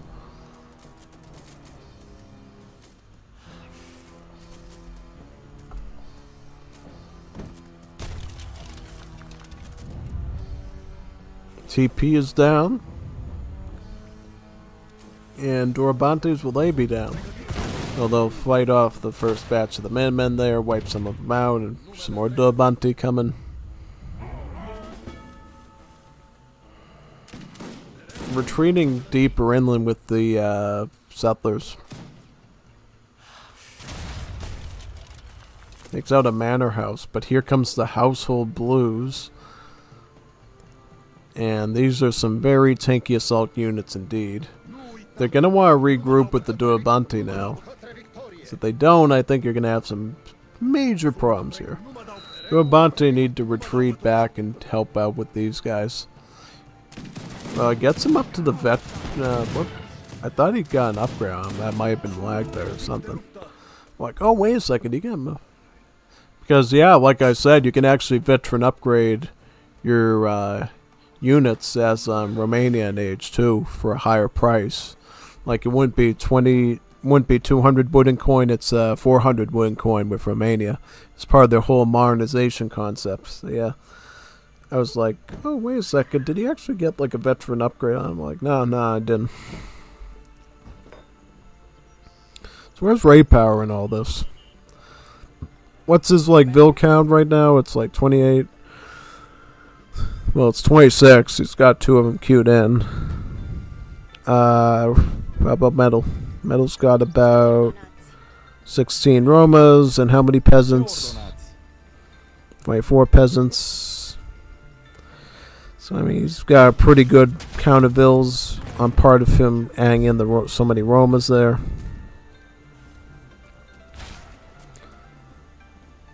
How about Jesus Cristo? Where's he at in terms of Vils? He's at 44.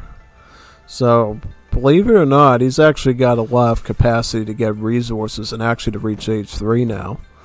Because he's got like 44 villas on the field. And that's actually a lot more than you think, because Germany actually has less villagers than most civs do, mainly because of their Krupp factories count as villager work, basically, so they get a naturally lower villager build limit. Because, like, if you look at Germany, their build limit is actually only about 84. Normally it's 99, so it's like 99 minus the 15, actually, because you can have up to 3 Krupp factories, increase in build limit by age, starting at age 3, age 4, age 5. And that amounts up to 15 pop of work. So the way they balance it out is your settler numbers have to be only 84. So you have an equal amount of villager work to the other civs, really. Yeah, most people don't know that, because it was actually...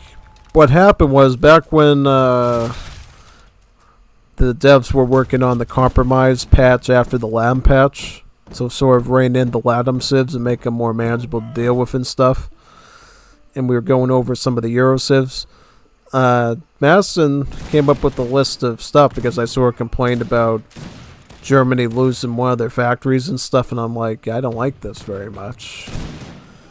And they gave me a bunch of choices of how to have the Krupp factories work, and there was like all sorts of stuff, and I ended up choosing on something that basically turned the Krupp factories into almost like the Paraguayan heavy works, you know what I mean? Where they'd cost population, but you know, you could still have 2 factories as Germany to make heavy artillery with, just about. Because that was back before the days before I knew that Essence style work was going to be a thing, where you could actually make the heavy cans from the Krupp factories in Age 3. But in the end, I feel like it ended up doing better, in a way, because, yeah, now you can have even more places to make your heavy cans from. You got the Krupp factories, and you got the 2 factories, you know, so in that sense, it worked out well for artillery spammers, yeah. Right now, it just seems like these Ray Power and Romania just are lacking the unit numbers here, and they're just giving Cappy a very easy key to the kingdom at this point. Yeah. None of them are in Age 3, which I find very disturbing. I feel like if they try to go to like Age 3, try to get some skirmishers, might be doing a little bit better here. Just a weeny bit better here. Just look at Jesus Cristo. He lost his town center. He's got a bigger score than everybody now. Yeah, it just shows you how important tactics are and strategy and all that, you know what I mean? Just gotta play strategy real carefully. It's called an RTS, a real-time strategy, for a reason, you know? As long as you can maneuver out of trouble with your villagers and keep them alive, you know?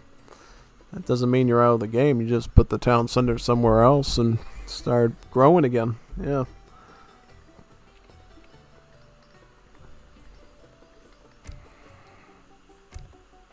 Let's go for the 1,000 wood probably for infrastructure at this point.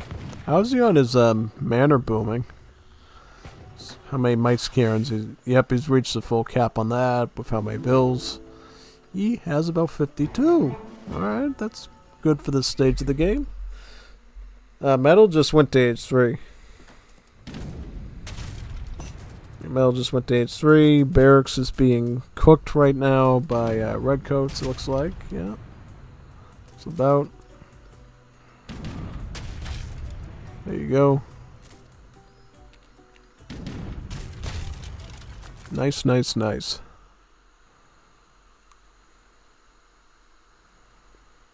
We got a lot of messages here. Ian Rafael Penaloza Garcia. No hablo taka taka. Hablo. Felicidades un viewer menos. Que onda Ian Rafael Penaloza Garcia, tu juegas el Rosa Liberty? ¿Quién se la está hablando? No es japonés, bro. Es inglés. Ni idea, bro. Yep, it's always good to have fun and interesting chat, you know what I mean? It's the chat that keeps the stream alive, just as much as the streamer does, you know what I mean? You gotta have like a fun chat to be able to laugh and crack jokes with, basically, yeah. It's the only way it's gonna work, just about, yeah.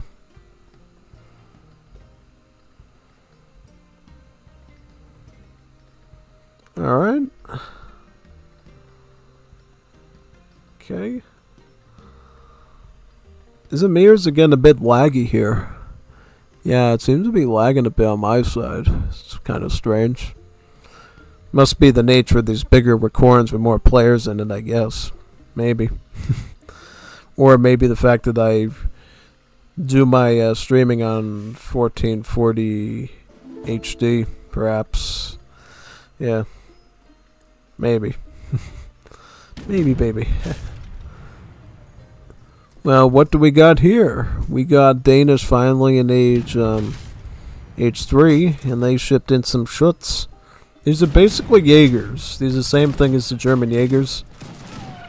And you have the same stats, 40% pierce, 30 range attack, yeah, all that good stuff.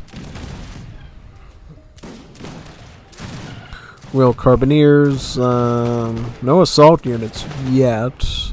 At least in this skirmish, so I don't think they're going to see a lot of value. They might be able to cut through the Hussars, though, with their melee attack. Yeah. Looks like they're able to force the Hussars back there. Yep.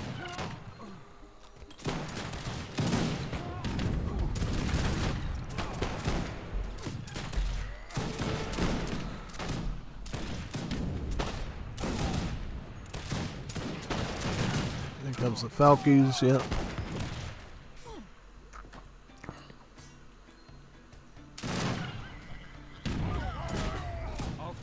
Take out that Hussar, yep. Just about.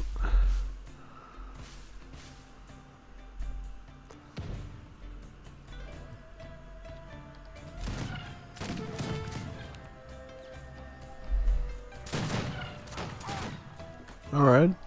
Basically trying to defend as much as possible here considering the circumstances of the pushing. If you can get those Falks out, that'd probably be your best move. If these were the old Schutzen, like the old school Schutzen, he'd probably have an easy time, because in the old days, these Schutzen were not based off of the Jaegers, they were based off of being like mercenary fencibles. So they could actually do anti-artillery multipliers from range as skirmishers, and they would have actually been able to snipe these Falcons no problem. Nowadays, since they're just Jaegers, yeah, not a particularly great unit anymore. Not really. I mean, they're good, but are they great? Not really. I mean, you're definitely no Sweden from DE because they don't have the combat cards to make the Jaegers that much stronger beyond what they normally are. Yeah. Why isn't it true exactly? Because Danish do get a lot of infantry combat cards between the regular ones and then being able to use Advanced Arsenal twice. Yeah. I guess they do have some decent stats for their Schutzen. Definitely not against that many Falks, though. Like 7 of them. Look at Cappy flaunting his resources like no tomorrow. Barracks is gone. Houses are also probably going to be gone. Yep, and now Germany's got their first Krupp factory up, I can tell, because I see a single Falconet there. Came from that. They're just gonna slowly roll their Falkies up and just blast through all this stuff. Now the Carbineers might be a problem, but I don't. Oh wow, taking out one of them even because of the retreat. Yep, just move the Falkies forward.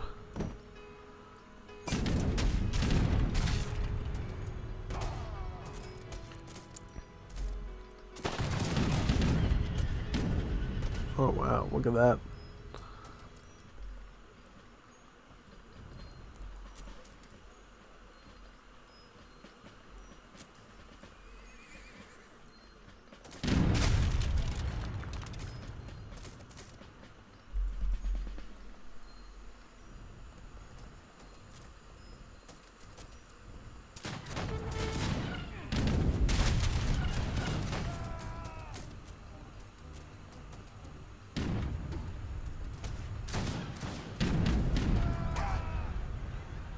Yeah, just mashing up skirms at this point. Probably should, yeah, try to He's gonna try to single target these Valks one by one, but just way too many of them to even count. If there's still two Valks, I think, yeah, maybe the Vanatori could snipe him off, but just not looking at that same situation. Oh, he's got some Calras he's gonna try to charge him with as well. I might see a little bit more luck there. Yeah, he gets one of the Valks down. Yeah, but now they're completely wrecked, and now he's got to retreat in stagger mode. Yeah. Jägerbusch for Germany. Yeah, that'll help against the Dragoons because it gives skirmishers an additional multiplier against Dragoon units, basically. Sort of like the opposite of counter-infantry rifling, where it helps you with the heavy infantry aspect of the skirmishers. Jägerbusch, this card here, basically helps you with the maneuver, like this stat here against the Dragoons, just about.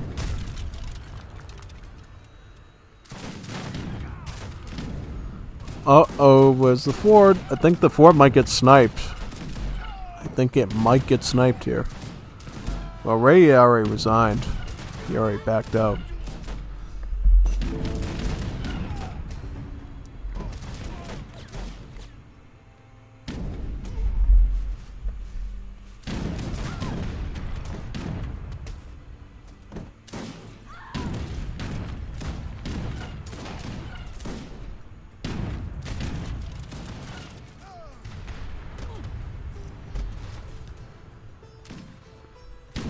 Yep, take out that one.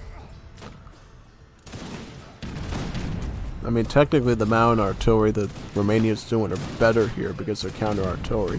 But because there's so many Falcons, though, they're just able to mass on them with the crush attack and just destroy them from short range. That was an interesting one. I didn't expect Cappy to come back from that, but I guess their inability to chase down the villagers of Jesus Christo led to an astounding win. Yeah. I just don't know why Romania didn't just go to get early guard Vanatori or something like that and try to disassemble the British with it or something. I think that could have made a much better difference in this matchup, honestly. Yeah, at least it seems like it anyways, yeah. Just about.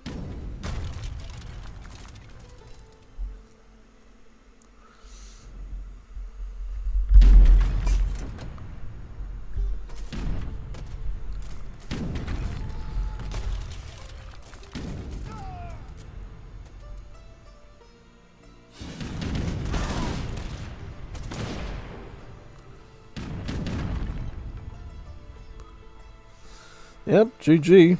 Well played. So where we have some resources, economy, military. Nice, nice, nice.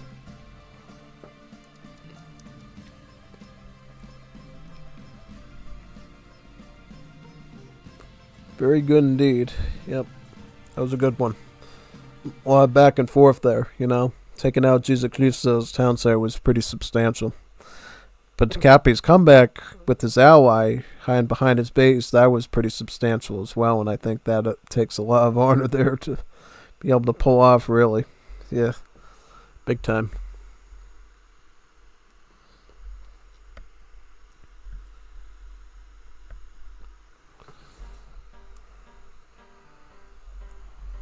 So, which one are we doing now? Let me see.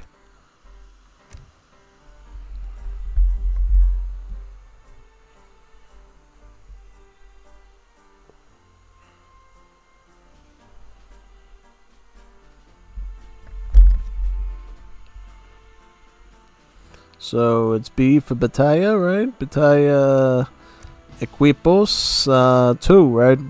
What's that one? What's the one I'm skipping? Because I'm in a... No, not this one. It's Canada, Germany versus Bulgaria, China. Now, this could be very fun because we haven't actually seen Bulgaria for a while. I don't know why, because Bulgaria's could be a very tough civ, like in terms of performance. So, I mean... I just don't know why we haven't seen a Bulgarian in a while. I'm really surprised. It used to be popular back in the day. Looks like the map is going to be... is this Jebel Musa? Yeah. Okay. So this time Ray Power is joining Cappy. Cappy's playing Germany, and Ray is playing Toronto, Canada. Yep, the Canadians. Looks like the opposite side, Jesus Christo, is going to do the Chinese. Is that right? Chinese. And then Metal is going to do Bulgaria. Yeah. Now, I don't know if Metal really knows Bulgaria well here. Yeah, I don't know. It's a good question, actually. Because I know from my experience, if a player doesn't know how Bulgaria functions in this mod, they're going to have a bit of a struggle with them. Because there's a few things they need to be aware of. The biggest, most important thing you need to be aware of when planning your timing attacks and your sort of upgrade pathing with Bulgaria is their upgrades come an age later. Now, that used to not be the case, but nowadays, except for like their sort of like militia style units, like their Opel infantry and cavalry, most of their units, their upgrades come an age later. What that means, and their units too, which is it's really weird for people that aren't used to it. So basically, you don't get your pikemen and crossbowmen in age 2. You get them in age 3. And you don't even get them to veteran upgrade until age 4. Yeah. And what happens, which is even more weird, is like units that are available in age 3, like the honor guards and stuff. You can't even get their guard and imperial upgrades until the imperial age. Which, how do you win with the Civ? Well, you do it by spamming their Opel units and by transforming them into other units through the Samara banner cards. Yeah. And I don't know if he's using it here, but we'll see. Does he have a Samara banner card here? Yep, he's got Samara bannered Grenzers and Samara bannered honor guards.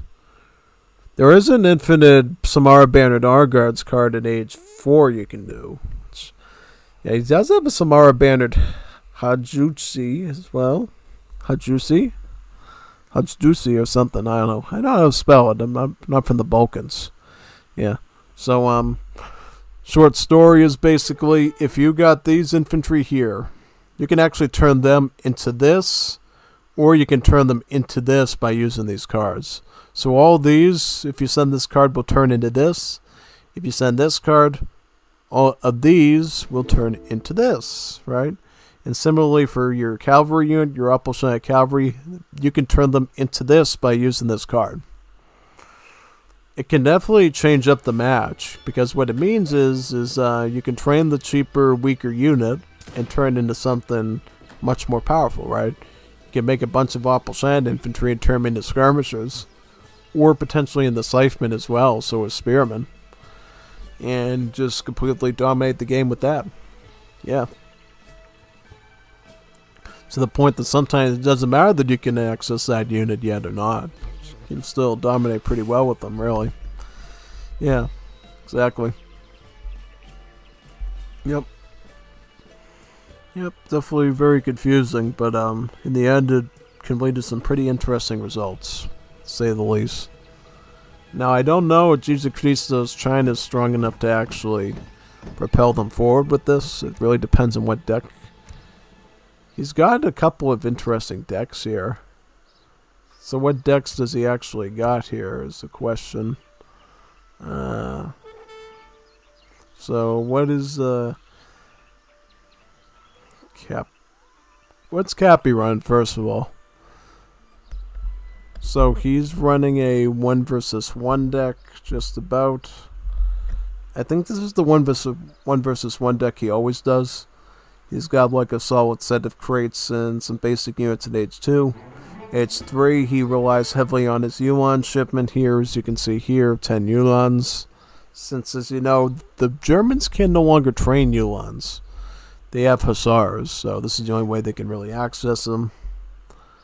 You got 3 Kidesses here, as well as about 8 of the skirmishers, and then beyond there you got steel guns, and then you got all these upgrades. You know, you got your long-range combat for skirms, as well as Jägerbusch for the skirms, and then these are for muskets. This allows your muskets to shoot faster, actually. to the point that from what somebody told me, they actually shoot about, what was it, like 1 shot per 2 seconds. Is that right? Yeah, it's pretty big. It's pretty good, actually. Yeah, pretty big. And yep. What about what Ray Power is running? Is this gonna be like a fully fledged? Yeah, this is a fully fledged team deck. This is a total team deck. Look at all the team cards. It's got team 2 villagers. Gives everybody 2 pioneer villagers.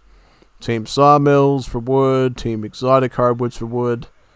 And then you got team dynamite mining that helps not only with mining rate, but also gives your villagers 2 multipliers against siege. 2 multipliers against buildings, so when they're sieging, they can completely disassemble structures. You got Team Fright and Manifesto, which actually gives the whole team additional multipliers against villagers, which is pretty neat. This one's powerful. Team Red River Rebellion. It gives everybody 4 Metis Rebels, which are actually an age 3 skirmisher for the Canadians. So that's a very powerful one. This one is basically Team Medicine, just about active union. It gives everybody, allows everybody to train villagers quicker.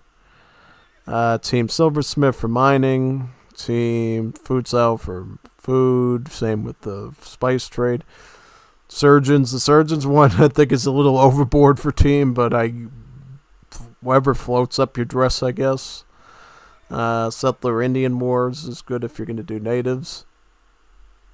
And Great Upheaval, basically. This gives everybody a larger build limit of town centers, right? So if you're like a normal civ with normal TCs, it increases the build limit by 2. If your civ has like a weird town center like the Egyptians or the Maori, it only gives them a build limit increase of hike of like 1. Yeah, pretty much. So Cappy's going full rush with this line infantry. A pretty advantageous way to go up against Bulgaria, I think, because Bulgaria does not have the best tools all the time in their belt to be able to deal with this type of pressure. He did get Krastata Kazarma, though. This is a really great card, because what it does is it gives you a free barracks wagon, right? And it allows all barracks to provide you 40 population apiece. So you don't even need houses anymore. You save all that resources that you would be spending on houses just to have all these racks. Really. Because think of it this way. Even if you were going to... So you're putting down 200 wood for a barracks. Right? It's basically like, again, 20 pop for 100 wood apiece. So you're saving the wood for like 2 houses on it. And in the case, again, like a barracks wagon with the card, now you're really saving like 400 wood, right? Yeah. Not to mention he has the...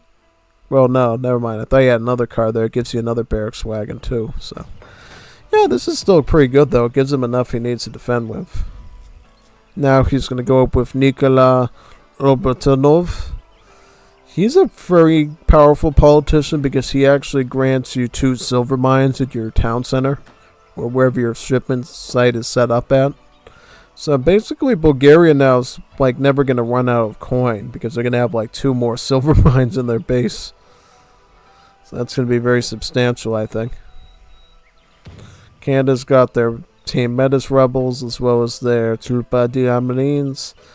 Germany has their Metis Rebels mixed in as well. Now China, what's China doing? China's got standard army at their Summer Palace, going up to age 3 it looks like, so it's going to be a bit of a surprise. Some Zangoos are going to come out now, which might catch them off guard. Alright, so yeah, Zangoos. Now what is it going to send for 10 Zangoos and maybe 5 meteors or something? Something like that, perhaps. Could be very good. So the Zangoos are basically going to pick off some of these infantry here right now. Yep.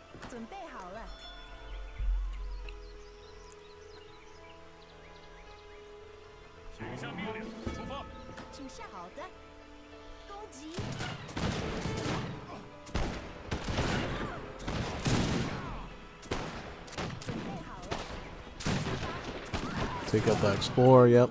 He can kite as best as he can to try to take out some of these line infantry. I think at least for now, because he's got the H3 skirmishers, it's going to keep them both out of his base for now. Until Bulgaria can get up to like H4 or something. I'm assuming Bulgaria's going for H4 here so they can get honor guards. Maybe. Maybe. Yeah, that might be it. Yeah, because if you look at the stats of these Opal-Shened infantry, they're actually really not that great. They have both a skirmisher tag and a heavy infantry tag for I don't know what reason, but it's very strange. Yeah, to say the least. Very strange. Basically means both skirmishers and lanceros completely shred them. Put it that way, and they're not that strong either. So your best bet is definitely turn them into stronger stuff like Scythemen or, you know, other units, basically. He knows he has to age up, right? Like, he's got to at least get to, like, age 4 so he can get the veteran upgrades. Well, he can actually get the veteran upgrades now on the Opal-Shened units, but not the other units. So he can actually get these upgraded, like, right now. And they don't actually...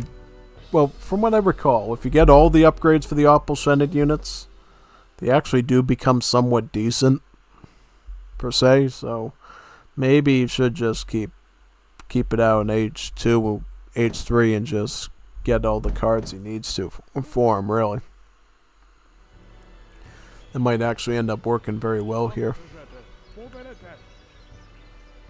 Yeah, I should definitely consider again the veteran upgrade soon, though, if he's going to go for this sort of a setup.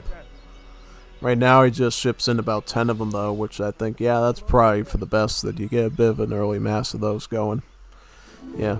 The one thing I will say about Opal-Shened units, though, the Opal-Shened infantry, is they don't have any malice against anything, so, yeah, they're kind of bad against cavalry, but at least they're doing full damage against them. The only thing they have to worry about is pinging their pierce armor. That's about it. In every other sense, they're quite the solid unit overall. Yeah. Yep, just about.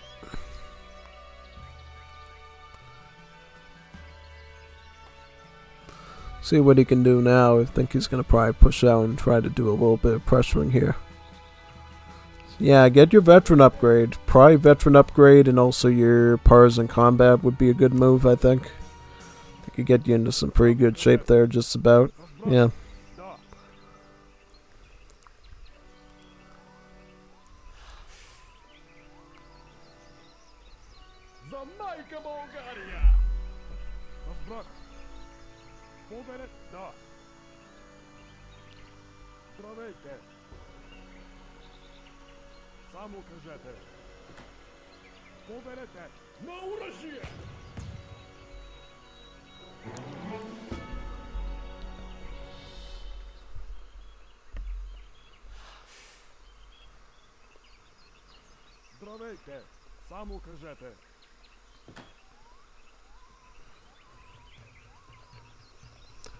Yep, stick near the TP line there.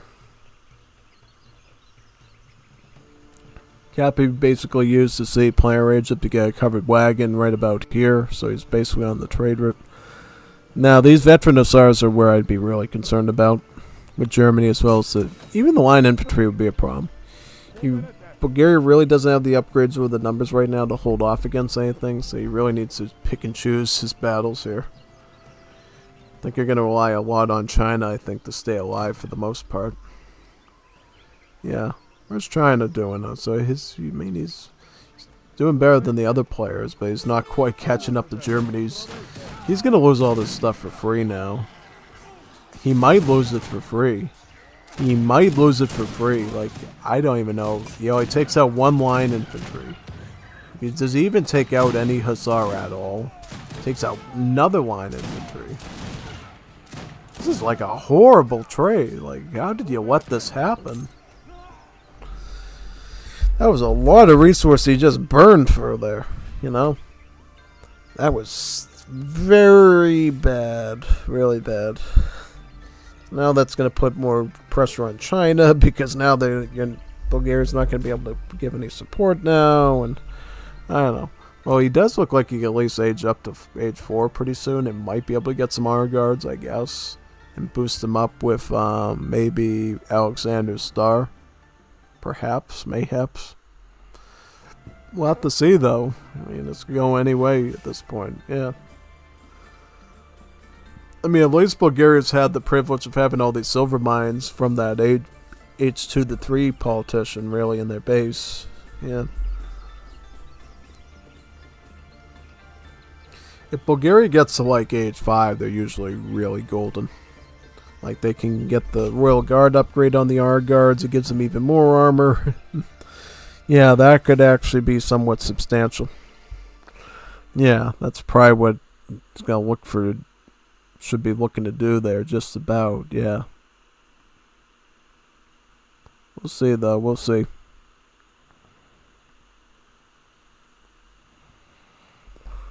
Haha, poor Metal got his for free. My Christmas present arrived earlier. Oh, that's bad. God. Poor Metal. That was a horrible skirmish. Yeah. Yep. But he's never played Bulgaria before, I can tell. So, I mean, I don't think he knew that was going to happen. Or either that or he... You know what might have happened to poor Metal? He was probably trying to micro.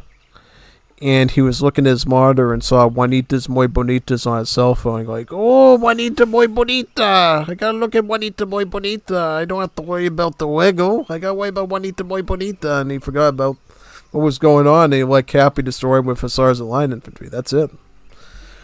It's always the curse of the Juanita Muy Bonita that gets you. Either that or having missing fingers. Yeah.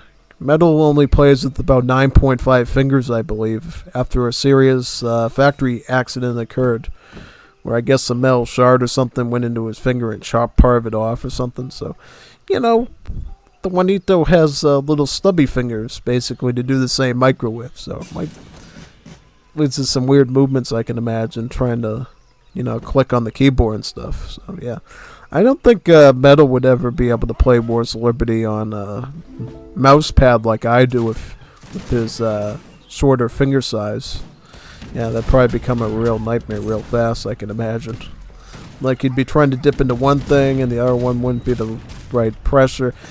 Probably the carpal tunnel, I can imagine, too, because your, like, knuckle, like, part of your knuckle where your index finger is would basically be shorter and you'd have to press into it more where your other... Yeah, that definitely wouldn't sound too pleasant, really. Yeah. It's going to use a Samara banner right now to turn all these Opalshenets into Grenzers. Let's see. Let's see if they can reach it in time. Oh, here we go. Alright, here's the Grenzers. See that? It's like magic. Like magic. It's like a magic show at a kid's birthday party. Exactly. You basically like pulling coins out of your ear, basically. Turn a bunch of Opalshenet infantry into Grenzers. Yeah. So, as far as China's concerned, China's got guard Zangus right now, so they're doing pretty well in their upgrades there. Question is, what are they going to do about the Falconet problem? Because that could be a bit of an issue, honestly. So we're going to have to see where that one ends up going. Just about. Yeah.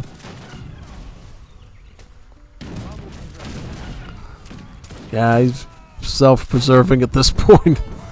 Every Juanito hombre for themselves. Adios, vamos. Yeah. Gotta get away from that one.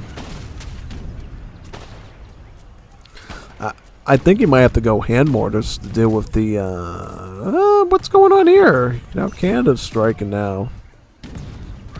It's not good. Looks like he went Fencibles, which is an interesting choice. Yeah. Yeah, the Fencibles are a pretty fascinating skirmishing unit. They actually have 24 range instead of the normal 20.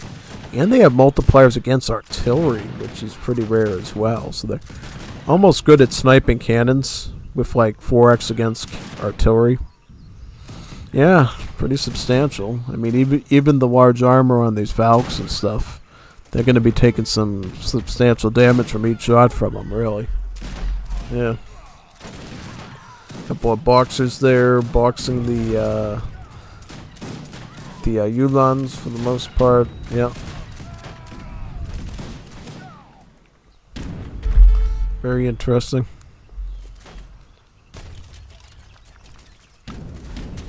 Oh yeah, they upgraded the icon for the Yulans as well in this game, so they look a bit different now.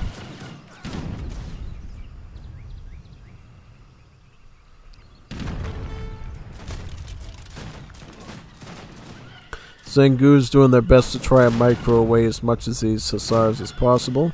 Yeah.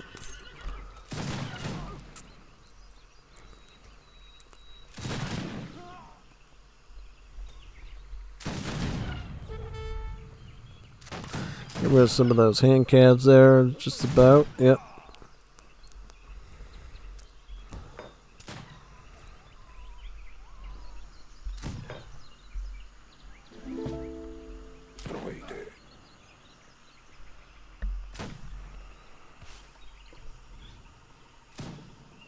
Any vills over here? Doesn't look like it. Has these mobile armors exposed though.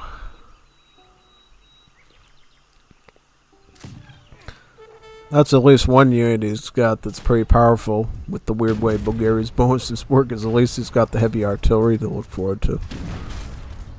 Might be able to take out these Falcons. Yeah, he does take out the Falcons. That's one pretty big accomplishment there, but now they're going to just get completely ravaged by that hand cavalry now, because they're really not protected right now. China's just holding on for dear life at this point because Bulgaria's already down for the count. Move some of his peasants over there to chop some wood, so maybe Bulgaria stick around a bit longer and provide a bit of support. Mostly just has Zangus right here, though, so I don't know how this one's going to turn out. Just about. Alright, so you got about 6 units there. Yep, he's going full Boxer army or territorial army right now. So yeah, just gonna spam out Boxer after Boxer and Zengu after Zengu. As much as possible there. Also going to pick up the territorial uprising to get both units up by 15%. This might be manageable now because the cannons are gone. Might be manageable now. Oh, he went for the consulate Igler Redcoats. Ooh, okay. So might actually be able to defend this flank now. Yeah. Might just, yeah, China's going to have to do a lot of work here, though, I think, to clean this up, though, honestly. Yeah. It's the only way I see this working well for any of them. Only at 42 vills, is that right? 41 vills. I mean, it's not totally great. Where's Canada on, by the way? Canada is on, how many vills? They're on 73, and they're just starting to get active union now. So, I mean, that's mostly going to be to help the ally out, because he's already almost at the end. Yeah, he just literally just queued in every last villager he needed to reach his cap of 80 there. So, I mean, yeah. Where's even Germany at in terms of vills? I don't even know. Like, he's at 81, so... Now is probably not the time to send active union unless you think you're going to get raided here. Seriously, I mean, they're basically both at the end of their ropes with that. Like, I would send probably food silos or sawmills, because these are gathering rate techs. You could also maybe justify Friend Manifesto, because that helps take out villagers. I definitely wouldn't be sending active union after you already have all your villagers, because that's literally the point of the card, to make training of villagers faster. So if you don't need to make villagers anymore, it's like an empty joke or a meme at that point. Like, oh yeah, I'm gonna send you something you don't even need. That's how good we're doing. We surely got them by their tails. Yeah, that's all I can think of really with that one. So where are we with populace? So China, their eco is not looking good. That's the problem. Like, it takes one really good skirmish by Cap and Ray power to just completely make China resign once that army just, yeah, just about. Yeah, got some grasshoppers here. Yeah, these are grasshoppers, you know, just like the insects you have outside in the grass. When you touch grass, they look just like this. They speak in an English accent. They wear uniforms like this, and they can hit you with a range of 18. Yeah. So there you go. Grasshoppers.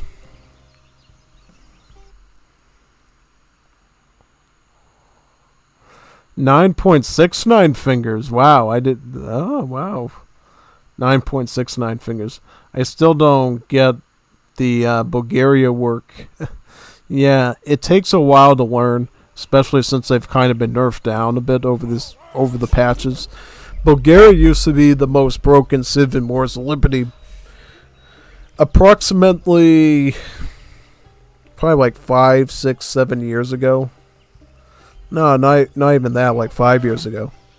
Like when I was still at the university, I think, or just when I graduated. Bulgaria was like the most broken civ in Wars of Liberty. Hands down. Couldn't even beat it. It was like the most OP civ ever, really. Yeah.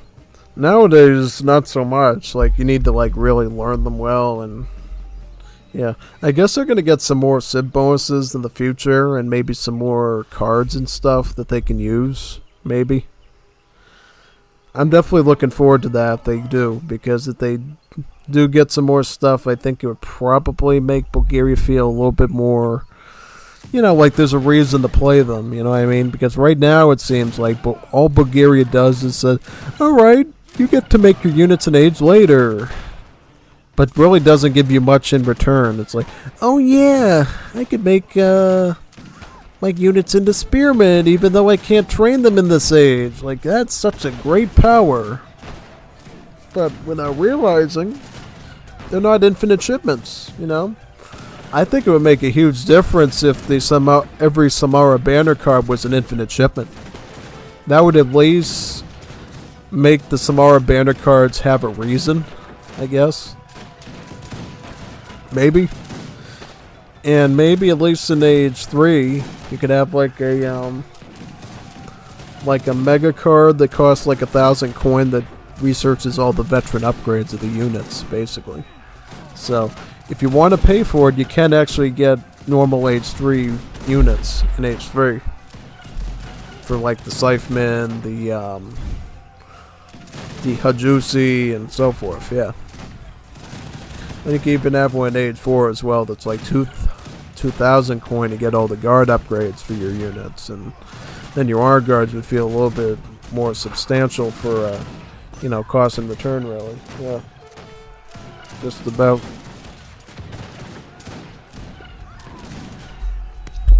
Here's the Tonkop Hussars right here. It's coming a bit overwhelming for China because Bulgaria's like not even a factor anymore, right? Yeah, just about. What's Bulgaria even doing now? They're just hanging out and eating wheat. Yeah, everybody loves to eat wheat. You can make bread, you can make cookies, you can make donuts and bagels and cream of wheat. I don't know. You can do a lot with wheat. Unless you have a glue analogy, though, then wheat is not your friend. Put you in the bathroom or worse. Yeah. Definitely.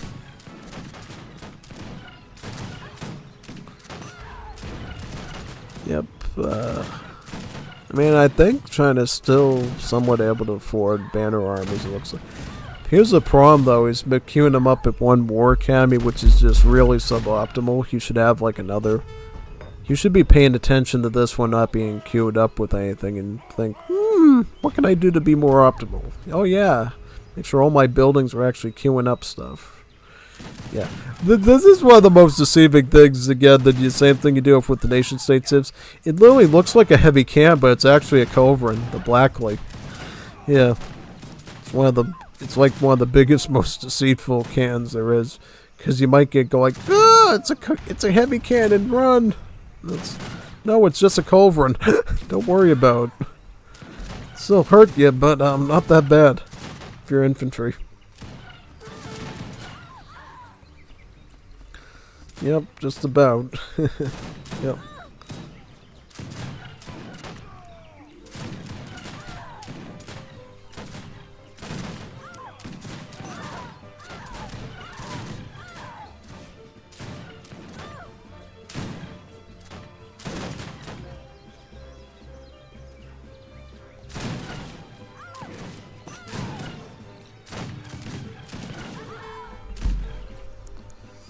So we got the Hussar soup in here.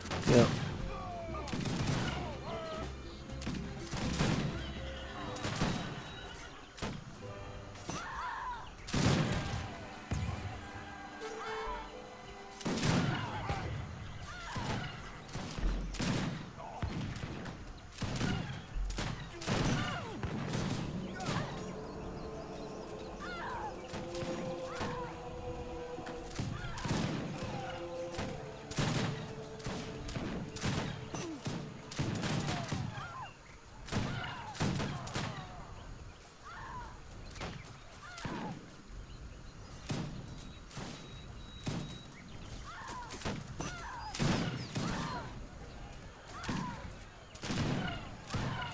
More light cavalry. Yep.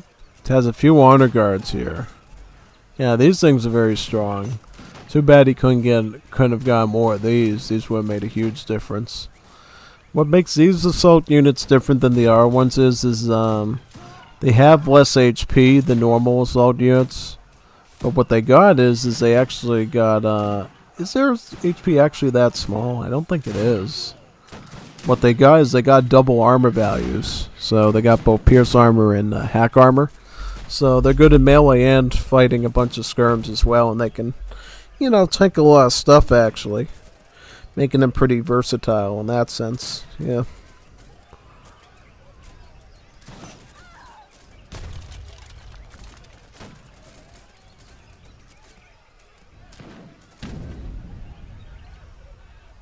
GG. Well played. Yep.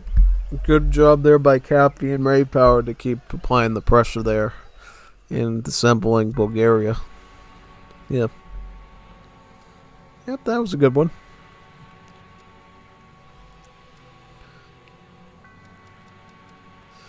Alright, so we'll go on to the next one now. Let me restart. Go into the next match now. See where this one brings us.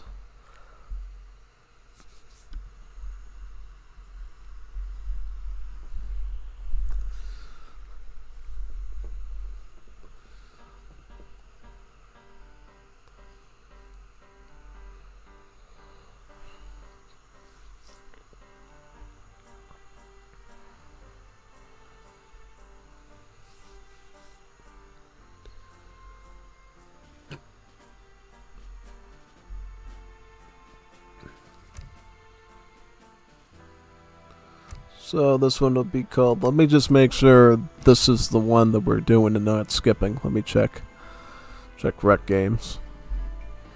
So it's Batalla Equipos. So it's China. So everybody's playing China. There's more chins in Chinatown. Let's give that one a try, basically. Yep. Look at this. This is going to be really interesting if that's exactly what it says it is. Quite interesting, actually.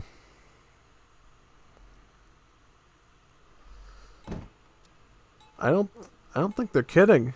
Let's look. China. And China. And China. And China. Oh, I feel bad for Team Jesucristo and Mehmet Khan against this. Really, I mean, you got Cappy and Metal 6'9". You got both of the best Chinas in the world. Well, I don't know if Cappy's China. Well, he's the protege of Metal, who's the best China in the world. Metal's the best China there ever was, and Cappy is his protege, so he's probably just as good as he is. Yeah, it's going to be on the high plains, so let's see this 2 versus 2 China Mad or China mirror in full bloom. Yeah. Yeah, this should be really fun. I'm like looking forward to this. My only argument is it's a vanilla civ. Like, why don't we ever get like Ethiopia mirrors or Zulu mirrors or Maori mirrors or Paraguay mirrors? We did a Paraguay mirror FFA before. That was actually really nice. I like that one. That one was really nice. But yeah, why don't we have more stuff like that?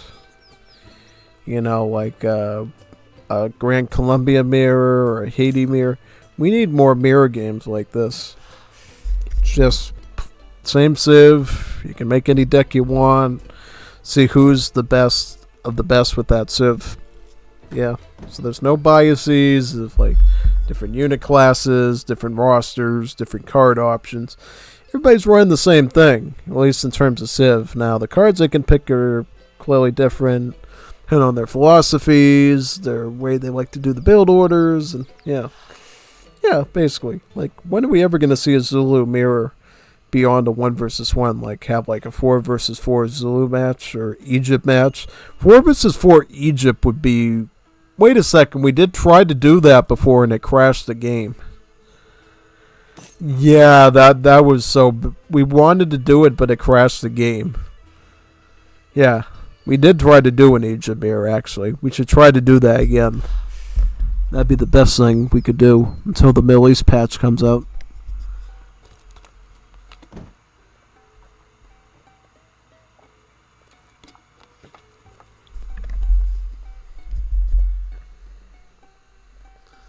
Yeah, so what are all the decks going to be? Like, what's going to set all these Chinas apart here from each other is the question. So, we got Cappy China running 300 food with disciples. Oh, he's doing the Bruce Lee build. He's doing the Bruce Lee White Pagoda build. Good for you. Good for you, following in my footsteps. You learned something. That is impressive, actually. That is really impressive. Yeah. That's impressive. But the thing is, you don't even need this. You could probably just get away with just sending 5 disciples, personally.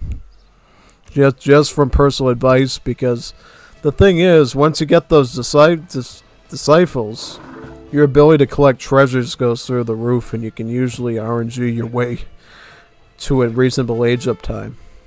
And then you could save that other shipment not only to get Snatch the Pebble, but you can get one of these other units as well and get a really good push going, basically.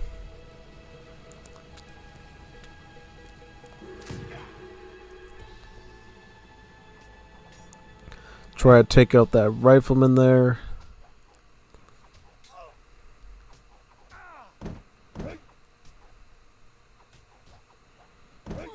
Take out this one next.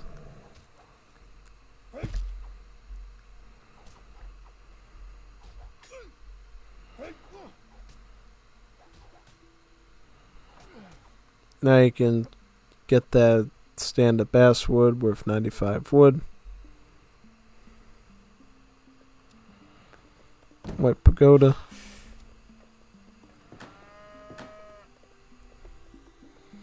So what is the other? Is Mel gonna do like normal China? I'm assuming.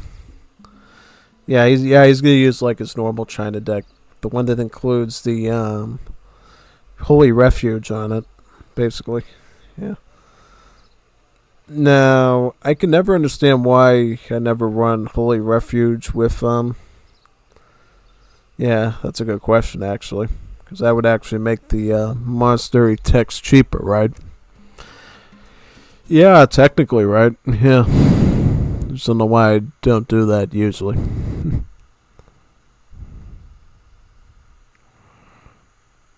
This game, with my original strat from the Asian Dynasty. Is it back when you had 10 fingers? Is it the 10 finger build? Now you have to run the 9.6 finger build now. So, can you really run a 10 finger build with only 9.6 fingers? Like, how is that going to actually work in real time? So they're doing double White Pagoda. This is going to be horribly bad. I don't want to know what's going to happen to these people here. It's not going to end well, though. It's not going to end well. And I'm telling you why, because guess what? Disciples, they don't have the shock tag anymore, so that means... Oh, they do. Wait a minute, they do? I didn't know they had the shock tag. I thought they removed the shock tag from Disciples for whatever reason. What?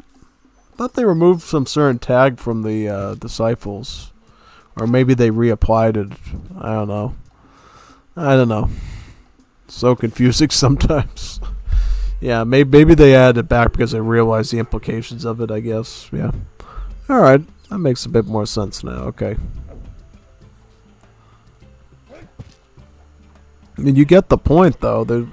It's basically kung fu fighting all over the place. 140 food. 8 chukonu, followed by 700 wood. Yeah.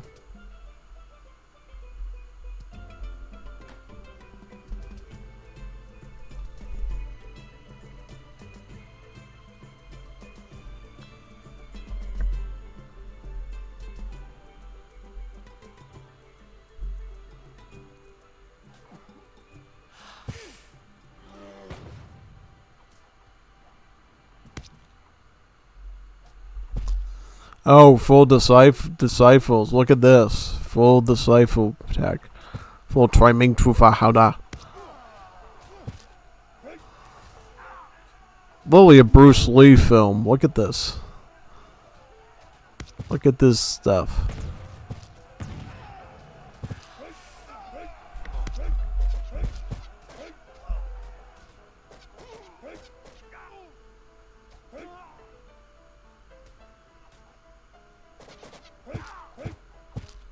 Yep, gonna use the disciples on those, yeah. Oh. Get them all, yeah.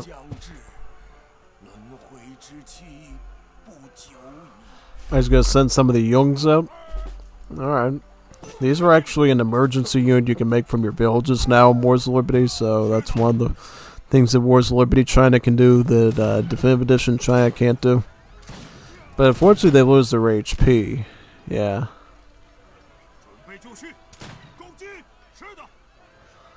Now, one thing I think Mapsa needs to do, I believe, with the Boxer Rebellion card is basically set it up so the Youngs no longer lose their HP once you send that card from the home city, because these are also a emergency unit, basically.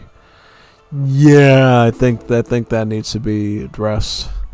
Because back in the old days, these guys used to never lose their HP, and I guess they decide, you know, it's an emergency unit, emergency beep, beep, beep, so we have to basically reduce its HP for whatever reason over time, because, yeah, that's what emergency units do. They lose their health over time, because, you know, they're first responders, and, yeah, basically.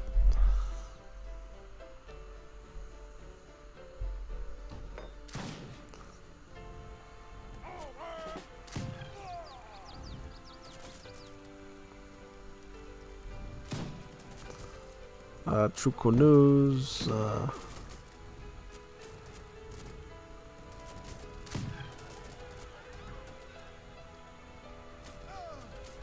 very interesting.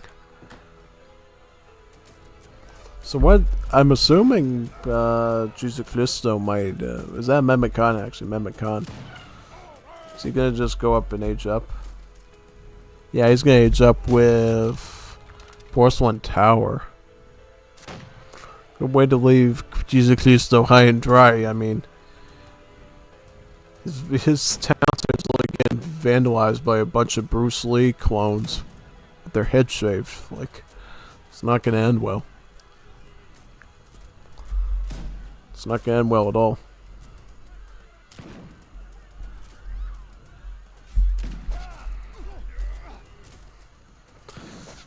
Town center's gonna be going down pretty, not for a long time, because they only have 6 siege.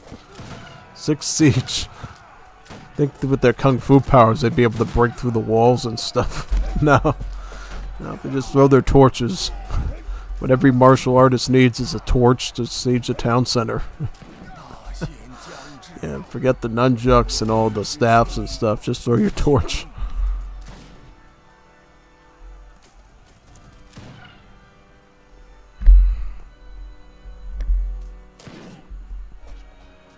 Take that out.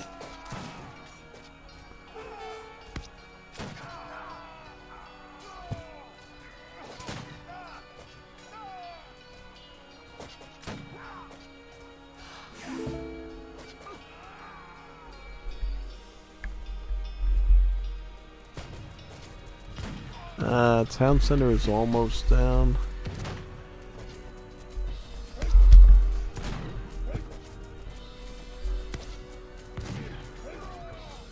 Yep, there we go.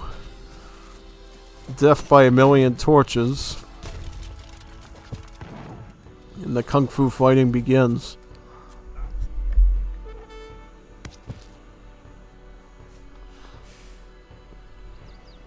Ville after Ville will fall.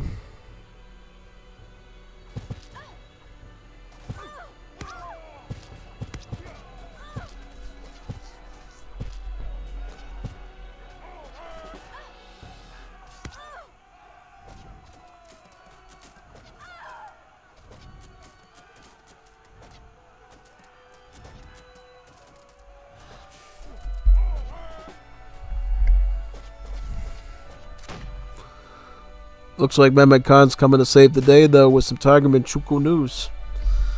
Very nice save there, Mehmet Khan. Jesus Christ will lose his summer palace, though, which must hurt pretty badly, actually. Yeah. Very substantial loss, I do say so myself. Yep. Big time.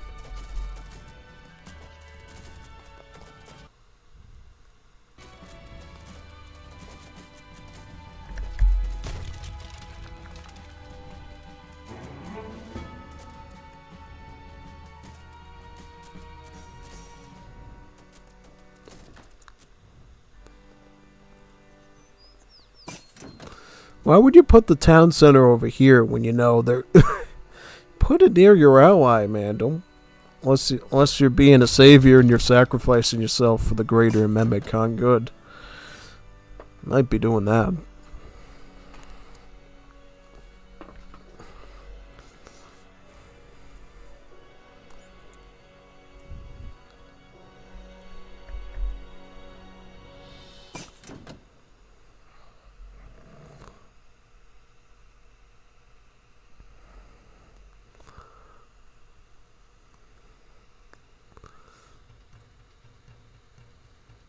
Ran Bong Wrong, Ao Yu Kwan, Ran Kwai Nu, Zun Zihan, Zhu Jingmao. Are these real Chinese disciple names from Shaolin temples, or is this just a bunch of Chinese jarble they've stuck into different random names, basically?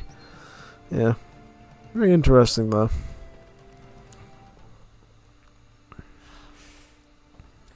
So where are they at? Like, geez, Cap, he's already aging up with Porcelain Tower. Cap, Metal's probably going to be doing the same. Yeah, it's looking pretty alright here.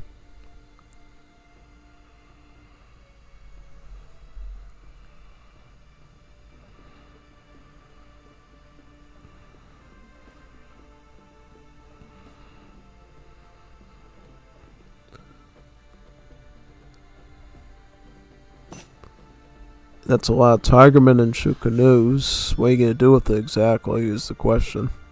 Well, the Tigerman should definitely help with the disciples now that I see that they still have the shock tag, or they re-added it. Yeah, I mean, you're probably going to want to send these Tigermen right into the disciples probably and keep the Chukunu at a safe, defensible distance there. Yeah. What Jesus Christo do is recovering. He is up to age 3 though, so he can ship in some of the Zangus, and he has a porcelain tower to at least bring him a few resources, which is great. Now, what does Mehmet Khan have for like shipments and age? He's got boxers, he's got Zangus, he's got Chukunus. Nothing much more substantial than that. Whereas Jesucristo, I thought, had some more powerful stuff. Yeah, he had some of the Manchus and the meteor hammers, right? Also some hand mortars, so yeah, he might be able to bring in some more powerful tools. In particular, probably the Manchus would be the best at melee. Just about. I mean, you could sort of go up from sort of like a range position as well with the meteor hammers and potentially do something. Yeah. So I don't know how this one's going to turn out. We'll see. We'll see if they can do something to deal with the Disciples problem, though, because that's a lot of Bruce Lee stuff going on over there. Definitely. So where's the red Disciples? The red one's over here? Is that right? It's about... Yeah. Okay.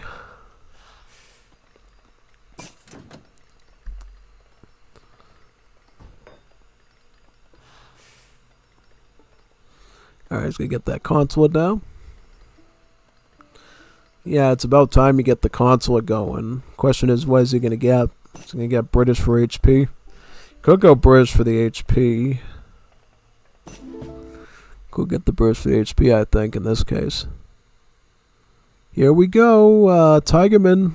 Could have taken out that town center. Oh no, Disciples! Kung Fu fighting! Whoa! Look at this stuff. This is like Bruce Lee stuff. A bunch of rattan shields and swords. Lovely it. They didn't last that long that time. No, that's not Bruce Lee. They fell way too quickly. Yeah, the guys with the rattan shields and swords did wonders there. So, probably wasn't Bruce Lee. Definitely not. Definitely not. See if he can do it this time, though. Nope, he's running out of there. He's not dealing with that. They can only do kung fu fighting so far until the rapid fire crossbow bolts start coming out.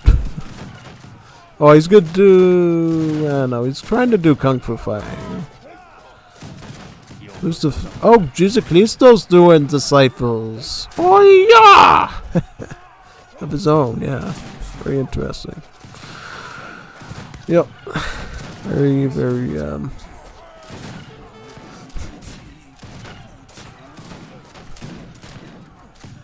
Yeah, that's the Bruce Lee film that nobody ever mentioned. Bruce Lee and the four Juanitos who decided to play China in Wars of Liberty. So that's just about it. Just about, yeah. One of his unreleased titles from back in the 60s and 70s that somehow didn't surface until the 2020s. Yeah. It's the only explanation I can think of there.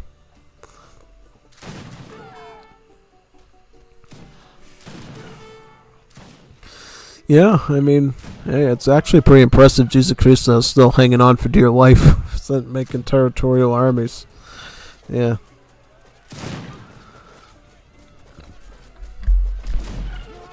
Trying to kite as best as he can at this point. But now the real battles have started. They've stopped their Bruce Lee stuff and they're actually going to make real soldiers now. Real Zangu skirmishers, and here comes the German Maykofer line infantry. Yeah. Jawohl. Look at all those meteor hammers. It's pretty crazy they're doing that many meteor hammers without artillery.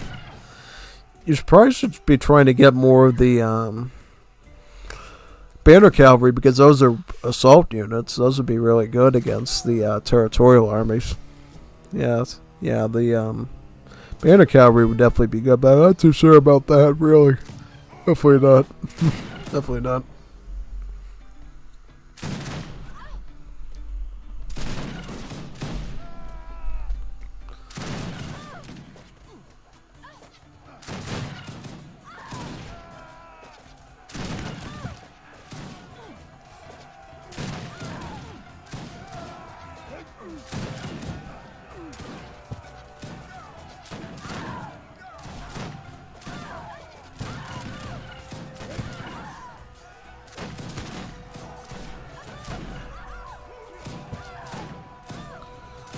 Oh, those are definitely some Bruce Lee soldiers. Oh, yeah! like that. Just completely ran right through them. Yeah.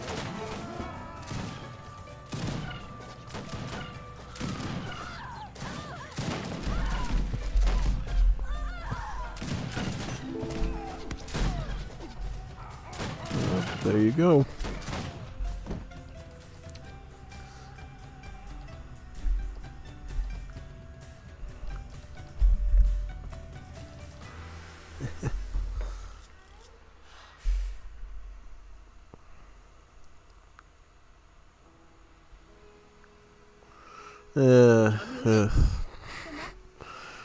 Fun with it a little bit.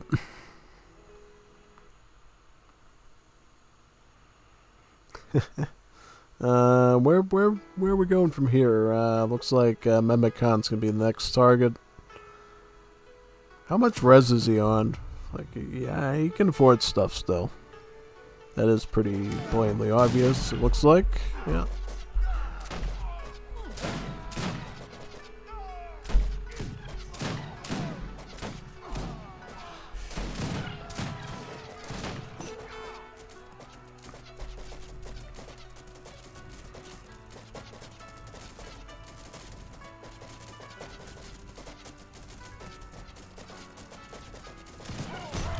Check out that Mercado.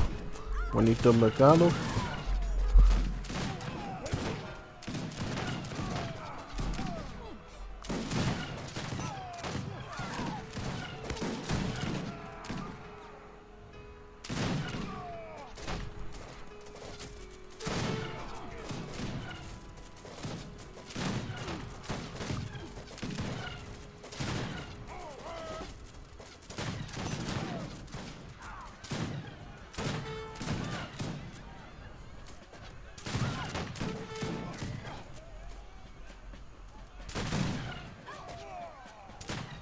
Oh, Tomkov Hussars, that's gonna be a big ouch.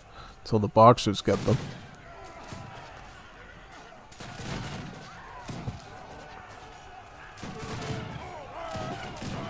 Yeah, cut through those ones, yep.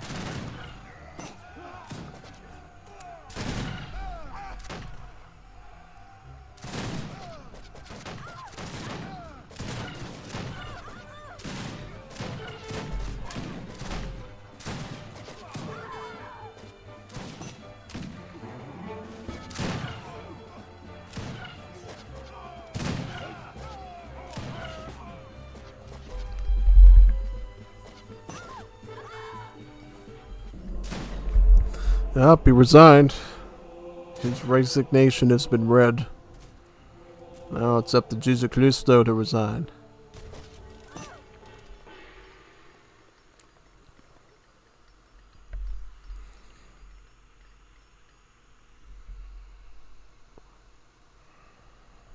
Drink some more water.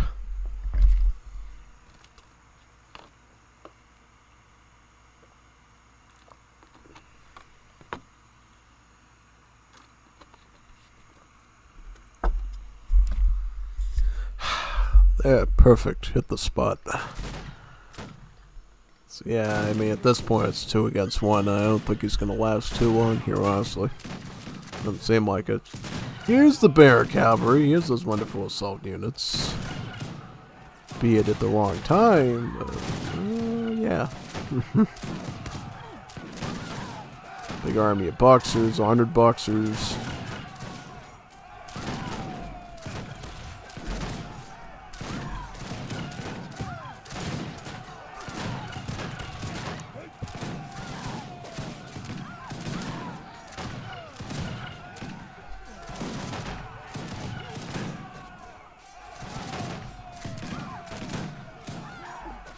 Yeah, get through that one.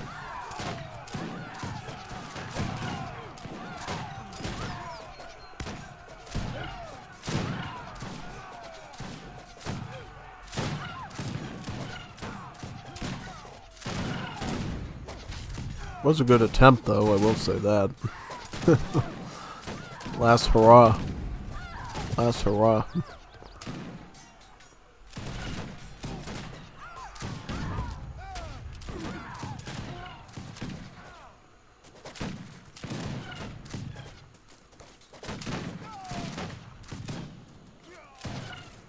Here comes the Zangoos.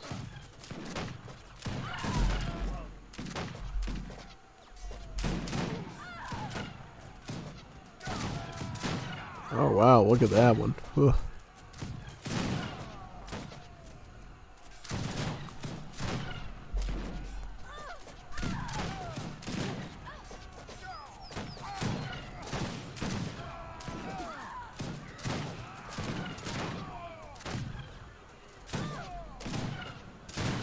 Looks like the end of those armors just about.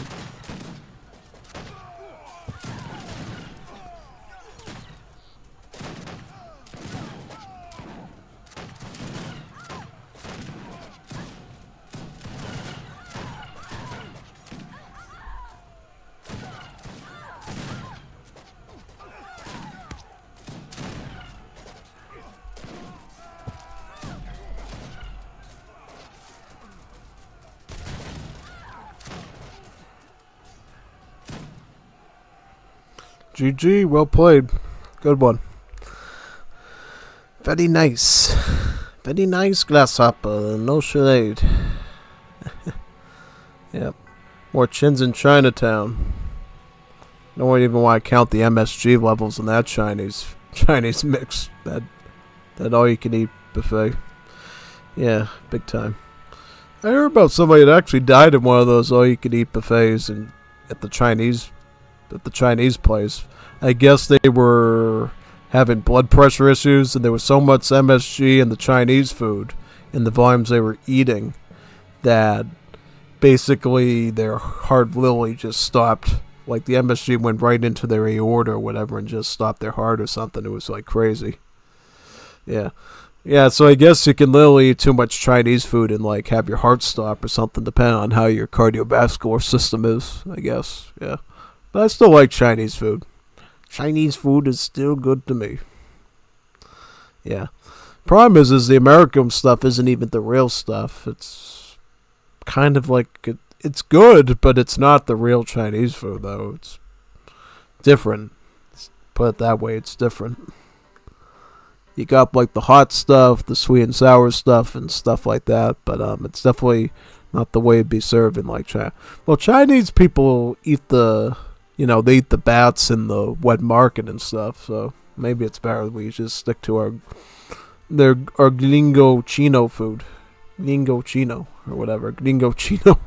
Yeah, something like that. Maybe. Yeah, so what is this, what's the next one we're doing here? So this is the one we're skipping now. The Brazil one. And we're moving on to,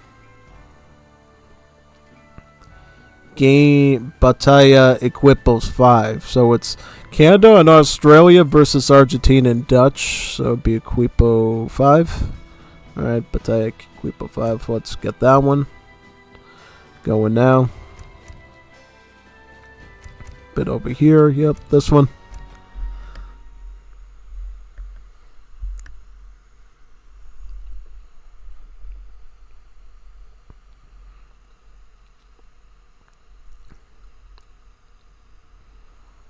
Alright. What's the map going to be? Alaska. Yeah, we haven't seen Alaska yet today. I like this map, This is a really good map when you're doing Definitive Edition tournaments because people love to just spam Nuka clubbing out of these sites all the time. It's like a really good map when you're Aztecs or your Incas or another native-friendly civ just to spam natives out of them. Really is, yeah.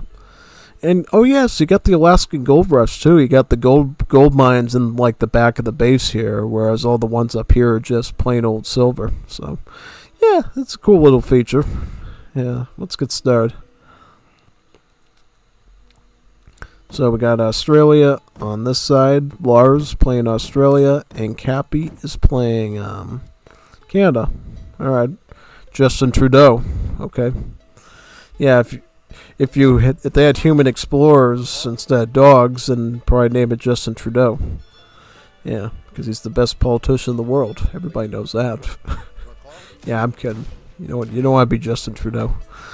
Definitely not. Got some pretty wacky laws up there in the Great White North that you don't want to copy down in the Great Gringo South. Definitely not. So, what is they doing? So, got Dutch and we got Argentina. Yeah. So yeah, this is basically Team Anglophony here between Cap and Lars. Anglophony civs are pretty fun. You know. Yeah, the cool thing about Anglophony civs is you can get to pick your unique unit in every age up, right? Depending on what faction you do, right? So yeah, for Canada it's Quebecois versus like the British Canadians.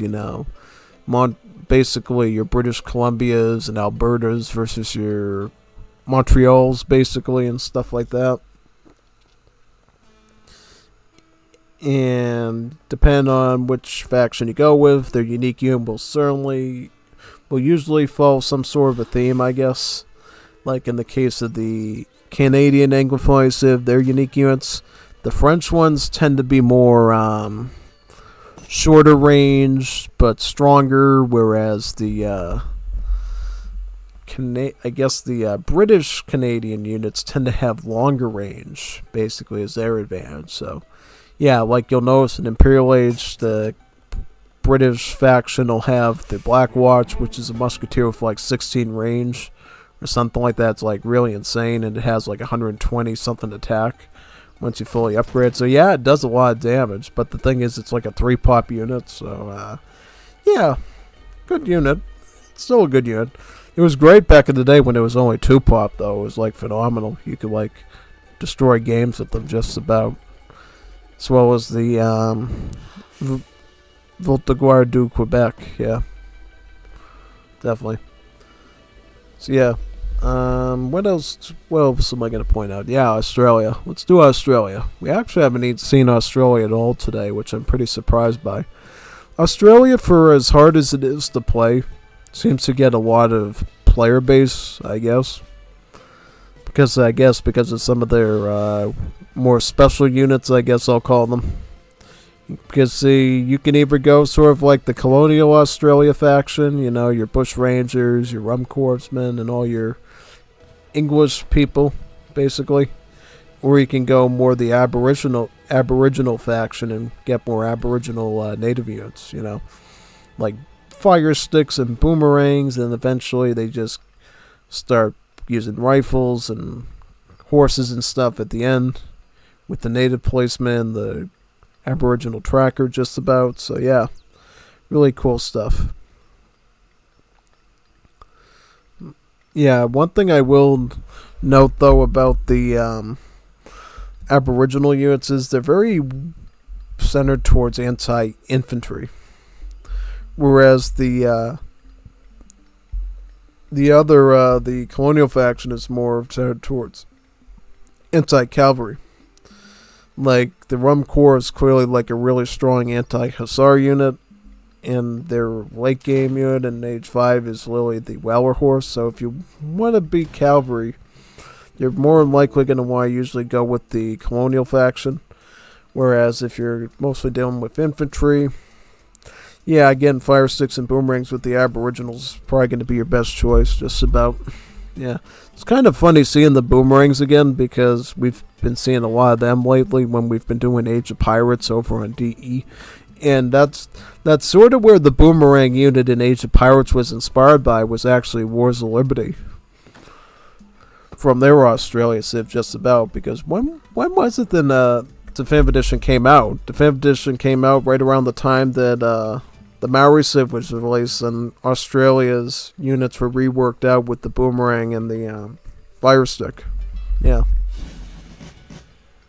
So yeah, basically these Age of Pirate Mars would have gotten their influence about how to make the boomerang units off of how Wars of Liberty did, just about.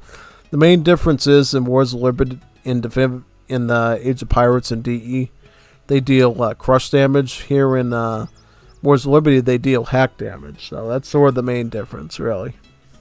Yeah. I mean, if they gave these guys like crush damage with this level of damage, probably be kind of OP. So I sort of guess why they gave them hand attack. So at least they sort of, I don't know, it balances out a bit better that way. Yeah. I think the boomerangs, though, in Age of Pirates have only like 6 damage. These have about 10 damage, which is actually substantially higher. But yeah, that's sort of due to the fact that they only deal hack attack and not, crush just about. Yeah. The main thing you want to do with the boomerangs is you want to mass up a lot of these things as much as possible and just send them at your enemy. And believe it or not, even though they're really considered a skirmish unit, they actually do really well against skirmishers. They're almost like an anti-skirmisher because what happens is they deal hack damage. So they're dealing like 10 full range damage against skirmishers, really. So that's actually quite big, Because here's the thing, when you're fighting skirmishers with skirmishers, like crossbowmen versus crossbowmen, they're not doing full damage to each other. They're basically soaking up some of that damage with their pierce armor. But in the case of the boomerangs, they're really doing all that damage. Flat, they're doing all of it, just about, yeah. And then when you add this card in, Mary, in Age 3, that adds multipliers against infantry. So anything with the hand infantry tag, including these, then they come really good against skirmishers. To the point that you could start massing up large contingents of these and wiping out, stuff left and right with them, really. Yeah.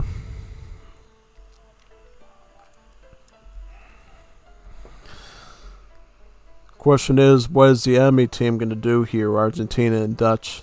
So Argentina is going to go with the Patricios, whereas Jesus Cristo is... he might go either semi-FF or FF, maybe. Every time I see Jesus Cristo play Dutch, he either goes all in with the flankers or he does some sort of like semi-FF with them. Yeah. Yeah, flankers are sort of Dutch's musketeer and skirmisher hybrid in a way. Well, I wouldn't say skirmisher, but rather crossbowman, because they don't get volunteers, but the flanker has the properties of a musket because of its bayonet and heavy infantry tag, but it also has a skirmish tag and has 16 range and multipliers against dragoons at range. So it's really akin to the Azaps in Definitive Edition with the Armans. Only the flankers have some pretty solid gunpowder unit stats behind them. So they can do a lot of stuff, really. Whole lot of stuff. Even raiding. They can raid villagers once you get enough of them.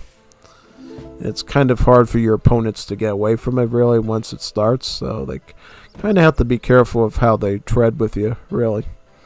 Yeah, just about. He's going to go up against them with the Troupa de Amelines. These are Marine infantry. They are considered part of the skirmish class, the skirmish tag, but they're considered a naval skirmisher. Big difference is naval skirmishers don't have multipliers against heavy infantry or dragoons, but they actually have multipliers against siege units and artillery. So they're good at taking out cannons, and they're good at taking out things like grenadiers in particular, as well as things like battering rams, petards. They're just good at like taking out that sort of stuff, really. Also mantlets, right? Yeah, mantlets as well. Good at taking out mantlets. And the other thing the naval skirmishers have is they also have crush armor.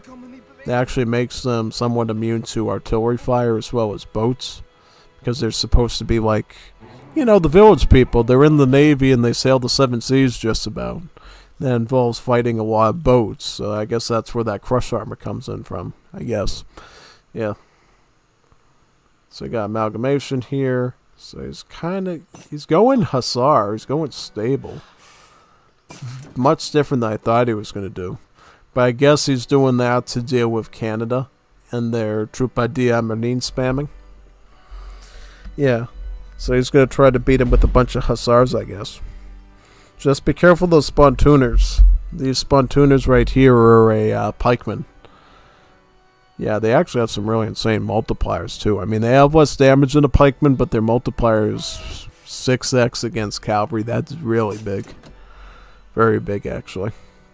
It's actually not too big. I mean, I think the Swiss pikemen in the Napoleonic era got about 6x against cavalry, I believe. Yeah, so it's not too different, actually. Alright, so here we go. So Patricios and Escopateros.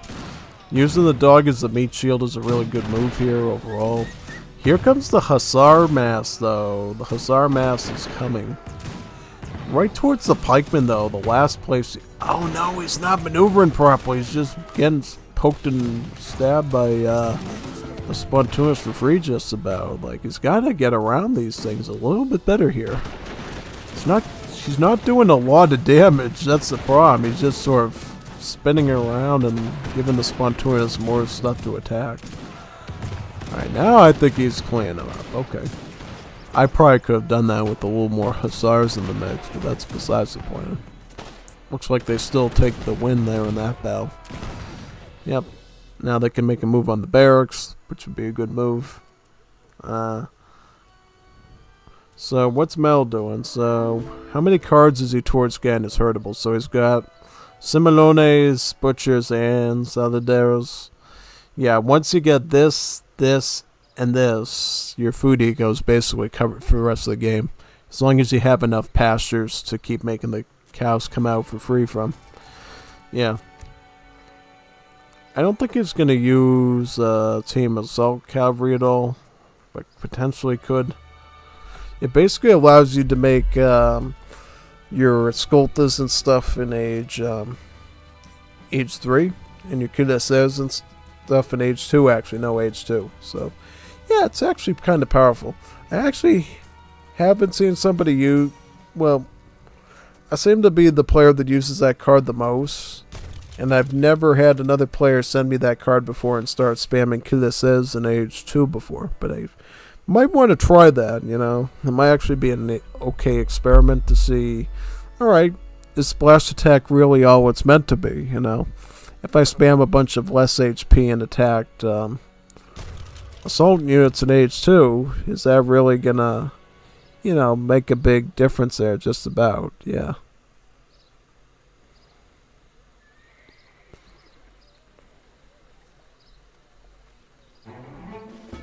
Yeah, we'll see. We'll see how this turns out. So we got more Hussars here. And they're going to try to weave through all these trees to take out some pioneers. This is one of the advantages Canada gets by having their buildings construct a couple of maple trees around them. Is it makes enemy melee units struggle so hard to get into the spots they need to because they are colliding with all these trees and buildings, and it becomes really challenging for them to deal with, really. Here comes the boomerangs, though. This is massive boomerangs here. Not too long ago, they didn't have a malice against Scout, and they thus did a pretty good amount of damage to cavalry units. Now it's not so much. They sort of been reined in as a skirmisher, and thus can't be that great against cavalry. Yeah, basically. They seem to be beating the boomerangs now. Yeah. And it looks like Argentina is going up to age 3 as well, so they're probably going to pick up veteran Escopatero. And probably even the buckshot. If he keeps going Esco, he could just go with the buckshot, maybe. Which would be a pretty okay upgrade, I think, you know. All things considered, going to get some free stables there, as well as an arsenal. Which could help him get to the buckshot tech a bit quicker. Send Red River Rebellion on the Canadian side to add some powerful skirmishers to the mix. Even more Hussars from Dutch to help take out skirmishers. Kind of Canada's in a pickle at this point because they have no anti-cav units other than the Spontooners right now. So, yeah, it's fully just going to have to go spear spamming and hope that basically works in the end. Yeah. It's the only thing it's going to... might potentially work there, just about. Yeah.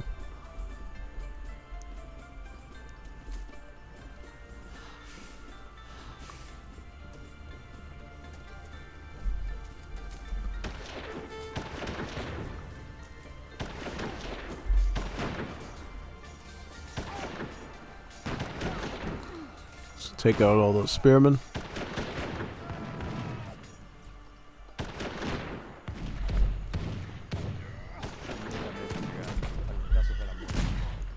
Militia. Change the militia.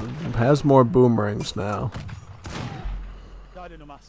Yeah, I guess the textures died for some reason because now, the Maori skin texture was replaced with that of regular Native Americans. So yeah, this is your sign when the texture replace bug occurs. When you see one unit be one color 1 second and then it just fades in a number of minutes, basically.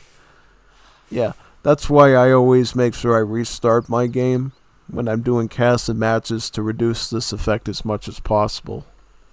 Yeah.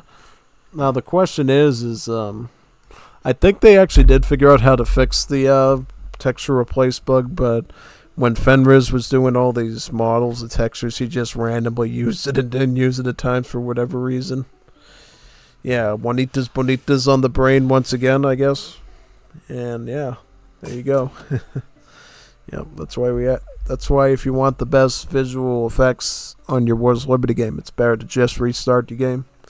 So the texture replace bug basically does not occur, or at least it's as minimal effect as possible on the way you're viewing it.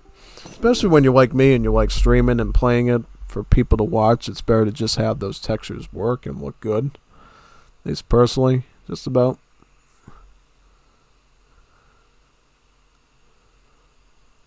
Yeah. Alright, so what's going on now?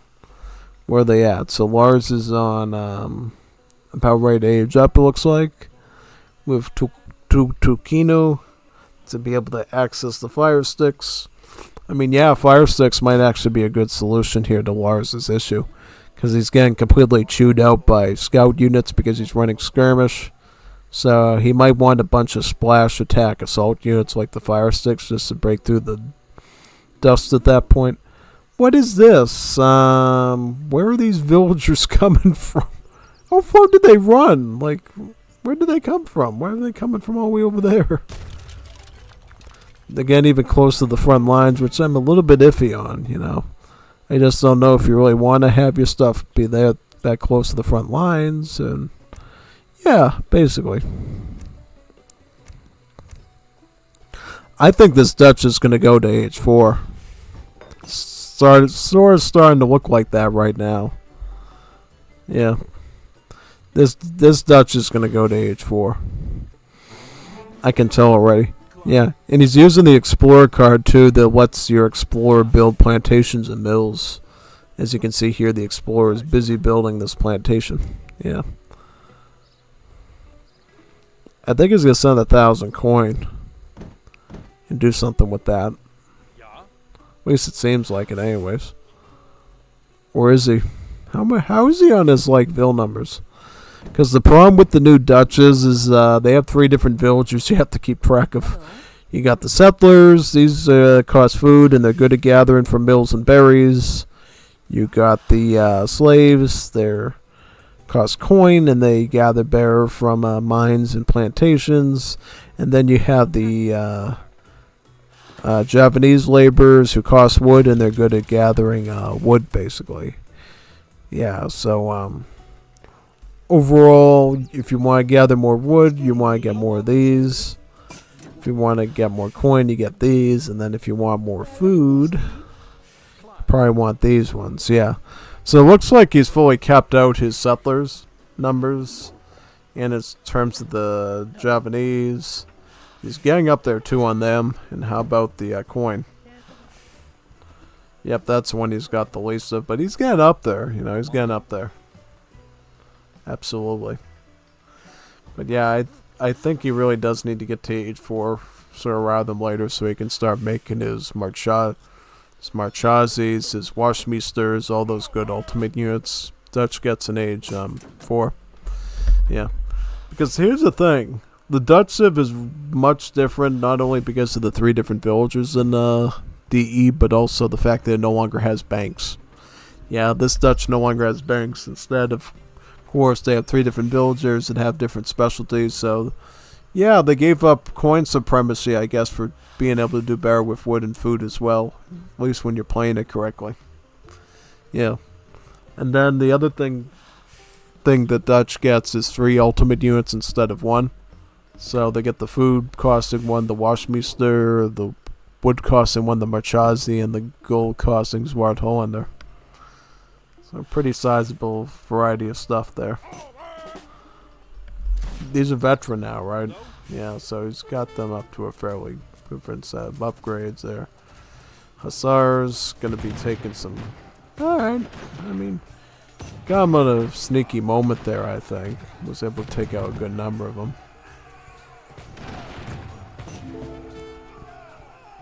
So what's Argentina gonna do? Where is Argentina right now in all this?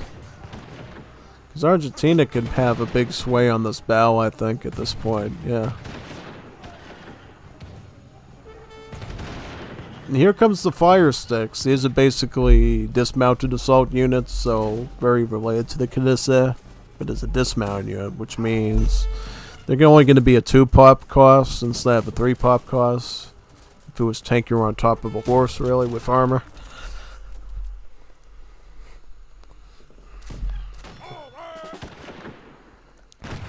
Got some hussars there, looks like. Yeah. Look at all the settlers run back that long distance that they came from, really. Yeah. Why isn't Jesucristo just getting the 1,000 coin and getting his ultimate units now? Because I feel like if he had Marchazes, he'd be able to clean this up like really fast. It's almost as if he's throwing or something. I don't think he's throwing, he's just distracted under the influence of Juanitas muy bonitas, just about.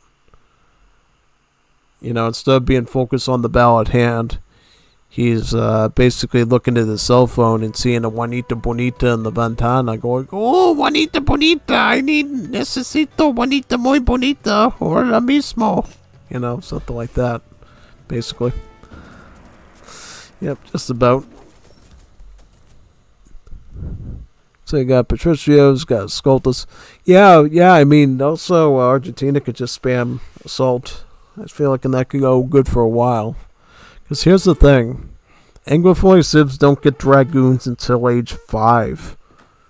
Well, at least Australia does. For Canada, they have to wait till age 4 to get it. And what they get instead is riflemen, so they have like range multipliers against assault, basically. But at the same time, they're heavy infantry, so that means assault technically counters them as well. So it's much more of a, it's a much more neutral relationship than it would be if it was dragoons, you know what I mean? Because assault units don't have multipliers against maneuver units usually, but they do have multipliers against heavy infantry units. So when your maneuver unit is basically just a heavy infantry musketeer with the range multiplier against assault, of course you know that basically you kind of wish that you were already in the Imperial Age, making the Whaler horses as Australia, or the Mounties in Age 4 for the Canadians. In that sense, yeah.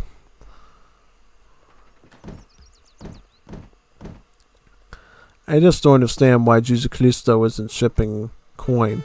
It's like he forgot about shipments. Like he could get this, he could get a lot of stuff here. It's like holding back. How much of the coin villages does he have now? It's got 17 here, is that right? Yeah. There's getting more now.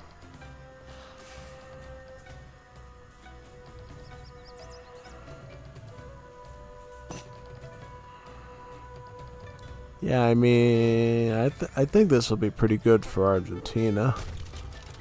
Because here's the thing, he's running assault with muskets, so I think he's got a pretty good setup there, at least for now. At least against this army. I don't know about the Australia army. Yeah, I think he's good for now. I don't think Cappy and Lars are quite ready to push in just yet.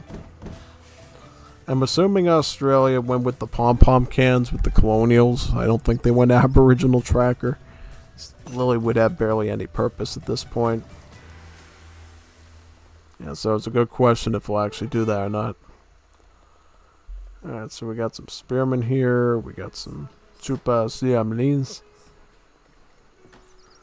So what are they going to do now? They're going to go for a push together. So we got some riflemen here. How many riflemen he's got? He got 6 of them, right? I think think that's 6 of them. Got the Nuka natives. Yep.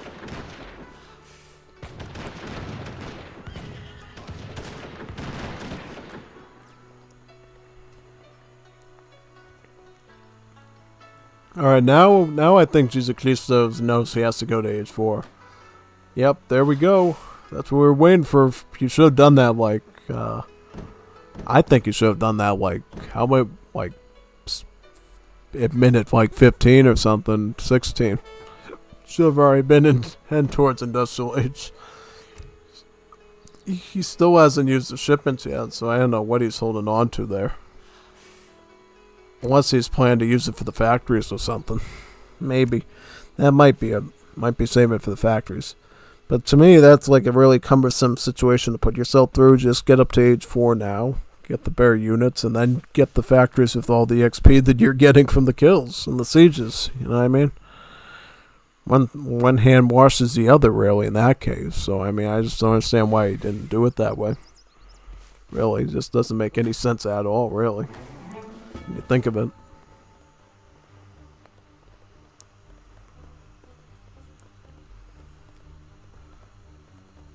Alright, so now I'm just going to queue up a bunch of the, I'm assuming he's going to make washmeisters out of the stables, and he's going to start making some marchazis out of barracks somewhere. Does he have any racks? No, he's got stables right now, so he's going to have to actually work on getting that going. He's at the max of his, yep, he's at the max of that. He's going to get more settlers too now, so we'll have that to work with. I'll probably put them onto here, so he can get as much food as possible to make that unit as spammable as possible. Yep, it's like exactly what he's doing. He's going to have to build another mill, though, because now he's got more than 40 of these. Factories. Yeah, you're going to want to make your Washmeister cavalry now. So those things actually have some sort of hand armor, so they're a little bit... Going to survive a little bit better against these, and they're going to be good against cavalry. Just have overall good stats across the board.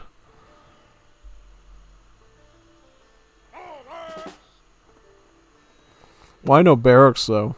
So you can get the Marchazis. It's the other unit you want. Probably going to want to get this ultimate combat first, though. Argentina's looking pretty okay. I mean, they got the cannons, they got the muskets, they got the escoltas going. He should be aging up now. He's got, like, plenty of resources here. Oh, he's going to Imperial Age. Is that right? Great Emigration. Ooh. Okay, so... I'm trying to recall what he gets with that. Does he get, like, a bunch of units with that or something? I thought he just got, like, a bunch of units or something. Ah, okay. This could be very interesting, actually. This might end up going very well for him. Yeah.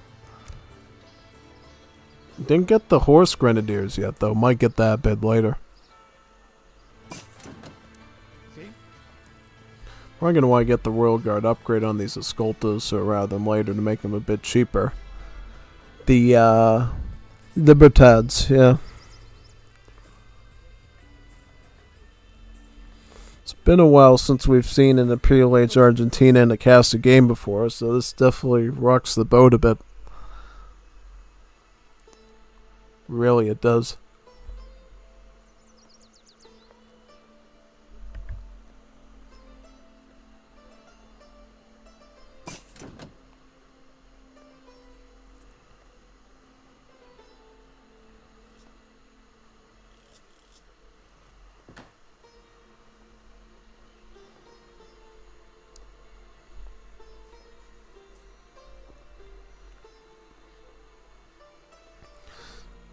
He's gonna get Escoltas Libertad. He's gonna get Pada Blancas. This is the Royal Guard upgrade for the Patricios.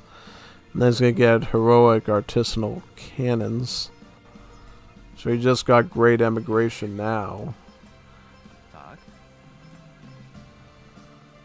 So what do you get with that exactly? I have to actually look that up because I never go like all the way with like Polish immigrants to ever find that out.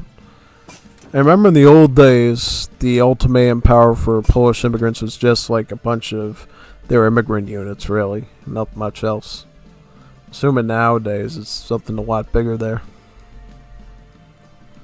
Let me check this. Did he get like a bunch of these butchers or something? Or what's up with that? Okay. Oh, we got a huge build limit of them. Wow. 24 of them? Oh, that's what it must do. It must give you a huge build limit of them. Because even for most immigrants, it's very rare to be able to have this much of a build limit of a particular worker. So, yeah. That's actually pretty substantial, being able to make that many butchers and have them work the food for you so you can have all the gauchos doing everything else. Yeah, that's pretty good. Butchers, I believe, are only good at gathering from the herdables. They're not good at anything else. So it's got Guard Hussar on the Dutch side.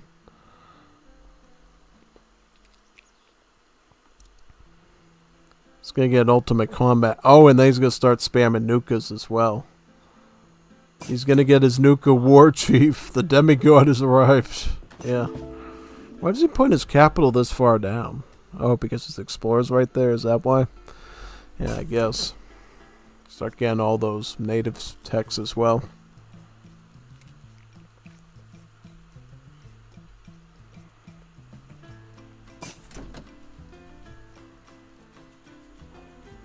Klar. Afvallen.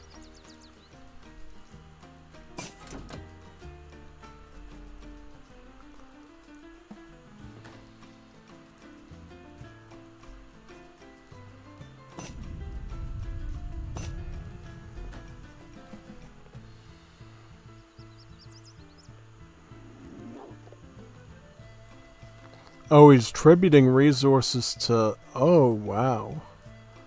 He's tributing resources to metal. Wait a second. Is he going to let him get to Great War Age or something? He might be able to.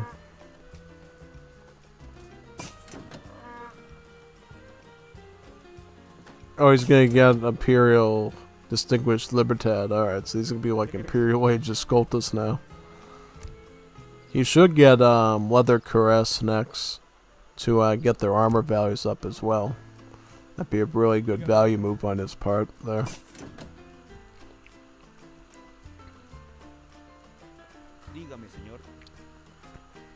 Pretty close to Imperial upgrade they could get for the Patricios as well, which would be great.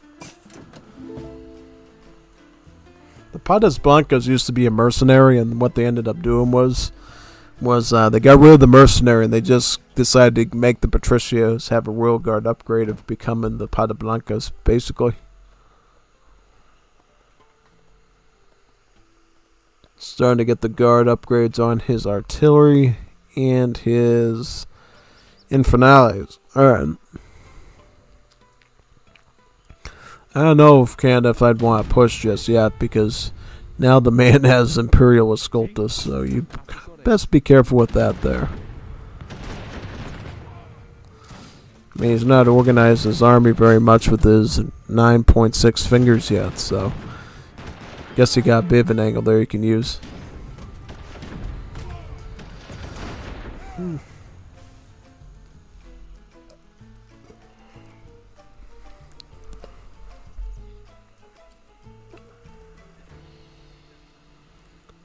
Yeah, get the Patas Blancas going, and then put the Artisanals right behind them.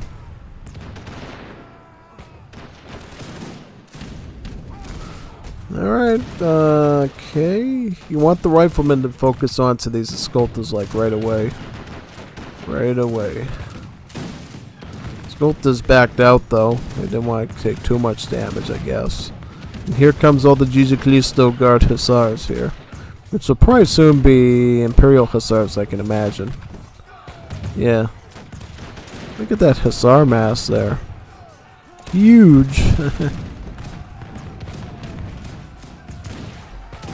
Any Great War Age yet? You might get a great war age if they're stockpiling that much resources. I would think. I would think they'd be able to do it.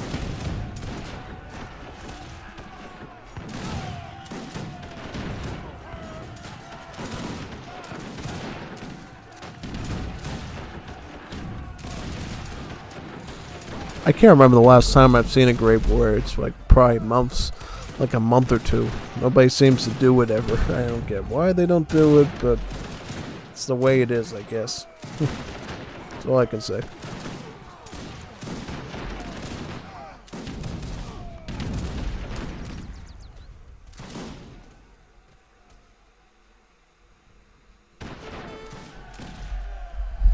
Like an arrowhead and went into a defensive formation with those hussars. Ooh, factory, factory. Get the factory. Get the factory. Be so hilarious.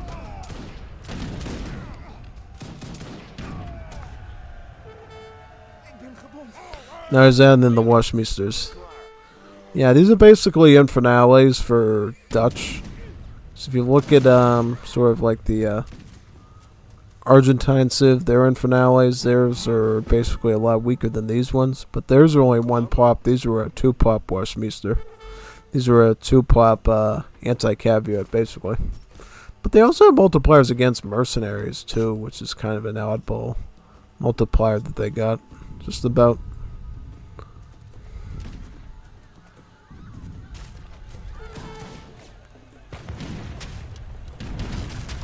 I guess they're really good. They'd probably be really good at wiping out Mamluks then, because they have like 2x against Cav and then another 2x against Mercenary.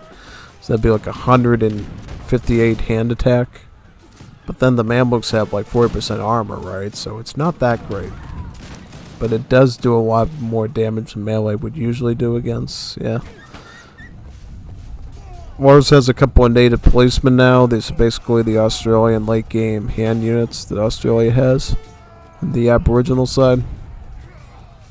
Quite a lot of damage. It's like 615 HP, which is not a lot.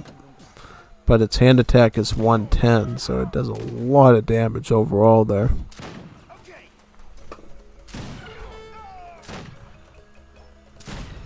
Here comes the Escoltas though.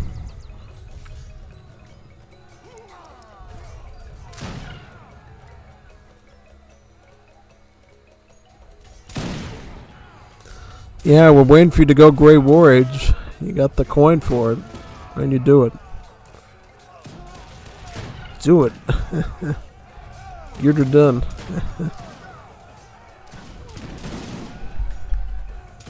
Guess not. Boring. Give me some tanks and some zeppelins.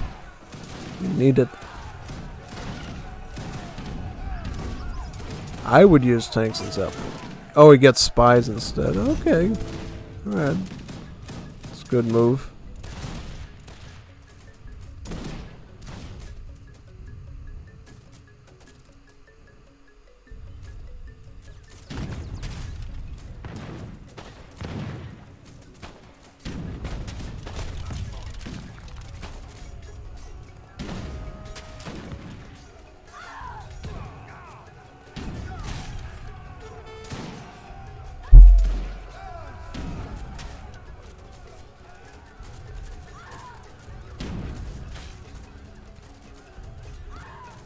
Take out the barn.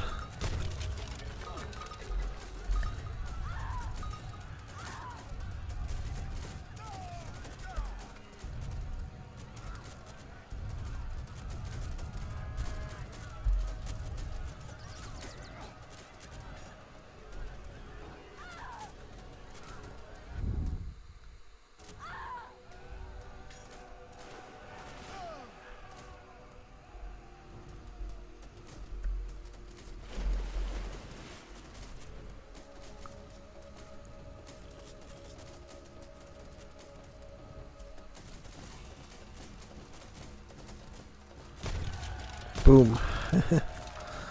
Well, GG, well played on that one. That was a really good one. Just about, yeah. Yeah, very good match indeed. So this one finishes up. We'll go into Battaglia Equipo 6. Yeah.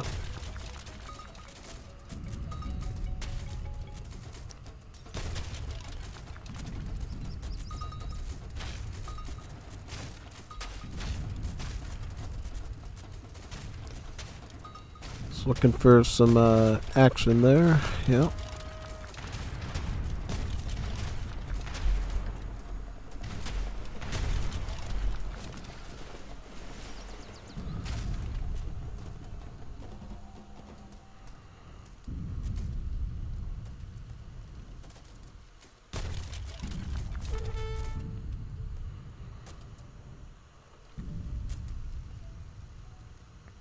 GG, well played on that one. Yep, very nice indeed.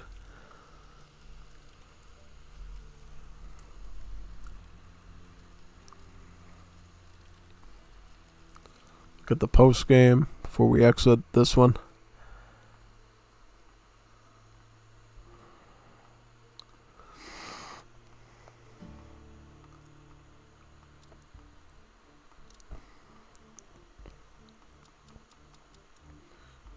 Nice, nice, nice. So now we will restart into Equipo 6.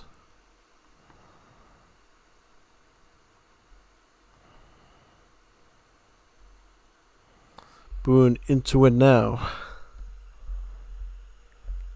So what civs are going to be in this one? By any chance, let me see. Sweden and Dutch versus Austria-Hungary and Argentina. Ah, interesting. Very interesting. Let's do that one. It'll be on Isak, Manchuria. We haven't seen that one all night. Let's go with that one right now. This one right here.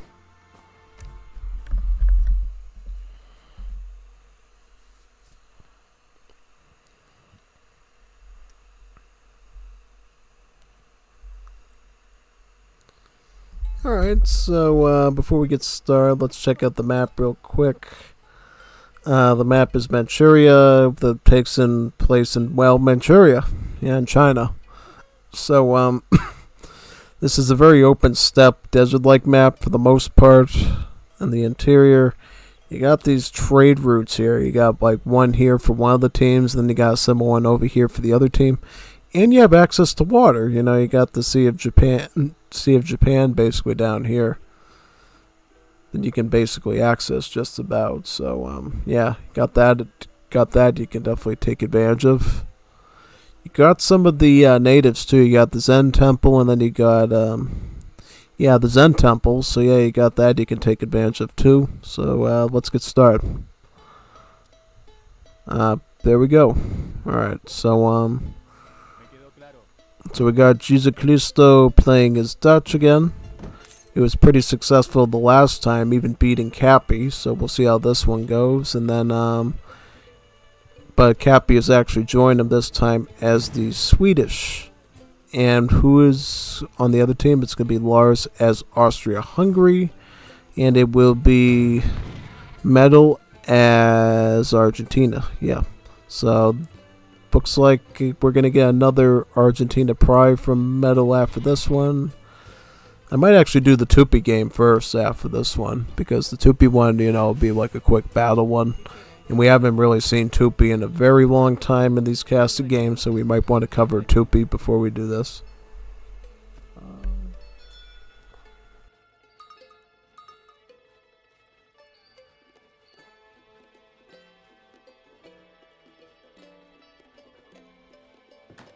He is constructing the house.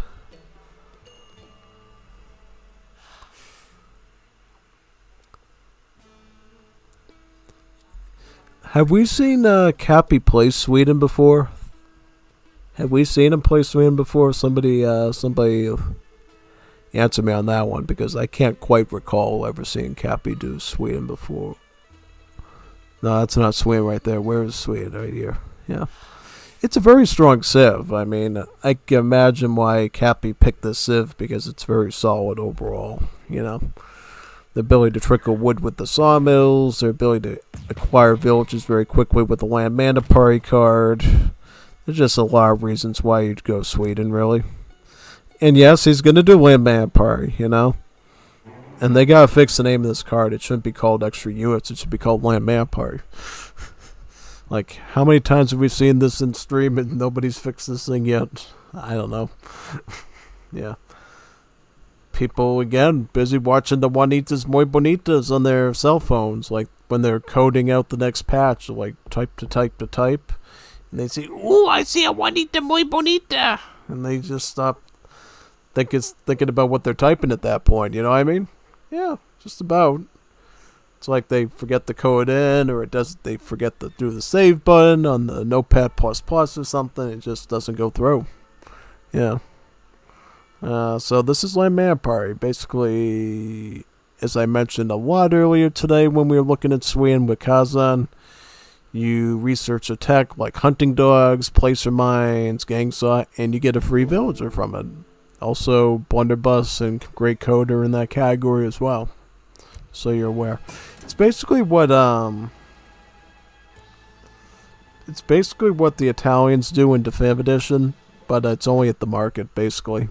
Because as you know, with Italians at the E, they get a free villager with every tech that they do, even if it's not at the market. But in Wars of Liberty Land, it's only at the market for the Swedes if they send that card. Yeah. Other than that, you can use Northern Login to get a build limit up on your sawmills. You can use this to get a bank. Quite nice.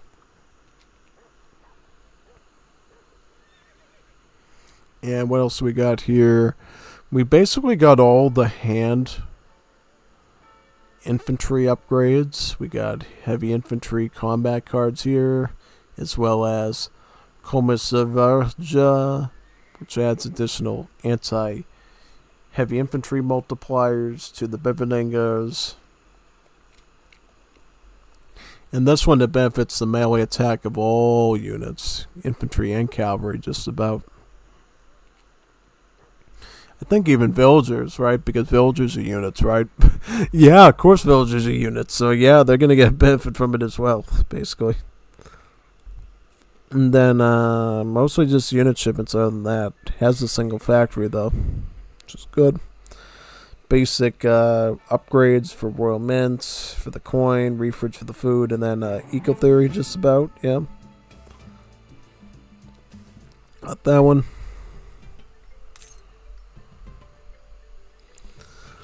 And what is, let me see what Jesus Christ is running with Dutch. Same deck, right? Yep. This is the deck he's always been doing. But this one has Contractor Bead to it. This is a really good card that basically allows your slaves and laborers to train very quickly into a pretty consistent mass, just about. And then you can focus on the settler production later, just about. It's a really good way to get your booms going, just about there, yep. And what else we got? Lars playing Austro-Hungary. He is doing a very late-gamey Austro-Hungary deck with a lot of reliance on Trembanton shipments, which is pretty interesting, yeah. I loved it when they were a trainable unit. Now I just feel like I kind of could care less about them now, because I really don't want to be paying food to get a unit I'm going to use a handful of times. Because I definitely feel like the Trabantons are not as good as the Safahis in that case. You know what I mean? Like, yeah, I mean, I'd rather have like a couple of Safahis that I can come in and out with. The Trabantons, you know, being like a Doppelsolner, are going to fall pretty quickly to things like skirms, falcons. It's just not worth it, you know what I mean? As with the Safahi, they can take a cannon shot, they can take a skirmisher shot, and they can zip in and out with their splash attack. Whereas the Trabantons, yeah, they got a splash attack, but it's not as good, really. Yeah. I don't get what the Wars of Liberty devs have against Siths, other than the Latin Americans having halberdiers in their roster, I guess. I don't know. Because I think at some point Spain was supposed to be able to train halberdiers as well as part of their roster, and then they decided, oh, we're just going to make it a Royal Guard reskin for the pikemen. I don't know. I don't know why they're petrified of, you know, Imperial Age halberdiers being in any of these civs. It's kind of strange. They're scared of the big pointy sticks, I guess. The big pointy stick crowd, yeah. Yep, just about. Now, the thing that makes Austria-Hungary a very interesting civ is that they sort of are the original Germany, if that makes any sense. Like, you know how Germany sort of turned into the British in the Wars of Liberty? Yeah, basically Austria-Hungary is like the new Germany that replaced old Germany. Because if you look here, you get free Hussars with your cards instead of free Uhlans. And also your villager cards are similar to that of the amounts you would get out of settler wagon shipments. So instead, again, like 2 settler wagons, you just get 4 settlers to represent that same number. Yeah, and that's the way with all the other settler cards of Austria-Hungary too. Like they have like 6 settler, 5 settler, instead of 5 and 4 and 5 just about. So yeah, you get a lot of nice extra settlers out of these Austria-Hungary shipments just about, yeah. And let me see what we also got here in terms of cards. We got this one. Festungervik. Enables your explorer to build forts and increases fort limit by 3. Ooh, that's pretty good. So we can have up to 4 forts. Quite substantial, actually. Yeah, looks pretty good. Shipped in the Freikosaken shipment. These are basically nation-state Hajusi, but in a number of like 10 of them just about that you can use for an early quick push or a quick defense, really, as the Austro-Hungarians. Since they don't actually get early skirmishers, you know, Austro-Hungary does not get volunteers, so this is the closest thing you're going to get with it, just about, yeah. And then ship in about 6 grenadiers as well. Looks like, yep.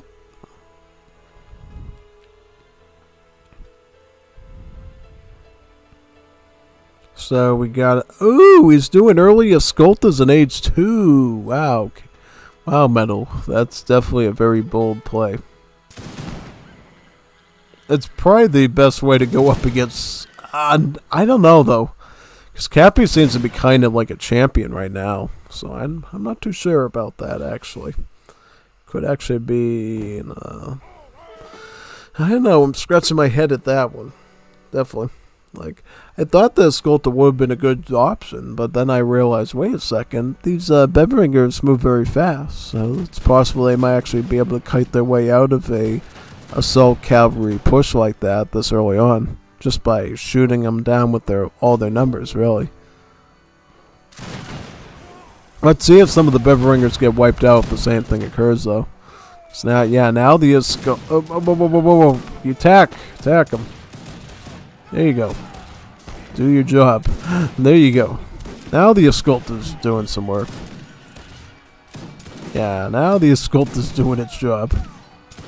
Now imagine if he had the other ones. Yeah, that he does have other ones now. Yep, here comes the other ones there. Alright, now the Escolta mass is doing its job. Yeah. There you go. Yep, see, this is why early Escoltas is such a cool thing. Not only do they shred heavy infantry, but they also have hand armor against the Hussars. So they got somewhat some sort of resistance against these things as well, really. Take out that last Bevlinger. I think now, though, he's just lacking too much HP to finish these off, I guess, yeah. And then he's going to pick up cavalry hit points so he can get even more stats on the Escolts. Yeah. He has some Infernales now to deal with the Hussars, so that should help with that. Yeah, you best wait for the Escoltas to come and so he can clean up the rest of those.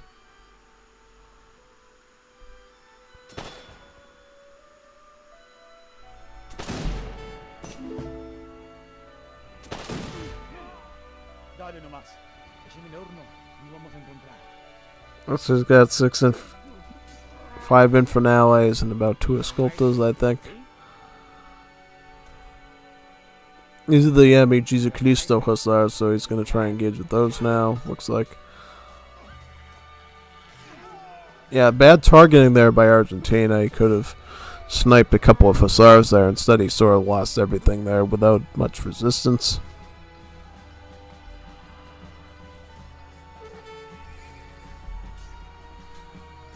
Yep, more Bevelingers as well.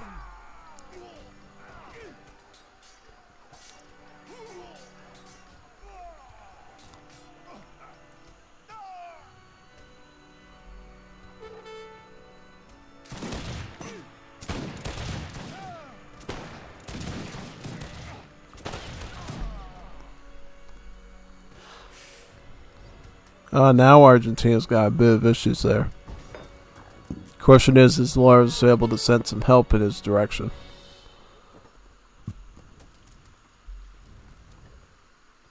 Oh, Lars is aging up actually, so that's what he's focusing on at the moment.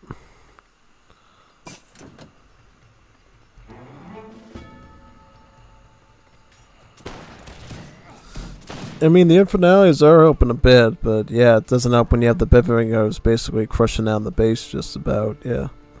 So what does Lars have? She's in this Trabantan group, and he can send the Dragoons in, which not a lot of anti-infantry there. So I mean, Beveringers to me is going to be the superior unit here in this exchange. Lars pretty slow reaction time there. Lost quite a few vills. Now he's got to deal with these Trabantans. The Trabantans, these are just Doppelsolners, so yeah, they just do some pretty good splash overall. Wish there was a way you could train them at the fort or something, because they're such a cool looking unit, really.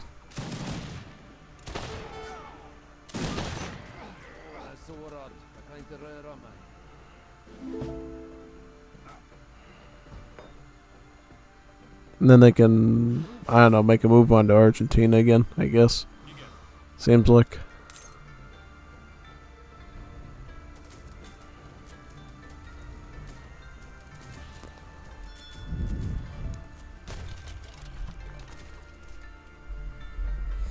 Now he ships another group of Trabantan as well.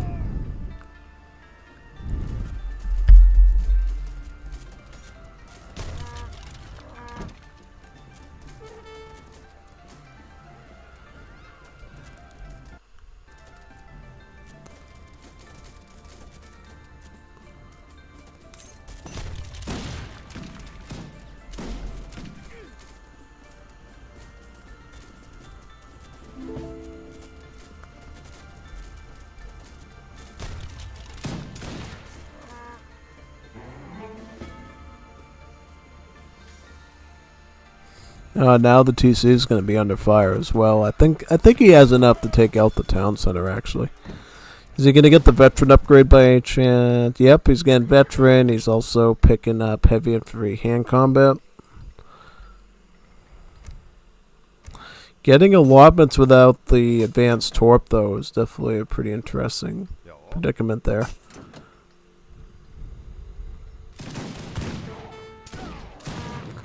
Oh, wow.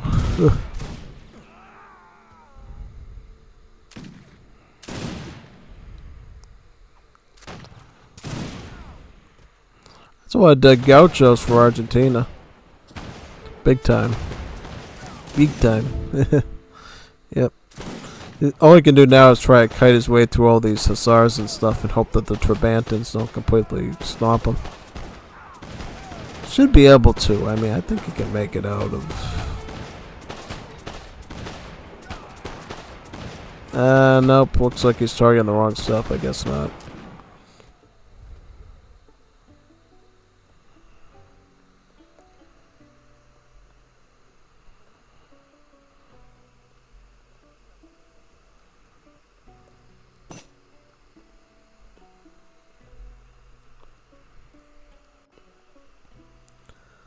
Did he get the, yeah, you might end up getting this now. Comes Varja to get the anti-heavy infantry thing in there to deal with the other ones.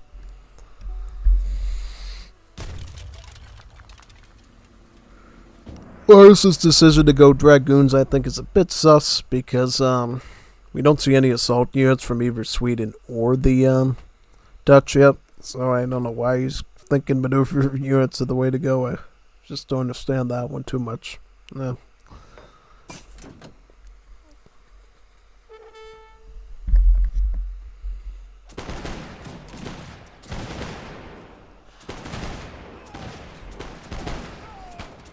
The Trebanton. Look at that, though. The Trebanton actually doing okay.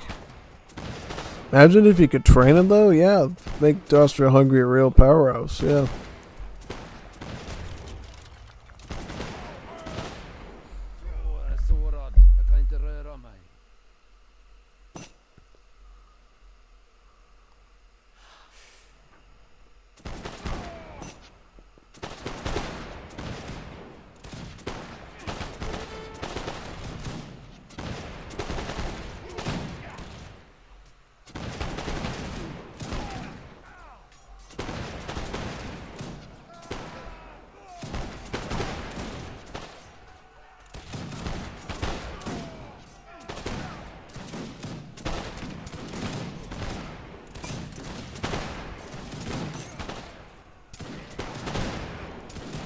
Now the Infernales, they're going to do quite a bit of damage here because not only are they anti-cav, but they also have some hand armor, so they're somewhat more impervious to these Bevringers.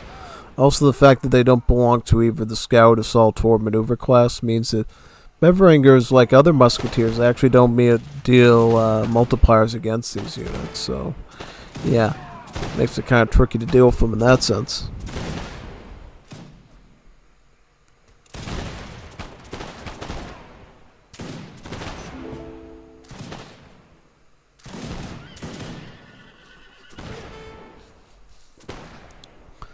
So here's some skirmishers now coming out from Sweden.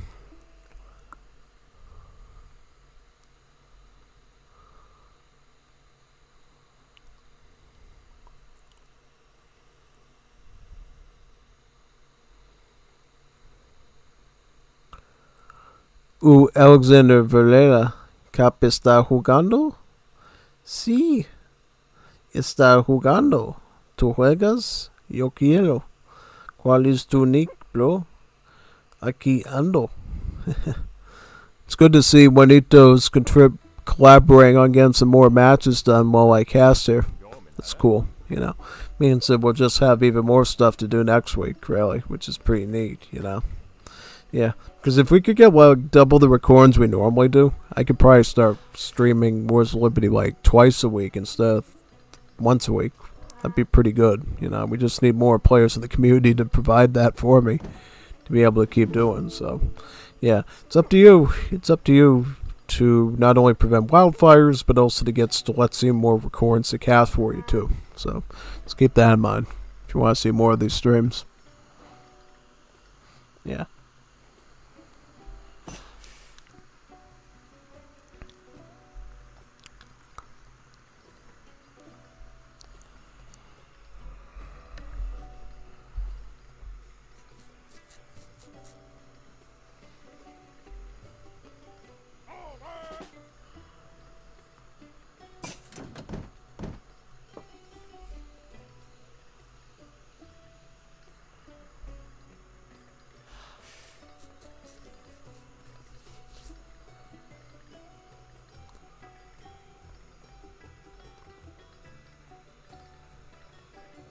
Sculpt amassing, I mean, it's technically the right move for Argentina to do it in Sweden, particularly because they don't have any Dragoons yet. Yeah. Yeah, once Sweden starts doing Dragoons, yeah, you might want to start swapping Infernales with Escoltas, I guess. Yeah. Which he sort of is already doing, but he's not really training into these too much just yet.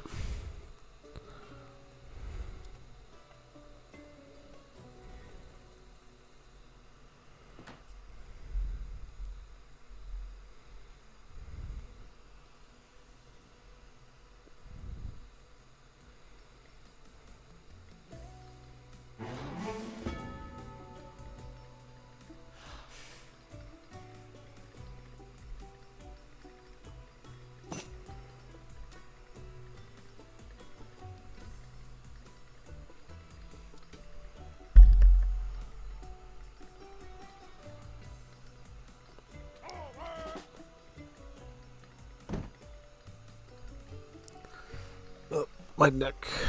We have some more war now.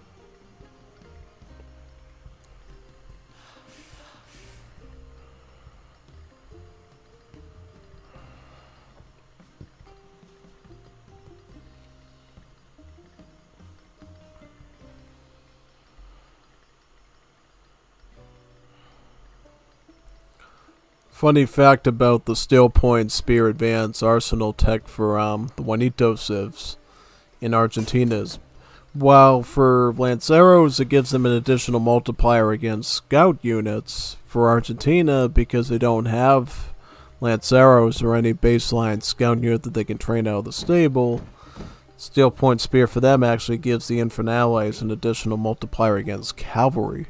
Because at one point, what happened was, it indiscriminately gave anti-scout multiplier against anti-skirmish multiplier for all the scout units, including the Horse Grenadier, and what ended up happening was, it led to the Horse Grenadier having like a nuclear bomb level grenade against skirmishers, where it was dealing like something close to like 120 something damage against skirms, because it had the full effect of the grenade throw with the added 2x multiplier of skirmish to it, so it was really doing a lot of damage, you know. Quite powerful, actually. So yeah, big time. Yeah.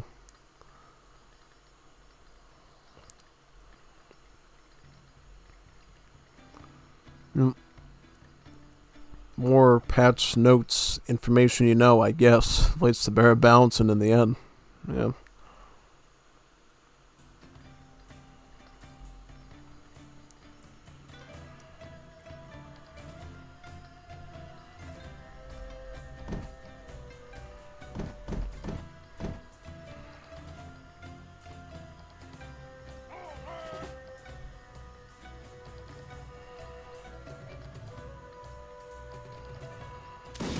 Here we go.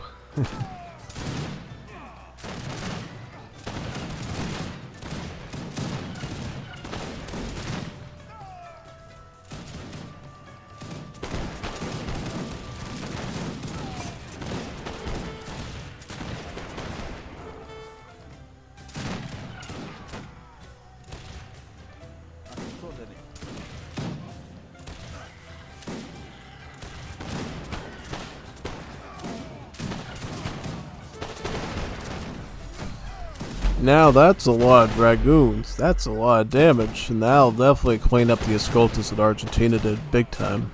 Yeah. It's kind of a deadly combination at this point, Skirm and Dragoon. Especially when you're Argentina and you need the assault class to be able to do your pushes.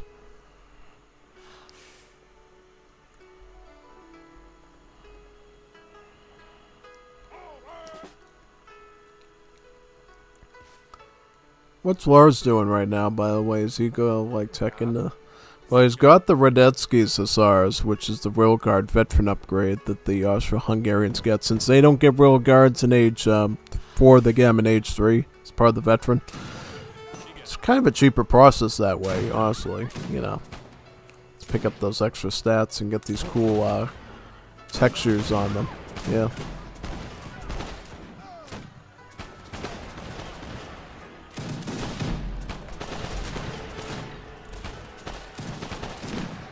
Oh, Beveringer's right at the perfect spot there to clean up those Hussars. Really nice.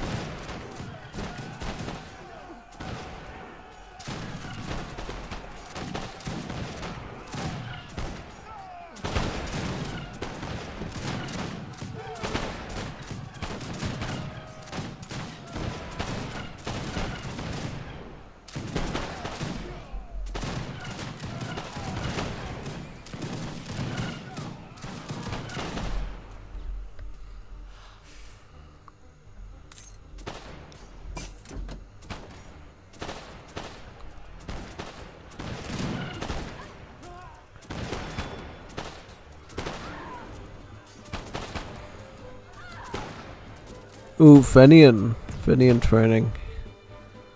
That's an interesting unit to do. I don't think it'll be useful here, but yeah. Basically, it's a dismounted, like, Dragoon, but instead of having, like, normal multipliers, it only has multipliers against assault, and it does, like, 6x against assault units. So, if you're like an Escolta or Culisser, it's like your worst nightmare. It'll probably instantly You can actually instantly kill some low-level assault units in one shot. That's how powerful it is and lethal. It's about 4 pop unit though, to put that into perspective, and the cost is not cheap. That's absolutely for certain. So if you're looking to take out like heavy cavalry, that could actually be a good thing to have there, yeah. Does Metal have an infinite choice hero shipment? Yep, he does. So he's going to be utilizing that here too, which is pretty neat. Because see, Argentina does not get late game skirms from their barracks, so they actually get mounted skirmishers from the home city, and just happen to have an infinite shipment for them too. So yeah, it's a pretty good unit, you know. Instead of having well, it has multipliers against heavy infantry, dragoons, and natives too, native warriors. So the Choikiro actually is a pretty solid mounted skirmisher overall, I would say, in that sense. Yeah. Just trying to kite it as best as he can against those dragoons there and get the most damage possible. Yeah. One thing to note, though, is just because it's a ranged cavalry does not mean that skirms have a multiplier against it. Just about, it needs to have the maneuver tag to be good against dragoons, basically. It has to have the maneuver tag for the skirmishers to deal multipliers against them, basically, and they do not. They actually have the skirmish tag instead, which means basically they're a mounter on top, skirmisher mounted on top of a horse, basically, yeah. I'm definitely getting pretty tired from the looks of it. I think I'll do that Tupi game as the last one, then we can do the other one next week on Thursday. Yeah.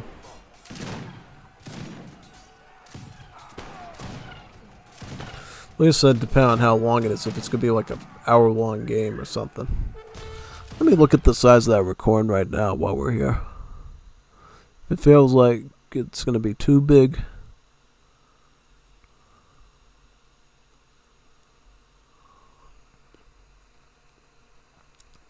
Yeah, let's do that one next week, actually, the Tupi game. Yeah. Sounds like a plan.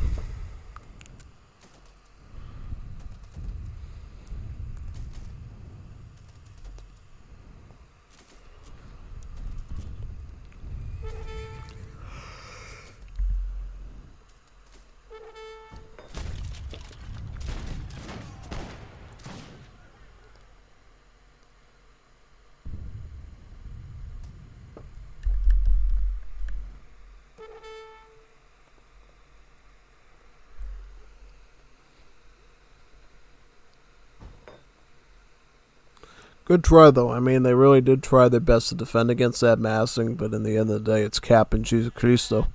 You definitely shouldn't be on the same team, you know. Because you saw how it was in the last game, right? When you had Jesus Cristo with Metal. They were clearly able to get a lot done, but it felt like at least there was some resistance there with an MVP like Cappy in charge. But of the other team with Lars, but now it just seems like Lars was not able to support Argentina that much, and it led to a pretty easy win for Jesus Cristo and Cappy, all things considered. Yeah, just about. That's why you gotta balance your teams properly when you got low-level players in them. Yeah, pretty much. Because Lars is like Liga B material, right? Like, I think he was in Liga B, correct? Back in the earlier part of this year when we still had Chorizo Zarate Ligas. Yeah, I think so. Sounds about right, actually. Yeah.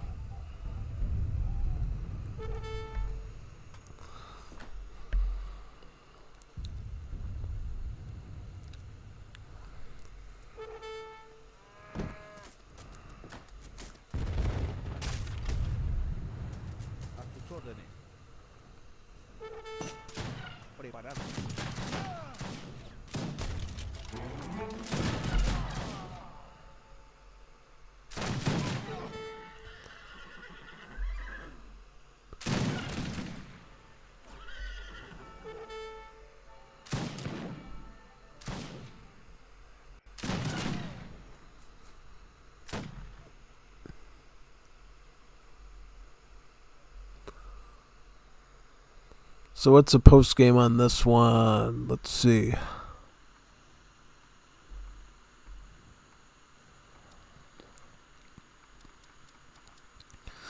Oh, there we go. Very interesting one. Yep. So resources as well. Yep. There. There we go. Today's stream. I thought it was a pretty good surprise for all of you for me to do Wars of Liberty today. You weren't expecting that one, right? Like, Oh no, the Gringo's gonna do a definitive edition again. We don't like that. We want Wars of Liberty. and then answered your calls this time, yeah. So, Thursday, we're not going to be doing AoE 3. We're going to be doing Chronicles of Greece and AoE 2 because it's such a good DLC, it probably deserves its own stream. Yeah. Yep. I mean, I can't guarantee how good my skills are going to be at that because, well, I don't play Age of Empires 2 for very long periods of time. And for that thing, you got to be practicing all the time, right? Like, it's like, learning to, yeah, you basically got to train for it a lot, yeah. It's like learning baseball or whatever, I don't know. Baseball. Yeah, AoE 2 is like baseball, I guess. Yeah. Instead of running around the bases, you're running around your enemy's town center without getting hit by the arrows. Yeah, exactly, with the scout cavalry. Just about. Yeah, something like that. But, yeah. It was a fun stream. Thank you for everybody that came. I'm going to be doing the last two. I think it's Equipo 7 and 8. I'll do that next week. Because I'm pretty sure we'll have a lot of recordings between now and then. If we get a lot of recordings, like a million gajillion of them, I might do 2 Wars of Liberty streams next week. Only if you give me enough recordings, though. If I don't have enough, then we just do what it usually is. So forth, yeah. So, yeah, thank you for coming. Sign off now. Yeah, it was a surprise. We'd like to play with you, yep, and I'd like to play with you, Cappy, as well. So, yeah, gotta do some work stuff now, and after that, I'm gonna hit the sack, I think. Yep, this definitely knocked me out. Yep.